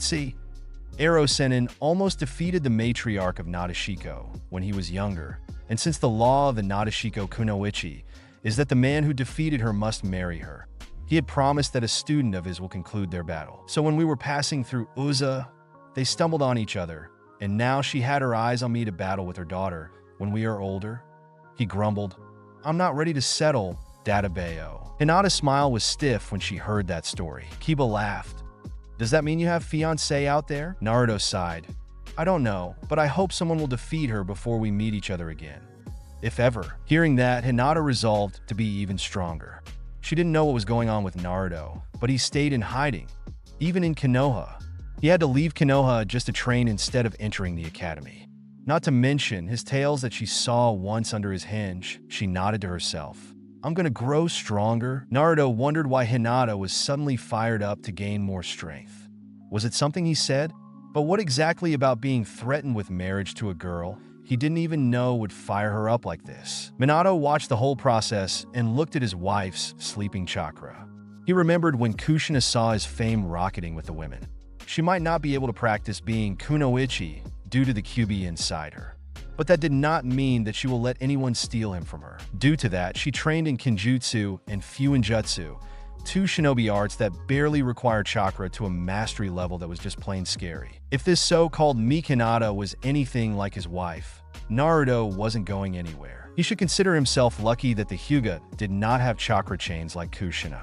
Minato remembered the amount of time Kushina grew jealous and just grabbed him with her adamantine chains, stealing him away from crowds of eager women. Well, Hinata have the Jukin, which can still immobilize Naruto despite his immense and dense chakra. She only need to give him a few love taps, and he will be down. Minato suddenly thought, "It seems that we both have a taste for dangerous women." Naruto blinked. "What are you talking about?" "Law of a hidden village, catching runaway cats, helping with the groceries, fixing things, babysitting, helping with short-handed staffs of busy places." These were simple missions done by genin to get them used to how each other work and their team's personality. To also give the civilians a sense of humanity despite being weapons of death and violence. Naruto was aware of the importance of doing these missions inside Konoha and its edges. Still, Minato sighed. "Calm down, Naruto. Let the Hokage decide whether you are ready for something more complex than chores. After all, you're not alone now, and team's dissonance can lead to death. Naruto reluctantly agreed. I know that, but it's been 3 months now. Surely we are ready in some form or another. As fun as it was to catch up with Hinata, getting to know the others from his generation and training with his team, he had shocked Kakashi with their water walking when they had to clean up the river the other day. Naruto felt restless. He was buzzing with energy, feeling underutilized where before there was always something going on with Jiraiya. And as was typical of an Uzumaki, a restless Uzumaki made for a dangerous Uzumaki. Idle hands were the devil's workshop for a reason. These past few days, Minato had to talk him out of making even more dangerous Rasengan variants. He and Naruto had been trying to add element to the Rasengan, but Naruto needed to master his elements first. Minato had insisted for the boy to take this part of his training slow and was actually proud that Naruto took after his element. But whenever he was bored, he will attempt to create an elemental Rasengan, which could be deadly for him. Thus the talking down part. Hiruzen watched as Naruto vibrated in his spot between Sakura and Sasuke. He shared a knowing look with Kakashi, both hiding a fond smile. Only an Uzumaki will practically vibrate when trying to not cause trouble. They were simply that energetic. Had Naruto been more comfortable, he would probably ask them point blank to give him something more serious than chores around the village. In fact, they were mighty impressed that it took him 3 months to show signs of restlessness. The fact that he was vibrating meant that he was near his limit. Hiruzen hummed, I have heard from Kakashi that you 3 have already learned about advanced chakra control. Not to mention, it seems that Naruto is experimenting with elemental release, and the 2 of you have shown interest to learn more about the subject matter. That said, you have shown discipline and self-control as well as teamwork. I say, you are ready for something more serious than Duranks. The trio's collective expressions brightened, and Naruto vibration only seemed to grow stronger at that. Hiruzen can feel their eyes following his hand as he picked out a scroll from the drawer of C-rank missions. Opening them, he smiled. Well, a bridge builder from Nami have been requesting a protection detail, as it seemed that he and his staff are being harassed by the local gangsters. Simple enough for a beginner's mission. He threw the scroll to Kakashi, who grabbed it out of the air before bowing. Thank you, Sandaime-sama. Hiruzen nodded. The client should be at the address written on the scroll. I suggest leaving in the early hours tomorrow. Shinobi might be able to rough it out this late, but not civilians. Keep in mind that they are slower and weaker than us shinobi. Team 7 bowed in thanks before taking their leave. Hiruzen sighed, knowing that Kakashi's respect for him was only on the surface level. The copy ninja had long lost his respect for Hiruzen after how badly he fumbled with Naruto's case. He only remained loyal to Minato's memory and to Konoha so that Naruto have a place to call home. Naruto sighed as he realized that his fridge needed to be cleared out since this seemed like a long mission. Any missions that led to leaving the village tended to take a long time, and it was common sense to clear out the fridge lest he returned to a horror scene growing in the fridge. He had heard enough of Minato's bad memory of growing alien biome in the fridge due to forgetting to clear out the fridge. Once it was so bad, he had to throw out the fridge or chance food poisoning. There was a reason why he kept a small fridge instead of a normal-sized one. Taking out the leftovers, he started to mix them up with other food products into something he can feed the strays with. He made sure to clean them up of flavoring or other things that could make an animal ill. Then he drank all his milk and juices. After putting aside the rest for dinner and tomorrow's breakfast, he picked up his paper food containers and walked out of his home. Naruto sought out a familiar back alley and whistled. Animals immediately came out from every corners of the alley, meowing and whimpering at his feet for the food in his hand. Naruto smiled as he kneeled down and started fixing them their meal for the evening. Although civilians would rather chase away or euthanize most strays, many shinobi preferred to spend some time with them, as the animals help with their trauma and stress without actually having to explain why they needed some simple and affectionate company. Because of this, strays tended to linger in places with shinobi traffic instead of civilian-heavy areas. They also frequently hire teams of academy students to earn some pocket money by keeping areas like this clean to avoid bad smells and complaints from petty civilians. Most of the times, orphans would volunteer to gain some extra money for themselves or the orphanage. It was a safe enough job, so this sort of things were jokingly given the E ranking, the lowest mission ranking. Well, if it helped keep Konoha clean and safe, why not? As he made sure they all have their fill, he suddenly looked up and saw a man puking behind a building. Well, it was the alleyway, and these sort of things happen in busy places. However, you really shouldn't just vomit wherever you please, you know? The man looked up and hiccuped in fear at the sight of Naruto's mask. Used to this reaction from drunk patrons at places that Jiraiya liked visiting, Naruto waited for the man to calm down before saying, "Academy students and orphans keep this alley clean so that the animals can stay here and be safe. I don't think the next batch of kids coming to clean this alley will be happy with your vomit, Databayo." The man groaned. "Damn it, I thought that you're one of those creepy masked shinobi. Why are you wearing a mask anyway?" Naruto asked him. "Why are you a drunk anyway?" The man grunted. "Beat it, kid. It's none of your business." He tried climbing to his feet, but almost stumbled into his vomit instead. Naruto watched as the pathetic adult wobbled left and right before fainting. After he waited for a moment, he realized that the man wasn't waking up anytime soon. He turned to finish his thing with the strays. About 15 minutes later, he threw away the paper container, satisfied to see the animals fed and happy. He then turned towards the unexpected man. "And here I thought my days of dealing with reckless drunkards were over." The man came around on a bench from droplets of water sprinkled all over his face. He grumbled, waving his hand over his face before wiping them. Naruto sighed. "Are you awake now? I doubt you're sober, though." He looked at Naruto weird. "What do you want?" Naruto asked. "Where do you live?" The man scowled. "Why do you want to know?" Naruto sighed. "Because leaving a dead drunk like you on the side of a street, snorting up your own vomit like the latest trend, is not what I do. Also, better me deal with you than those creepy masked shinobi called A and BU. They don't take kindly to people sleeping on the street and scaring kids in the morning. Not to mention, sometimes shinobi get spooked easily and they might kill you, Databayo." The man turned pale before saying, I don't really know my way around here. Why, you see, I came from Nami."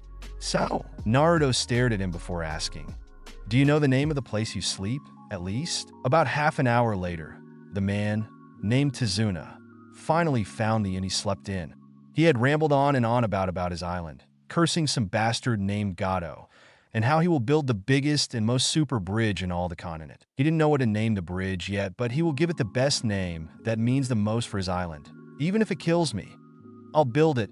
I'll definitely build it." Naruto ignored the person manning the lobby and handed Tizuna to him. "At least take him to his door or something." As he was about to leave, Tizuna grabbed him. Naruto looked at him in confusion, and Tizuna grinned. "My grandson's name is Inari. You look like a Zenko. I guess Inari-sama is looking out for us after all." He let Naruto go. "Thank you." Naruto watched as the man hassled the staff to help him to his room because he can't see his own nose, surprised to be called Zenko by someone he just met. Then again, this might be Konoha, but the drunk builder wasn't a local. Naruto shook his head and returned home to complete his packing for tomorrow and have dinner. Was it a sad thing that outsiders accepted his help more than the people of his own home? Minato rumbled, "Naruto." Naruto smiled. "I'm fine." He supposed that he was starting to feel the isolation. Even when he was just doing his job, their suspicion of him reached his too sensitive ears. He can hear their whispers and he can feel their paranoia and distrust of him. Even so, it was bearable with his new friends. He met them around Konoha, despite having separate schedules. Hinata was always happy to talk to him. If one of her clansmen tried to stop her, she would glare at them until they back away. That had been shocking to Naruto. He then realized that Hinata wasn't as timid or as shy as she once was. With the shift of perspective on how she viewed her ability as a Hyuga, she gained more confidence and understanding on what being kind really entailed. Still, why did she still stutter around him? The next morning, Naruto woke up early as usual. He did his normal stretching in his home, combed the kinks in his tails, fixed himself breakfast before putting on his mask to do more stretching outside. He wasn't worried about his plants. He had managed to create a rather useful seal for their needs. The seal will function as an automatic watering machine, by absorbing the moisture out of the atmosphere and water the plant when it detected the level of moisture in the soil to be too dry. It was a genius invention of his, and Minato had been trying to get him to sell the seal to the Yamanaka clan, who owned a vast plantation for their flowers. Though they sell flowers, they also sell plant-based poison on the side along with antidotes. He just thought that Naruto should get closer to the clans just in case he will need their aid in the future. Naruto wasn't sure how he would even begin to break the deal with Ino. After completing his morning workout, he washed up, giving extra care to his hair and ears before checking on his weapons. He made sure he have enough inks and papers.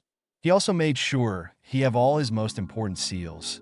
Naruto contemplated on bringing his scrolls. He have yet to create those giant ones he saw on his visit to Mount Myaboku. Apparently, those were more complex seals for more complex things. Also, he heard that the Shodaime Hokage of Konoha once carried scrolls the size of a building inside a more travel-easy scroll. What could he even need such a gigantic scroll for? Naruto, you're gonna be late, Naruto hummed, sealed away his things inside a scroll before putting them inside his weapon pouch. He put on a glove with storage seals on the palm, sewn on personally by him after he spent months training under a seamstress in Kiryu. She might not be a shinobi or a seal master, but when she mentioned in passing about sewing on seals and clothing, Naruto was smitten by the idea and insisted to learn embroidery from her. These gloves were one of his earliest projects, and it was a challenge that he enjoyed. Minato was super jealous the whole time, but added his ideas for Naruto to experiment with. He will often go back and refine the embroidered seals to make it as perfect as he can get it. In fact, his clothing was actually a giant seal of its own kind. Naruto made it to the East Gate before the promised time. However, he was the last of his team to arrive. Sasuke was already practicing his katan with a leaf, while Sakura was still increasing her chakra through the leaf on forehead thing. Her attempt to use elemental release was met with failure due to lack of sufficient chakra, so the only thing she can do was increase her chakra. She had also started to eat more when she heard that yang chakra can be increased with proper food intake by listening to Chuji when he and Naruto were talking about his chakra. She was working really hard to keep up with Sasuke. Meanwhile, Sasuke had started to needle Naruto to learn more on what Naruto can do. His voracious appetite for power was almost desperate, and having learned about his clan's demise from Hinata, Naruto can somewhat understand him. Still, both he and Minato were worried about the boy. Sakura looked at him. "What took you so long? Wait, where's your bag?" Naruto patted his belt. "In my scroll." He still wore his black kimono with copper and gold threads with ivory foxes frolicking in the fallen leaves, although his hakama was tied below the knees and wrapped up before being shoved under shin guards. He wore his utility belt over of his normal cords around his waist. He had also wore a different sort of haori with black furs around the neck, hiding his twin kappas sheathed behind him. There was a crimson cord around his arms and back with Shimenawa seals dangling from the cord, giving him a rather supernatural air. Added with his now black kitsune mask with gold and copper paint, he made for a rather intimidating figure. Sasuke blinked. "You look ready." More than him, and Sasuke somehow felt a little less ready than he thought. Naruto looked at him. "Did you even sleep last night? You have bruises under your eyes, Dadabayo." Sasuke scoffed. "I'll be fine." Sakura yawned. "I got a little too excited last night and ended up sleeping late. Maybe I should have drank that chamomile tea." Naruto tilted his head. "That tea never worked for me." Sasuke nodded. "Me either, and I hate the taste. It tasted like I'm drinking perfume." "Well, my adorable genin are all here." They looked to see Kakashi approaching them with a rather familiar man behind him. Naruto blinked as he recognized the man following Kakashi, looking like he had just been forced to take a pill to purge his body of any lingering drunkenness. Naruto had seen Jiraiya took one once. He hated it because of the hangover migraine and the aftertaste in his mouth that will hit him at around 8 hours later. Kakashi stopped and introduced the man. "This is our client, Tazuna." Tazuna glared at them before blinking at the sight of Naruto. "Well, I'll be. I thought I was drunk dreaming last night. You're a real person." He then backtracked. "Unless you're really a Zenko." Naruto waved his hand. No, I'm just a shinobi," he bowed. "My name is Uzumaki Naruto. I'll be guarding you from here onward." Tazuna hummed, and Naruto blinked at the scent of guilt coming from the man. Minato hummed. "Now that is interesting. Why is he feeling guilty? And what about? Naruto watched as Kakashi asked to look at their things. Naruto pulled out his travel scroll, as well as more miniature storage scrolls as well as his paper seals. Kakashi chuckled at the sight, thinking of Kushina, who taught Minato to travel light by putting everything in a seal. He still wear a travel bag like the others, but he will carry a lot more than can be fitted inside a bag. Naruto seemed to have taken up the famous Uzumaki habit of traveling with nothing but the clothes on their back and a scroll. Kakashi nodded. All right, everything is in order. Now we register our exit so that people will know that we are not present in Konoha should they need to gather people for whatever reason. We will register our entry when we come back. Again, for the same reason. It is to keep track of our presence and to easily count the number of active shinobi. Failure to do so will lead to punishment. This is a hidden village. Exit and entry is strictly managed. If you fail to return within a time limit, which is 3 days top, you will be marked as a nuke and be treated as an enemy of the village. Keep this in mind if you don't want to be turned into a felon just because you forgot to register yourself. If they found you within the village despite not registering, you will be taken to torture and interrogation, otherwise known as T&I. Can't just let you go in case you're a spy. He smiled at them with his signature eye crinkle, thumbs up. Tazuna grumbled, so strict. Kakashi nodded, because we are still a form of military dictatorship. We are autonomous of the daimyo's reign, for the most part. The daimyo is only allowed to select the Hokage, as the Hokage is the one that the daimyo will deal with the most as the representative of the village. In trust, he allowed civilian merchants to live within the village. So no matter how annoying they are, we can't just kick them out without a clear and dire reason. They might be living in Konoha, but they are still citizens of High no Kuni, making them protected by the daimyo's law. Sakura was surprised. Wait, does that mean my family are not fully Konoha citizen? Kakashi nodded. Nope.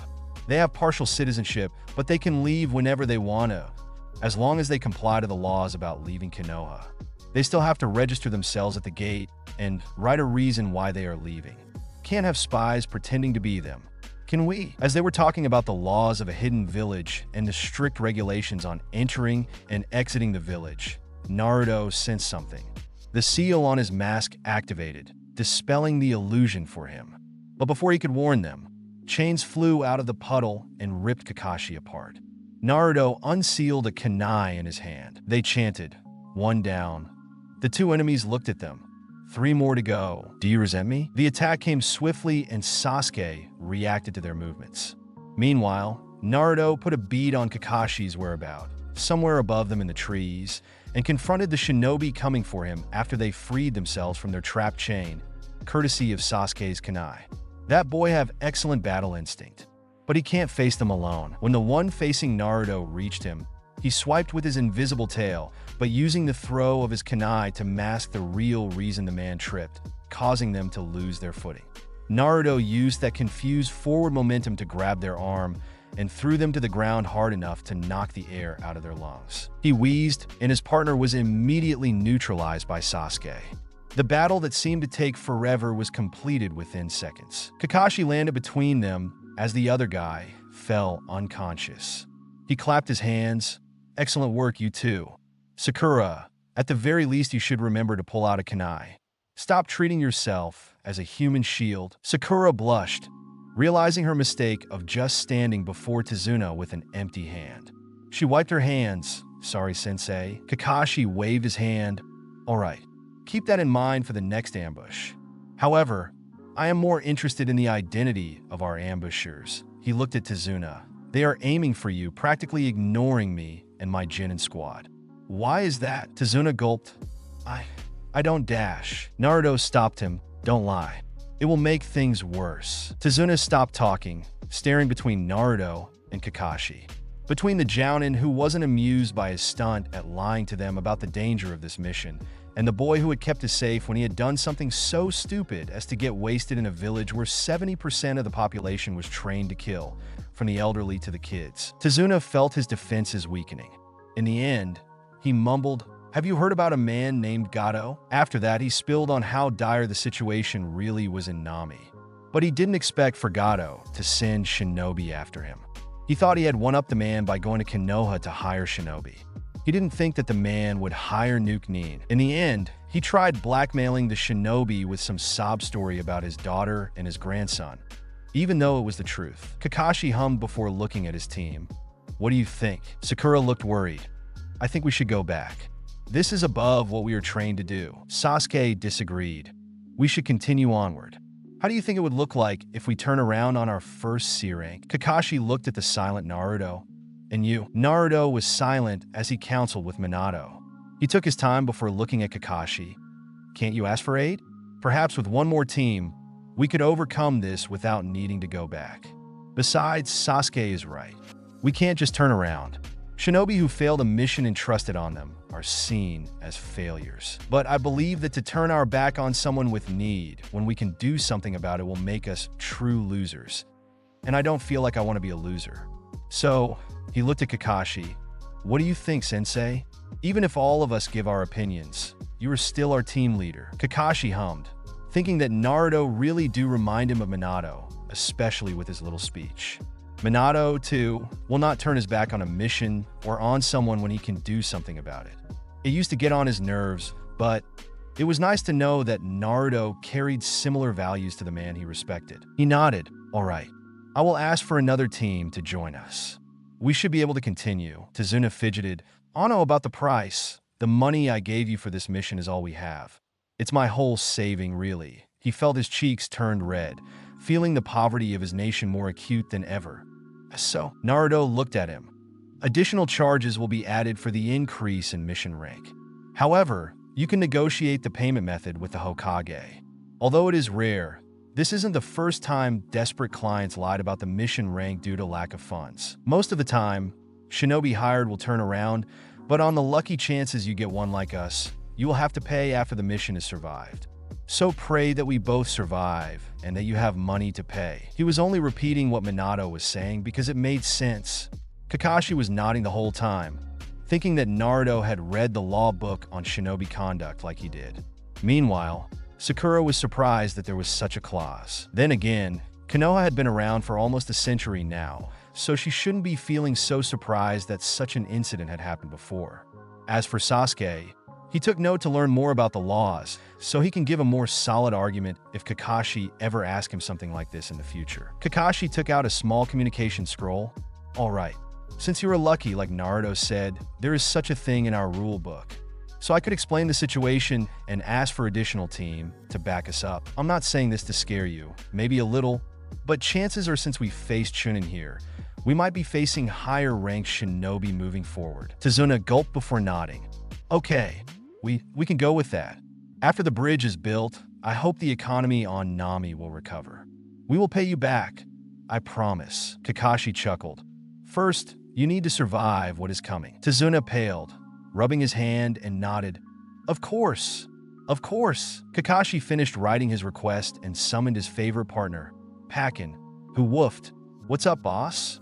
What do you need? Kakashi handed him the scroll. Get this to the Hokage as fast as you can. We will be waiting at the stop, just ahead, all right? Pakin secured the scroll in his little bag and saluted. Got it, boss. See you. Sakura cooed as the pug ran off. Ah, so cute. Naruto blinked, listening to Minato chuckling. That's Pakin. He never changed. When Kakashi was young, he used to follow me around when Tsukumo hired me to babysit Kakashi. Well, Tsukumo made a contract with him to accompany Kakashi when he was busy.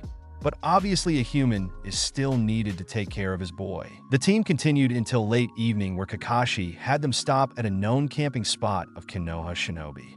It was a little under a giant root formation, making a shallow cave, perfect to rest from the elements.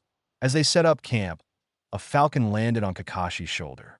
The man accepted the little scroll tied to the falcon's leg and read it. He hummed, all right. It seemed that the Hokage had accepted our decision and agreed to send in another team. He grimaced slightly. Team 9? Sakura asked. Team 9? Kakashi nodded. They are still in circulation and haven't raised their rank to Chunin, so the team is still intact. They're your senior from last year. Their Jounin instructor had decided to add another year to their training to gain better experience, and such before entering them into the Chunin exam. Sasuke asked, When is the Chunin exam? Kakashi smiled. When indeed, Sakura pouted. That's not an answer. She looked at Naruto. Do you know? Naruto tilted his head. Opening a canned food to cook for dinner. Why should I? Minato wasn't sure if the Chunin exam will be held in Konoha that year.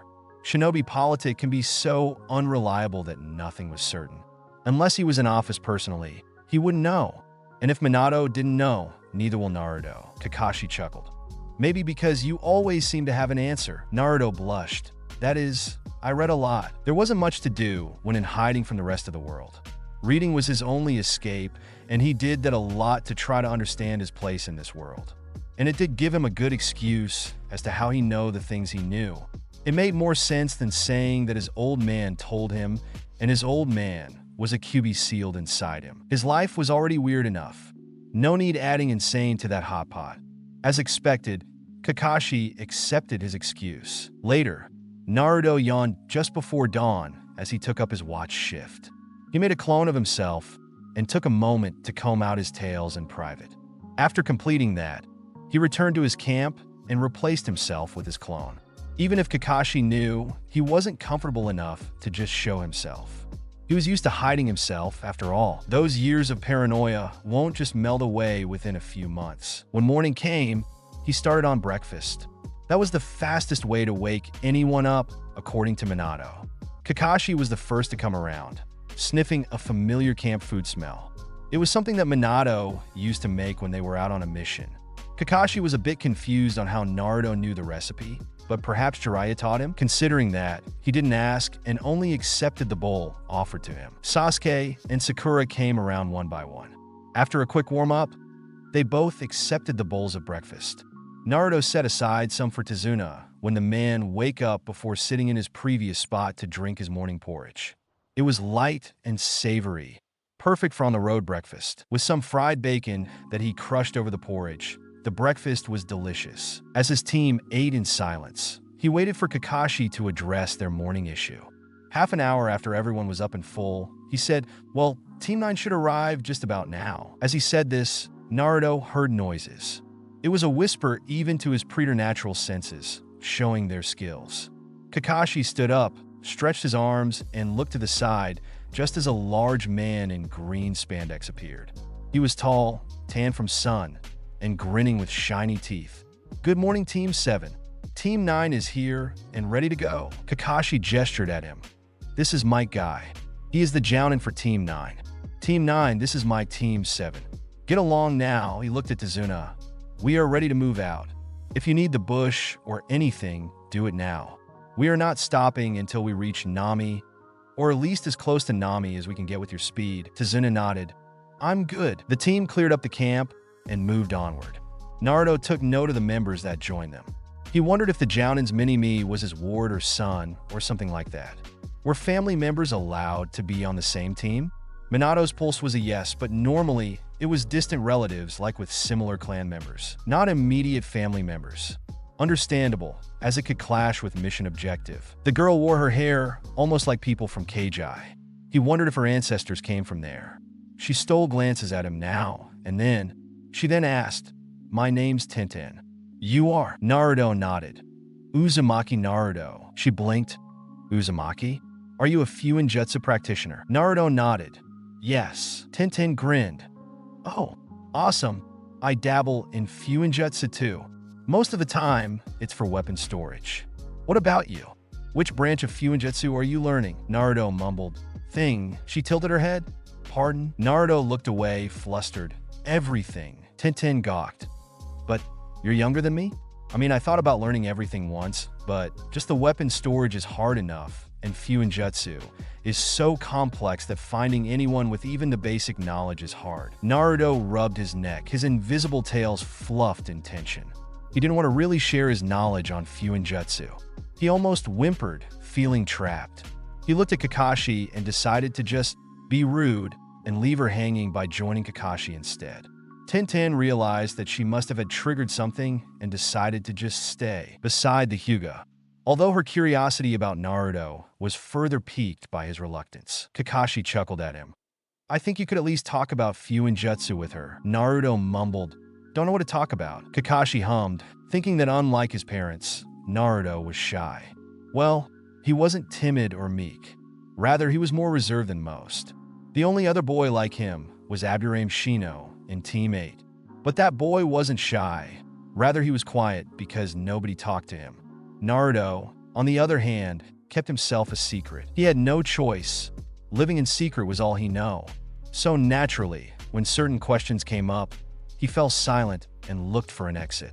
He wasn't as outgoing as his mother or as social savvy as his father.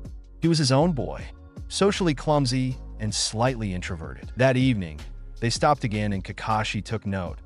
"We should be on the shores to Nami by late morning tomorrow if we move by first light. So grab your dinner, relax, and get to bed early. It will be an early day tomorrow." Team 7 nodded and started camp. Guy watched Naruto as he worked and addressed Kakashi quietly. "So that's him?" Kakashi hummed, knowing that Guy was more perceptive than people think. In some way, he was wiser than Kakashi. Still, he would rather not say anything. Guy understood and simply grinned at Naruto, confusing the masked boy. The Hyuga helped with dinner and asked Naruto, "So you're Hinata-sama's friend?" Minato noted, "He sound hostile." Naruto nodded, "Yes. And you are her cousin?" The older boy gave Naruto a shallow nod. Hyuga Neji, Naruto recognized his name. Hinata talked about Neji a lot.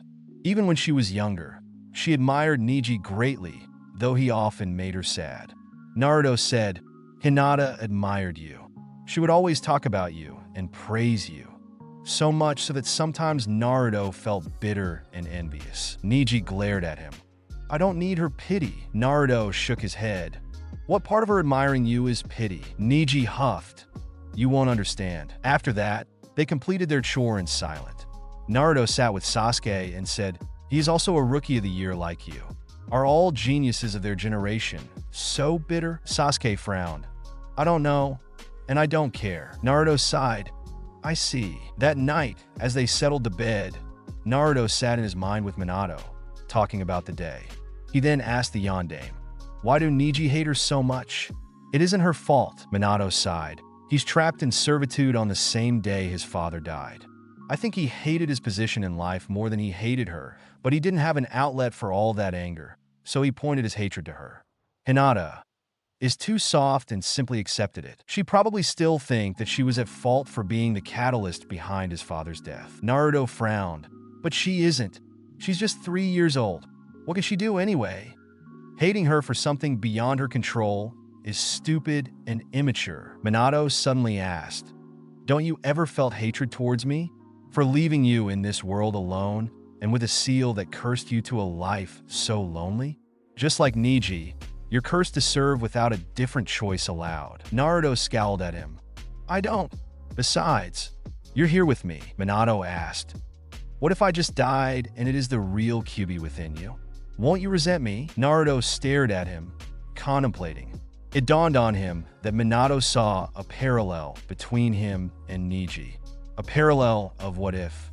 He looked down at his reflection, with towering fox ears and 9 tails extending from his lower back. He had wondered of a life without Minato. Minato told him about his mother and the Kyuubi before Minato. A beast of hatred, wrath, and resentment. Would he even be who he currently was with such a beast within him? Or would he also be full of hate and resentment? Naruto sincerely answered, "I don't know." He looked up at Minato. "I don't know how I'll be like with that sort of reality. Because it isn't mine, and I can't confidently say if I'll hate you or forgive you. So I don't know. What I know is this life now. And in this life, I love you. I couldn't hate you after understanding your position and why I'm the boy chose. It isn't just because I'm your son that you burden me with this role. It is because I am my mother's son too. I have her blood, and with my blood, I am the only one capable of carrying this burden." He smiled.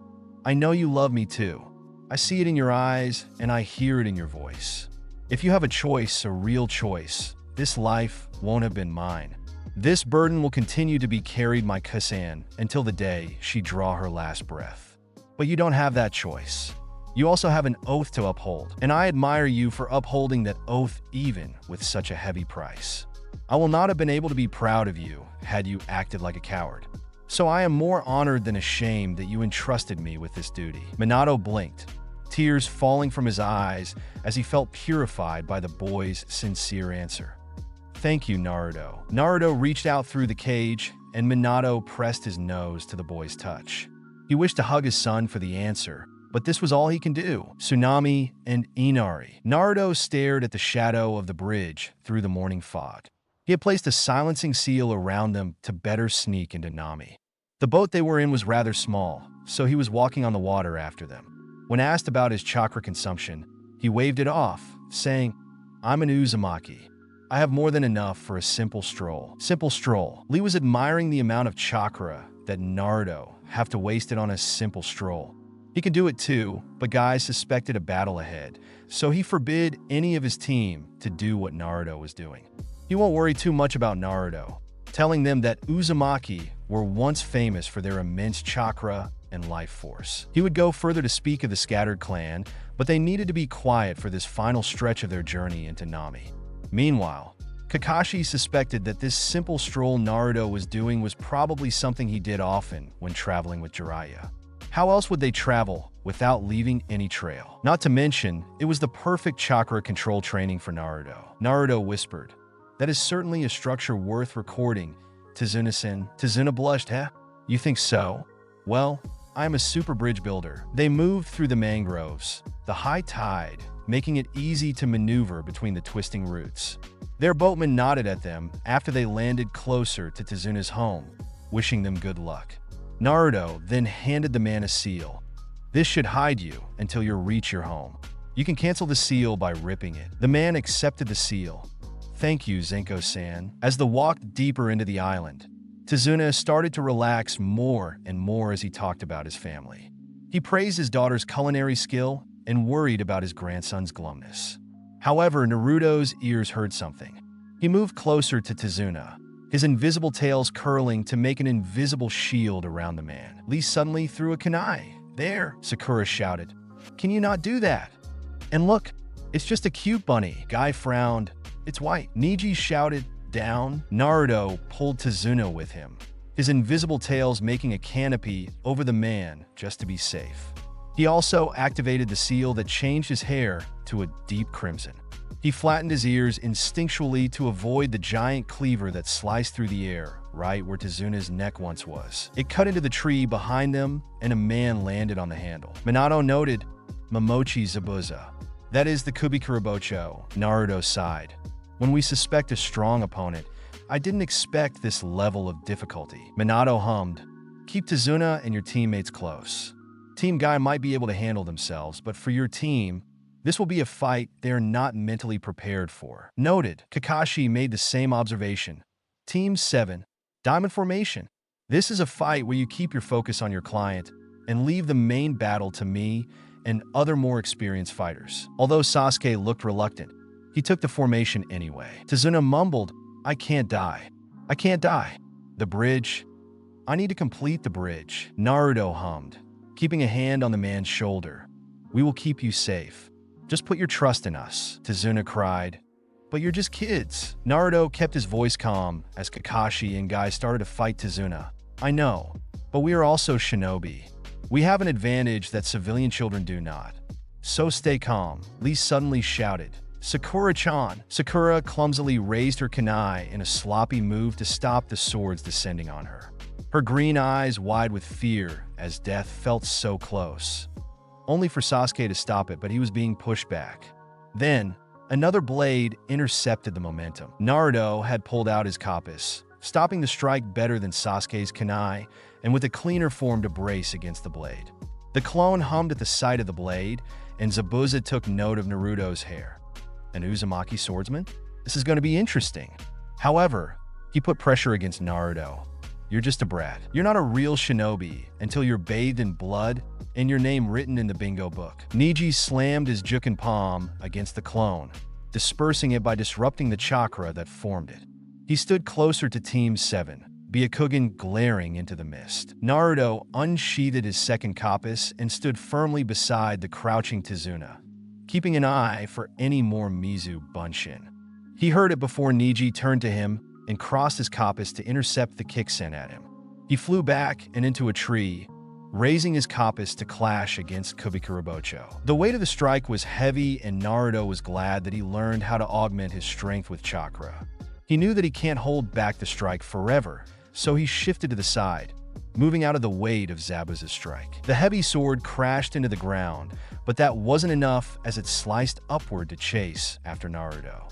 Naruto immediately substituted himself, leaving the log to be sliced into two, and Lee followed up with a kick from the other side, breaking the clone's outer shell and destroying it. Naruto returned to Tsuna's side, once again taking his position. Zabuza hummed. It seemed that you do have some skill as an Uzumaki swordsman. It's unfortunate that you will die young before you can truly master the art, he chuckled. After all, here is where your journey ends. How would you like it to end? Your spleen? Your artery? Your liver? Or perhaps your heart? Sasuke was trembling, and Naruto grabbed his hand before he can turn the kunai in his hand to cut his own throat open. Naruto looked at Sakura, who had tears falling down her eyes and not noticing that she had lost control of her bladder. Kakashi's voice broke through the pressure of killing intent. Sasuke, Sakura, I won't let you die. I promise. He gave Naruto a small nod of thanks. Naruto looked at Sasuke, noticing that his trembling had stopped. He slowly let go of the boy's wrist, keeping his eyes on him to make sure that he won't make any sudden movement to continue his former line of thought. He then turned to Sakura, whose face already turned red as she realized what had happened. But she didn't show any suicidal signs. So he relaxed his guard a little and turned his attention back to the battle before him. Sakura mumbled, "What just happened?" Tenten answered, standing closer to her junior, killing intent. And a heavy dose at that. I'll be more surprised if you didn't lose something. I mean, this is your first real-life battle to the death, isn't it? Sasuke scowled at Naruto. How come you're not affected? Naruto thought of his journey. The scuffle at Iwa's border where a nuke Nin from 𝐤𝐢𝐳 made the connection of him and Minato's relation. The first time he really thought he would die. The first time Minato reached past the gate seal to keep him alive until Jiraiya made it. And also, his first kill. His first blood. Since then, he kept his mask on and changed his hair to red to stay safe. He didn't even know his Jinjutsu to appear more human looked so much like Minato. He sighed, when you already almost died, it doesn't affect you as badly. Sasuke frowned, wondering just what the new boy experienced. They watched as Guy broke Kakashi out of his water prison easily and forcing Zabuza to retreat. After that, he predicted, I think Gato will hire more nuke Nin after this. It is best to get Tazuna back and start planning how to deal with our future adversary. Kakashi nodded. True. As they continued their journey, Lee asked Naruto, that Zabuza is weirdly interested in you, Naruto. Why is that? Naruto hummed. Perhaps because I'm an Uzumaki that knows Kenjutsu, he then added. It isn't a widely known knowledge because Kiri would rather pretend that the 7 swords have always been theirs. But originally, the 7 swords belonged to the Uzumaki clan. Or rather, a swordsmith of the Uzumaki clan forged the 7 swords. When Kiri was still new, during the First Shinobi War, they attacked the swordsmith and stole the 7 swords, which were actually supposed to be gifted to the samurai of Tetsu. This was to thank them for accepting the neutral role of holding the Kage summit in Tetsu as opposed to holding them in Uzushio, where Konoha was born. Sakura frowned. Wait, why would Konoha be born in Uzushio? Kakashi answered, because the Uzumaki clan was a neutral clan during the clan's war. When Senju and Uchiha made truce, they were the one to witness it and officiate it. And since Uzushio is their ancestral land, it made the island a neutral ground for all clans. But naturally, when Uzumaki Mido married Senju Hashirama, the Uzumaki clan are no longer seen as purely neutral. To avoid conflict, they proposed to the only land with no shinobi, Tetsu, to take over as the neutral ground for shinobi of opposing forces to discuss things. Tenten frowned. So Kiri stole from Naruto's clan? Are you going to take back 𝐫𝐸𝐵? Naruto shook his head. Tenten gawked. Why not? Naruto shrugged. Part of the reason the 7 swords are special is because the swordsmith managed to create partial sentience in his magnum opus. Basically, the blades choose their wielder. Even if I take it back, it'll be useless for me because I'm not built to wield 𝐫𝐸𝐵. If anything, I might attract unwanted attention from Kiri and other unfriendly parties. Best to just let sleeping dog lie, 𝐫𝐞𝐻. Guy nodded. That is indeed a wise decision. They are just weapons, after all, and weapons exchange hands often, especially good weapons. It is best to not hold on to such things so much that you invite danger to your home. Naruto smiled, but he can think of a weapon that no one could afford to lose. The Jinchuriki. Minato moved inside him. Naruto, I want you to know, you are my son. Not just a Jinchuriki, he added. And the fact that you are my son makes you all the more important and precious to me than you are a Jinchuriki. Tazuna cheered when he saw him home, rushing ahead only for Naruto to pull him back. He stared at boy. Hey, what's the big idea? Naruto sighed. Tazuna-san, you're dealing with shinobi. Kakashi nodded before looking at Neji. Check the inhabitants. Neji's Byakugan stared at the house before relaxing. Low chakra indicating civilian status. One suggests a woman and the other a child. The woman is moving around the kitchen and the child is in their room. Naruto let go of Tazuna with smile. You're safe to barge in. Tazuna blushed, realizing that shinobi were very tricky people. He called out, Tsunami, I'm back, and I brought guests. The door opened and a woman gasped. Tusen. Tazuna opened his arms. I'm home. I'm home safe. He then gestured behind him. And look, I brought shinobi from Konoha. They'll keep us safe until the bridge is built. Tsunami hugged him for a moment before looking at them, bowing. Thank you for bringing my father home safe and sound. He just up and disappeared one day with a note saying that he'll look from some super shinobi to keep up safe. She sniffled, glaring at her father. Don't you know how worried I was? What if you didn't make it home? They watched as the woman scolded her father for the scare. She then apologized for the chaos and welcomed them into her home. It was a simple home and quite spacious for a family of 3. Yet, with the addition of 8 more people, it was a little cramped. Naruto noticed a torn-off photo and wondered who the missing face was when he noticed a small boy, around a year or 2 younger than him, watching them with dead eyes. The boy noticed Naruto watching him and scowled when Naruto gave him a small wave. He ran off with huff. Minato chuckled. We have a prickly one here. Guy decided. I will sleep outside. Tsunami fretted. Oh, I am so sorry. Guy waved his hand. Never mind that. It isn't your fault. There are just too many of us, and I am not exactly a small man. So I will sleep outside. Don't you worry, I am a shinobi. A little element isn't going to bring this blue beast down. Naruto asked Minato. Why does he keep calling himself Blue Beast when he's wearing green? Minato hummed. You know what? I have no idea either, Sakura whispered. Why does he keep calling himself Blue Beast when he's wearing green? Naruto shook his head. Dunno, he then frowned. Why do guys keep expecting me to have answer for everything? Sakura blushed. Well, you know a lot. Even more than me. Naruto sighed. Maybe. But I don't know everything. 𝐫𝐸𝐻, Kakashi called. If you want to clean up before dinner, the bathroom's open. The girls immediately decided to share a session together.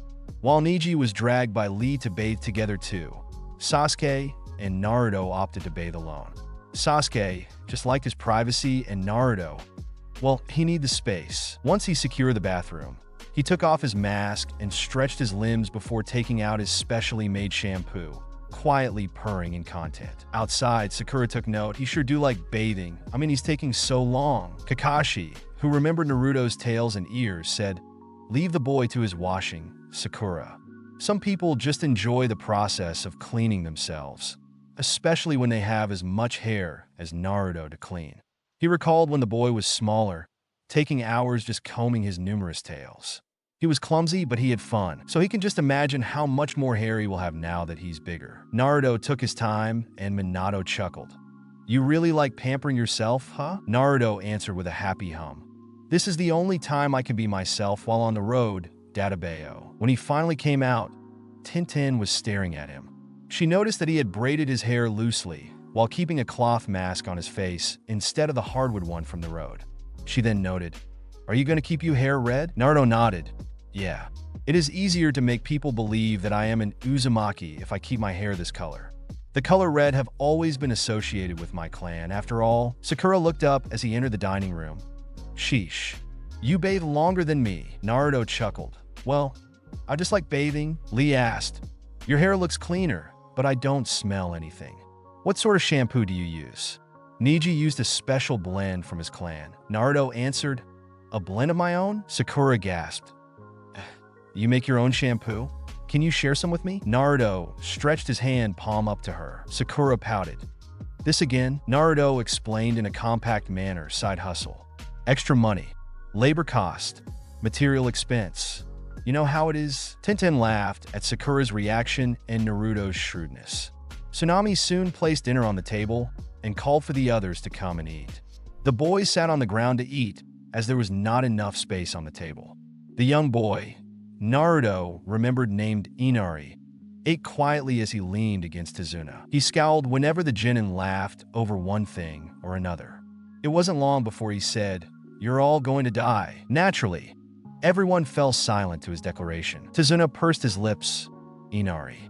That is not a nice thing to say. Inari huffed, looking away as he finished his food and handed the dishes to his mother before running up to his room. He then shouted, I'm telling the truth. Once he closed his door, the atmosphere slowly lifted back up. But Naruto hummed at the boy's gloomy nature. That evening, as he helped Tsunami with the dishes, he asked, did he lost someone recently? Tsunami paused for a moment before smiling. You shinobi are really sharp. She sighed, my husband Kaiza, he tried freeing Nami, but she gasped, tears falling, and she smiled though it was wobbly with frail strength. Sorry. Naruto shook his head. No, I'm sorry for asking. After that, he settled in the shared room, with the boys piled together on one end and the girls on the other. He wondered about the land's oppressive air and the crying boy in his room. Waltzing with death. The next morning, Kakashi had Sakura train with Tenten to be a better support. Since Tenten was an expert in Bukijutsu, she should be able to at least use the kunai both as support and as defense.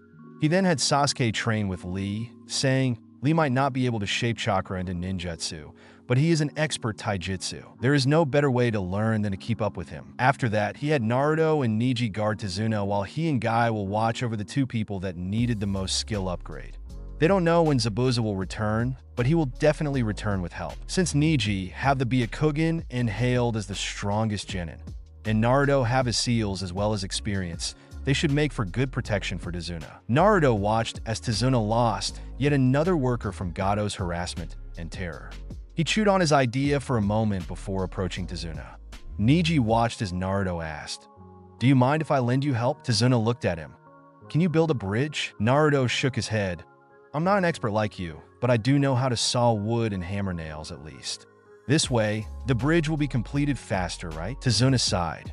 You're on duty, aren't you? Naruto made a sign, and a dozen more Naruto appeared, shocking the man. The disguised blonde smiled. I don't necessarily need to personally do the work myself. This way, I can both help you and protect you. Just give my clones some guidance. He then called to his clones. Just don't hammer your thumb and disappear. Oh. As this went on, Neji objected. You're gonna tire yourself out. Naruto shook his head. No, I have enough chakra. This much won't even exhaust me. Neji looked at him. Just how much chakra do you even have? Naruto thought and set aside the part of him that wasn't human only to end up with too much, really. He wasn't really a human, but he can't consider himself as a Bijuu either. He was somehow both and neither. So explaining why he have as much chakra as he did was complicated. So all he can do was say that he have too much. He plastered a neutral smile on his lips that those who knew the Yondaime would recognize. Jiraiya did think that Naruto took after his old man too much, but said nothing as it wasn't something he can do anything about. In reality, it was because Minato was the person Naruto spent the most time with.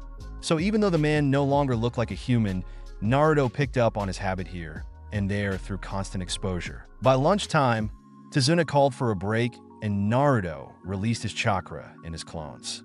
He shook his head at the bombardment of memories building a bridge. Tizuna looked at him, concerned. You okay there? You're my best work right now, kid, so you better not fall sick on me. He laughed though he was watching Naruto's expression. What little can he see? Carefully. Naruto shook his head. I'm fine. Just memory rush. Neji asked. What sort of clone are they? They are not elemental, and, from what you said, shared memories with you. Naruto answered as they followed Tizuna home, their Kage Bunshin. creation of the 𝐤𝐢𝐳. They are considered kenjutsu due to their chakra consumption. An average shinobi could only create one at least. A shinobi like Kakashi Sensei can create 3 at the very least. This because the clone took half your chakra to be stable. Neji frowned. Half. And you make a dozen or so? Naruto shrugged. Like I said, Uzumaki. Tazuna grunted. I know Uzumaki. I remember them from when I was a wee boy. Smaller than even Inari. Loud people. Were their heart of their sleeves. Nami used to be protected by the Uzumaki clan. This is because they trade a lot with us as the center. It is why Nami don't have shinobi like other places. Why would we? We're small, and the Uzumaki was always visiting. But after they fall, we had to deal with our own security. Whenever there's war, Nami was occupied by either Hai or Kiri. We are somewhat strategic, after all, but most often Hai occupy us, and by the sage's grace, kept us safe from the pirates from Kiri. He then smiled. They liked making fireworks and shadow puppets. I love the masks that they sell. True works of art that. Naruto smiled. Thank you. Tazuna looked at him. For what? Naruto laughed. For telling me that. I'm the only Uzumaki I know. Tazuna blinked. Oh, I didn't know that. Naruto waved his hand. That's okay. I don't think anyone in Konoha really think I'm an Uzumaki either. You've seen my hair. Uzumaki are mostly recognized by their red hair. After all, and I'm far from red. Tazuna nodded. I can see that. I didn't really believe you either. Uzumaki are... Well, I heard they were hunted. Something about their blood make people stronger? I don't know. You shinobi are always up to some freaky stuff. No offense though, Naruto chuckled. None taken.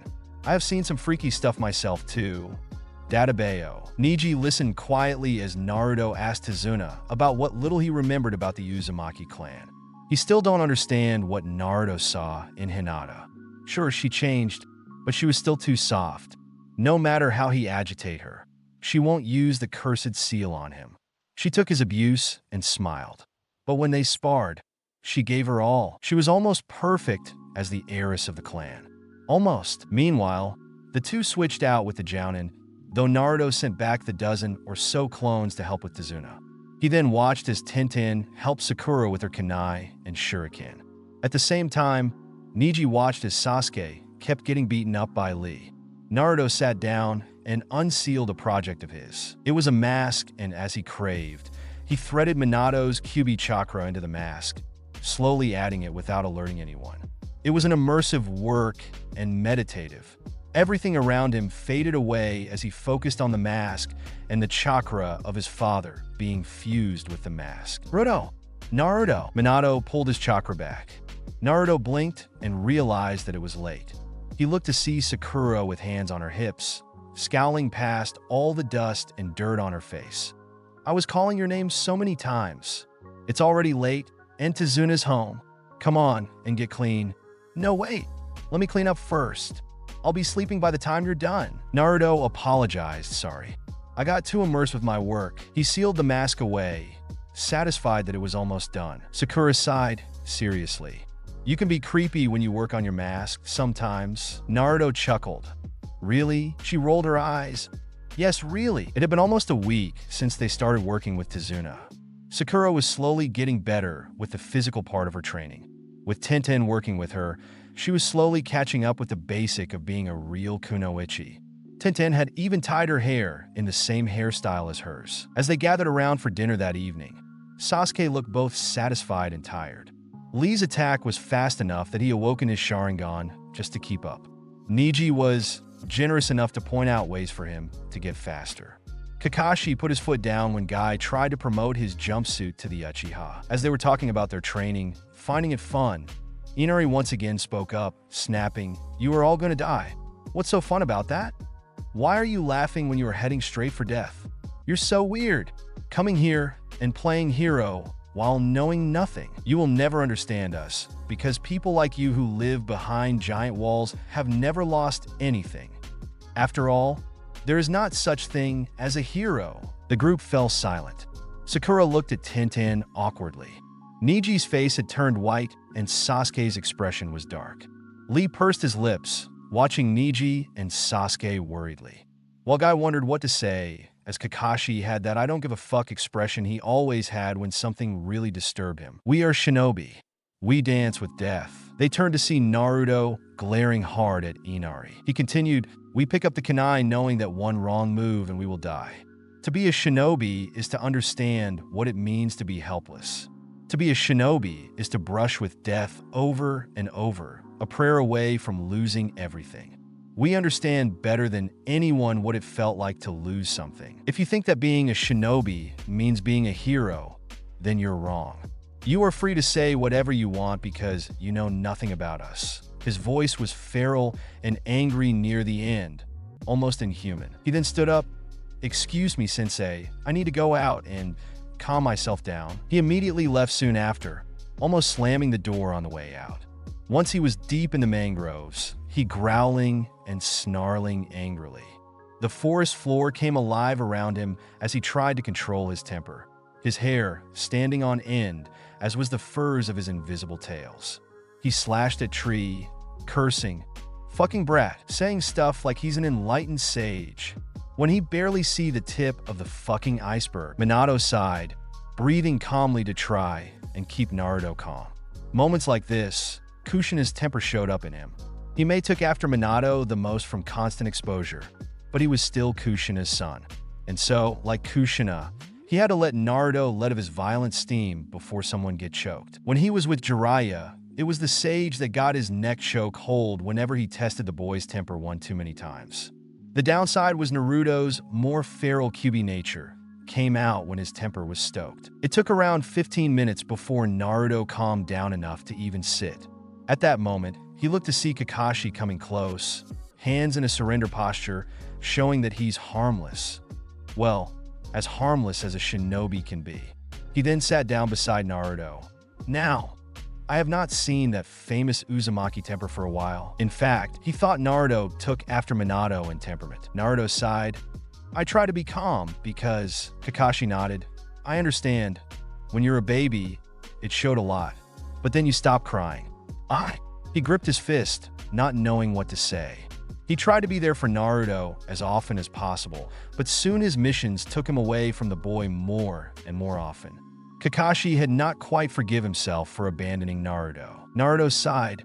I see. The two sat there, silently enjoying the night forest environment. After a moment, Kakashi asked, You seem to like carving masks. Naruto rubbed his neck. It's something I pick up on when trying to recreate the Shinigami mask in the rundown Uzumaki temple.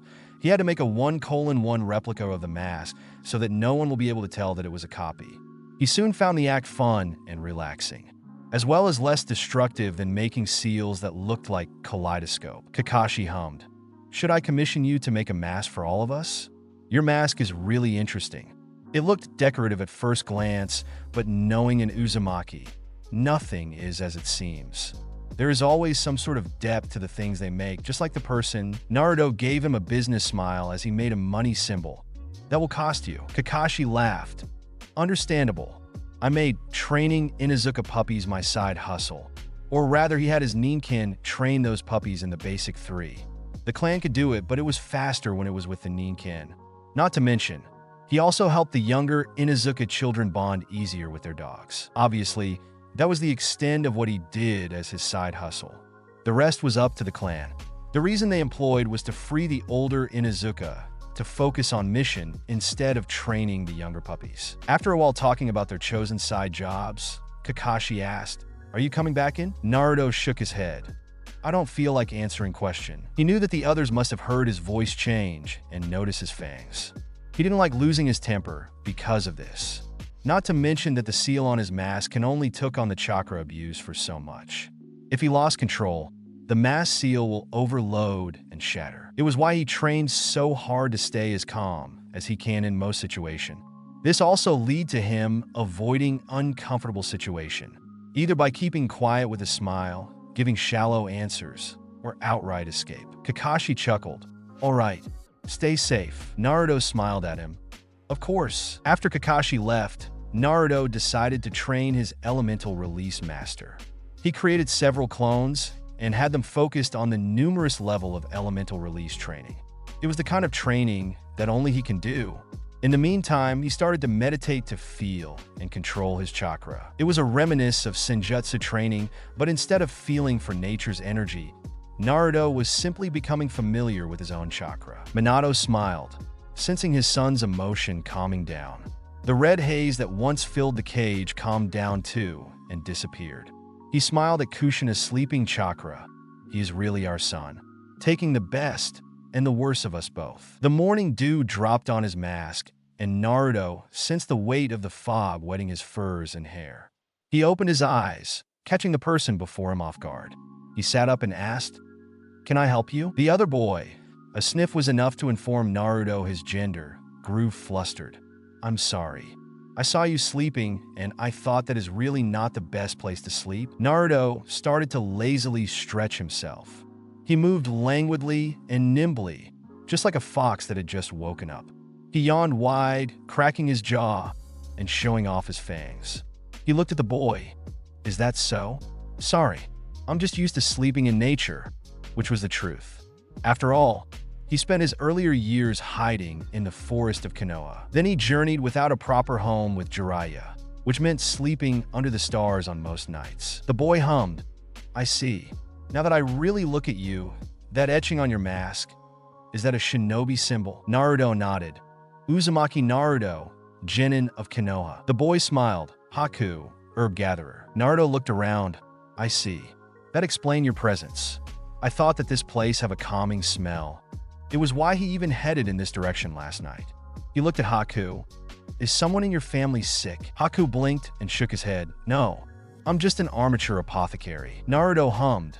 "I see." Haku suddenly asked, "Uzumaki-san, why do you become a shinobi?" Naruto paused as he stretched upward, taken aback by the question, "Why?" Such a simple question, but he didn't actually have an answer. He had thought about it often, but he had yet to find an answer that he can be satisfied with. He looked at Haku. "Why do you ask?" Haku shrugged. "No reason. I'm just curious why anyone would even pick up a weapon and fight when they could just as easily pick an herb and heal." Naruto rubbed his neck, staring at Haku and scenting more at the surface. He hummed, pretending to know nothing, before smiling. "Well, you can only keep something safe by fighting back. I guess. I'm a shinobi because I have a duty to keep many things safe." This was the answer he came up with after a long thought on his role as Jinchuriki. Many people only ever saw the Jinchuriki as either a jailer or a weapon, someone to be sacrificed for the sake of many. But was it really a sacrifice when the sacrifice was willing? So he decided to see his role as Jinchuriki as a sacred duty, both to protect what his parents protected and to protect his father, who had been turned into the Kyuubi. Haku studied Naruto before smiling. "That is a good answer. I always think that true strength comes when you want to protect something." He stood up and patted his kimono of dirt, his basket heavy with herbs. He smiled at Naruto. "Well, I am done here. It is nice to talk to someone who think more than just gathering strength for the sake of strength." Naruto waved his hand. "Nice to meet you too, Haku." Haku bowed his head. As he was heading out, he said, "Also, I'm a boy." Naruto kept his neutral smile on his face. "Is that so? You must have come across many people who misunderstood you because of your face. But a boy's face, no matter how soft, will always have that harsh and masculine silhouette that they can erase. Just disguised." Haku blinked, cheeks red. "Oh, you know? I see." He laughed. "I guess you're right. I am often misunderstood for a girl just because of my face. It gets tiring to state my gender. You really have sharp eyes, Uzumaki-san." As the other boy left, Naruto rubbed his nose with a mumble. More like a sharp nose. Boys will always smell somewhat sour to him. Girls smell like flowers and fruits. Maybe it was just the nature of their state of being. Women who slept around carried the sour, fermented smell, almost like rotten fruit to them. Because of this, Naruto will always know a person's true gender no matter how they disguise themselves. He can also smell when someone had done the deed with someone. Even worse, he can tell who did with whom. He can even tell who's gay. With this much sensitivity to his nose, it was more curse than blessing. His stomach gurgled and he yawned. "Man, I'm hungry." Property of Konoha. It was early morning and Naruto stuck a seal on the house before he left. Lee was sleeping in because he overdid himself the evening before. He caught Inari's eyes at his window as he was about to leave, and the boy ducked down into his bedroom. Naruto sighed, wondering if there was anything he can do. The boy had been spying on him often, even when he was helping Tsuno at the bridge. He will hang close and just watch him. Naruto wondered. What is he up to? I feel anxious, Dadabayo. Tenten snorted. After you left the other night, Lee had a long talk with him. He told Inari that you didn't mean to scare him. It is just that you spoke up on our behalf, and she blushed. Well, seeing you got mad that someone would dismiss the struggle of being a shinobi and calling us out for playing heroes. It felt nice. And you didn't say a single lie. You just told him how it is, the reality of being a shinobi. We are not heroes. We are just living weapons, but we are also human. Every day is another dance with death. We know this well, but we just don't feel like being reminded of our mortality by someone who wasn't one of us. Naruto suddenly stopped. Wait. The group looked at him, and Kakashi asked, What do you smell, Naruto? Naruto pursed his lips. Blood. Injuries. They are alive, though, but they need medical help. Superficial wounds. Nothing fatal, but if left untreated. Guy looked at Neji, who activated his Byakugan. The Hyuga grimaced. There are chakra in the fog. It's blinding my vision's depth. Naruto pulled out a Shikigami, creating thousands and leading them through the fogs with an order. Grab the injured and keep them safe. Staunch their wounds best as you can. Tenten admired the versatility of the paper people. Kakashi blew off the heavy fogs with futon, revealing the group of shinobi waiting on the bridge. There wasn't anyone too important, but Zabuza remained the most dangerous in the ragtag team. Naruto took note of the masked shinobi near Zabuza, a familiar scent ticking his nose. Minato sighed. I see.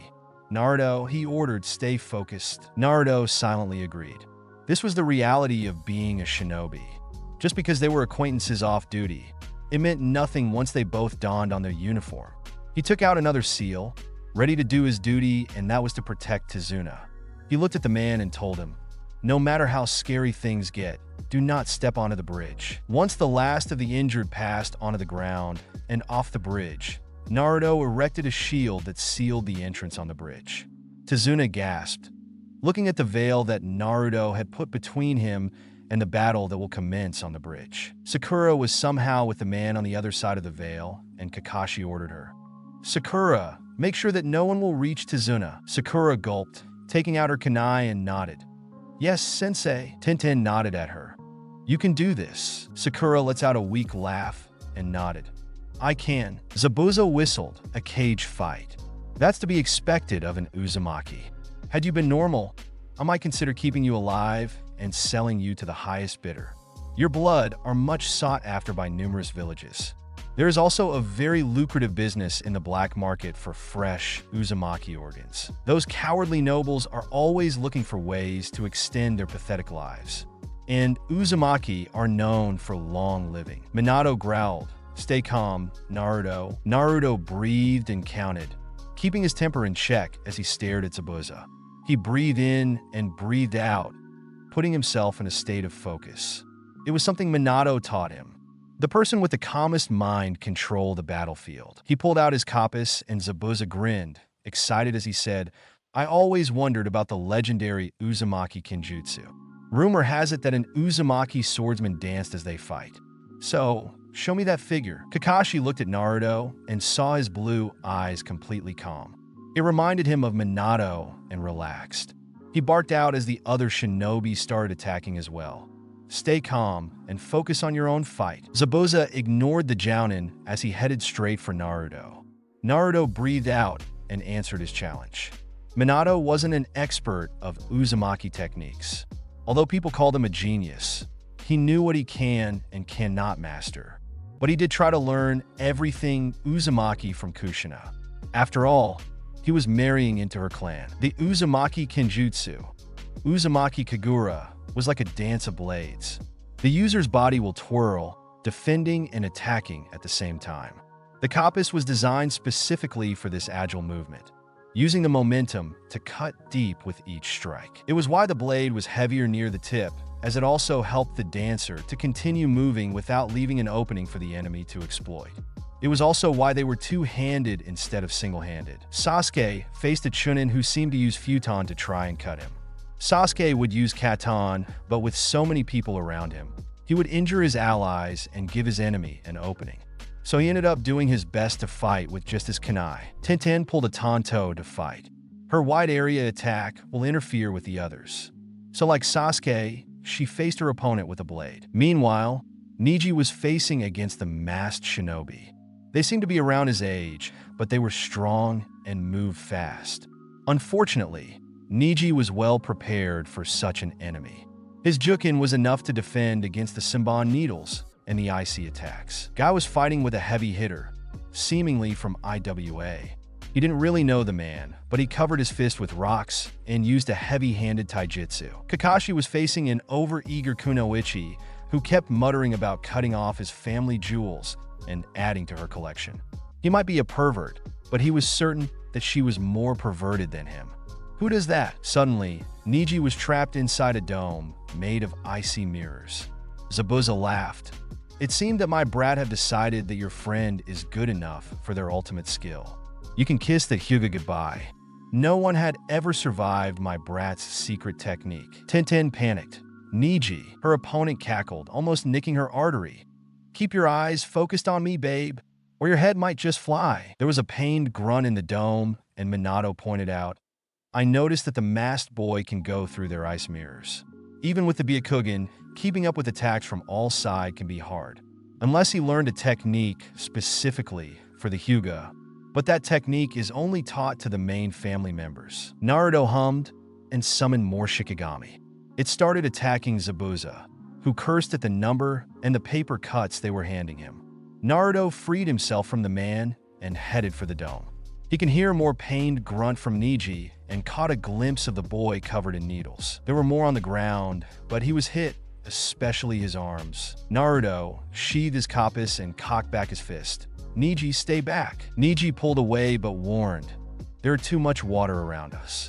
The mirror fixed itself. Naruto noted that, but punched the mirror anyway. It shattered, and the masked shinobi threw some needles at him. Naruto's invisible tails intercepted the attack, and he looked at the boy. He addressed him.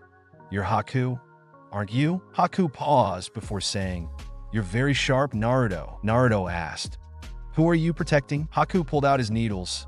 I am Zabuza-sama's tool. Naruto stared at the other boy before pulling out a seal. Then, I am sealing his tool. Kakashi kicked his opponent a guy and turned to Zabuza, who was still being attacked by papers. He wasn't sure what these papers were, but considering it was Naruto, he let it be. Instead, he summoned his chakra to shape right on. Sasuke finally killed his opponent with a kunai trick after receiving numerous cuts. He didn't use such a trick. But what was useful even if the origin of such a skill was distasteful for him. He then joined Tenten to put down her opponent. Inside the dome, Neji sighed and used his Byakugan to look around him. There were crisscross lines of chakra, like a web. He had once heard that a truly skilled Hyuga was able to disable any ninjutsu by targeting the weak point of the chakra that shaped the ninjutsu. Naruto had broken a mirror with pure strength, though it was augmented by chakra. Such a feat can only be done by overpowering the existing chakra inside the chakra construct. Neji doubted that he have as much chakra as Naruto overpower the chakra in this dome. So he focused chakra on the tips of his finger and used his dojutsu to seek out the point that will undo the construct with a single strike. Naruto danced around Haku, who used ice to fight him. He noticed that Haku's choice of attack were ones that require precision to even damage anyone. He recalled their conversation and smiled. You really are soft, Haku answered. Even so, I will kill my heart if it means keeping Zabuza-sama safe. Naruto was curious. Why did you give your loyalty to such a guy anyway? Haku thought about his answer and said, I used to be an ordinary child, living in a farm with my family. I didn't know anything about shinobi and 𝐫𝐞𝐦𝐵. Then one winter, I awakened my 𝐫𝐞𝐦𝐵. My mother was frightened, but she told me to hide it. However, I made the mistake of playing around with it, thinking that since it's winter, I could just blame the weather. However, my father saw it and he attacked my mother, calling her a Yuki-onna. He then tried to kill me too, calling me an unwanted spawn of evil. Ended up killing him, I was then caught and sold off. 𝐫𝐫ZASama found me and took me in, saying that he needs me. Naruto stared at him. So, because he made you feel needed, that's why you decided to protect him no matter what? Haku nodded. He then moved to attack. Naruto braced against him, but he flew past Naruto. Naruto looked behind to see Kakashi stabbing his handclad and lighting towards a still distracted 𝐫𝐫Z. Neji broke the dome behind him and saw Naruto racing forward. He caught Haku, who screamed, 𝐫𝐫ZASama. 𝐫𝐫Z managed to move away from Kakashi's strike. He sneered as he sliced through the papers, and Kakashi jumped back from the attack. On the other side, Guy managed to break the arms of his opponent and knock the crazy Kunoichi unconscious. Haku threw Naruto off and joined Zabuza's side. The team from Konoha watched the only two remaining shinobi.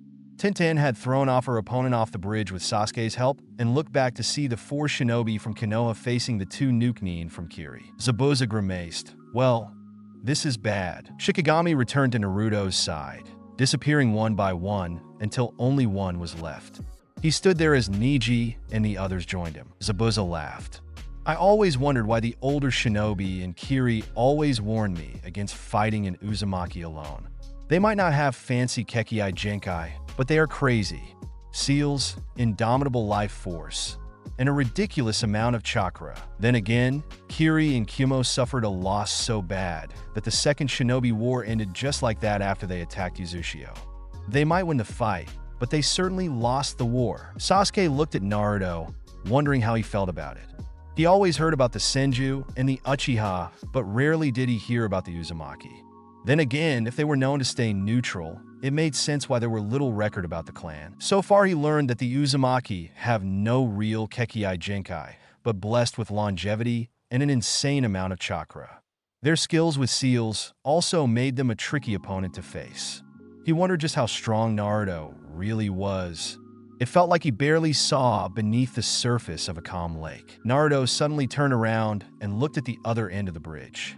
He summoned those paper people once more and used them to clear out all the fogs with a wave of his hand. Once the bridge was clear, they saw a group of people waiting there. Naruto frowned. Who are they? 𝐫𝐫Z shouted. Oi, Gato, what is the meaning of this? Gato sighed. Business as usual.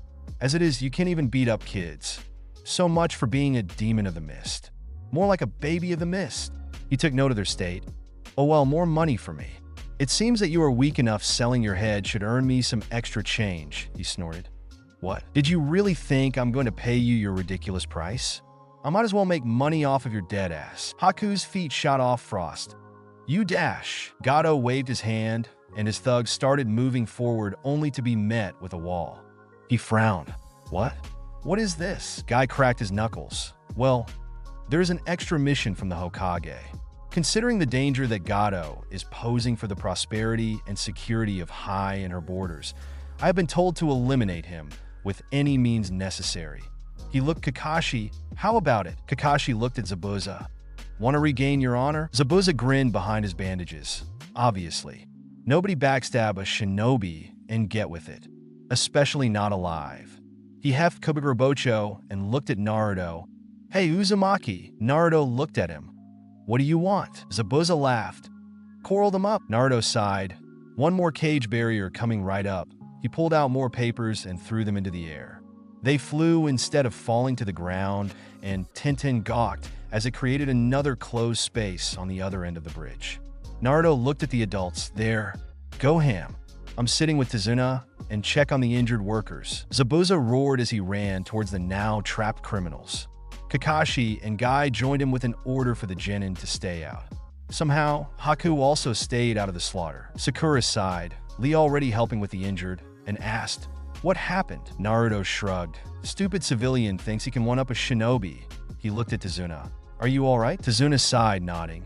I'm doing okay. Lee asked, what happened with the sensei? Naruto answered, there is a second order from Hokage-sama. Since Gato is proving to be a threat to the safety and prosperity of High and her borders, the daimyo have given an order to have the man eliminated with any means necessary. He must have been trying to squash Gato for a while now. Naruto looked at Tazuna. Seems that you're in luck. Gato is done for. Tazuna blinked at the miraculous answer. He then lay on his back. I thought I thought I could just build the bridge and hope that with more traffic, people will notice. Maybe someone will chase Gato out. I didn't expect for this. He burst out crying, "Kaiza, we are free. We are free, Kaiza. We protected Nami. Inari won't have to be a criminal to survive." Naruto looked away from the man and turned to Haku. "Now that your mission with Zabuza is over, are you still following him?" Haku nodded. "Yes. I want to help Zabuza-sama realize his dream." Sakura asked, "What kind of dream?" Haku looked at his master. "To free Kiri from the Yondame's tyranny." Naruto have nothing to say to that. He and Jiraiya had snuck into Kiri once to make contact with an informant of his, and the situation was bad. It was as if the Yondame Mizukiage had gone insane with paranoia. He encouraged the belief that those with 𝐫𝐞𝐦𝐨𝐰 were the seed of war and famine. Every sins under the sun was the fault of those with 𝐫𝐸𝐴. The Kagaya clan's mutiny wasn't helping, especially when one took notice of the clan's inbred insanity influencing their presentation of 𝐫𝐸𝐴. They didn't even have their 𝐫𝐸𝐴 anymore due to all the inbreeding problems. After Gato was cleared, Zabuza somehow decided to hang around the house of the man who once tried to kill. Naturally, Tezuno was wary of the man and kept his family close to him. Kakashi wondered what Zabuza wanted when he approached Naruto. "Hey, Uzumaki," Naruto sighed. "I have a name you know." Zabuza ignored him. "Want to join me and liberate Kiri?" Naruto stared at the man before shaking his head. "I can't. As distasteful as it is, I'm a property of Konoha." That word might confuse his team and the other genin. But Kakashi and Guy immediately understood. Just as well, Zabuza immediately backed away as he too caught on by what he meant. The only shinobi that was considered a property of the hidden village they served and owned no autonomy to just go around on their own without heavy scrutiny was the Jinchuriki. Even the people they made contact with was scrutinized heavily. Trying to steal a Jinchuriki was an act of war. Worse, there was little pros and more cons by stealing a Jinchuriki. Zabuza hummed. "I'm surprised you're out here and in another nation, practically. Never heard any of your predecessors out on the field before. Konoha is very possessive of you." Naruto chuckled. That was because of the seal. The Yondame Hokage is a genius seal master. You know, he had learned about the old seal. It was literally a giant cage. Because of this, he was most grateful for Minato's seal. At the very least, he was free to go out and about instead of being stuck at the Hokage Tower like his predecessors. I hope you guys liked the story. If you did, click on any of the videos which are popping on the screen right now. I promise you'll love them too. If you like my videos, you can like and subscribe too. I'll see you on another amazing What If video, guys. Love you all, peace.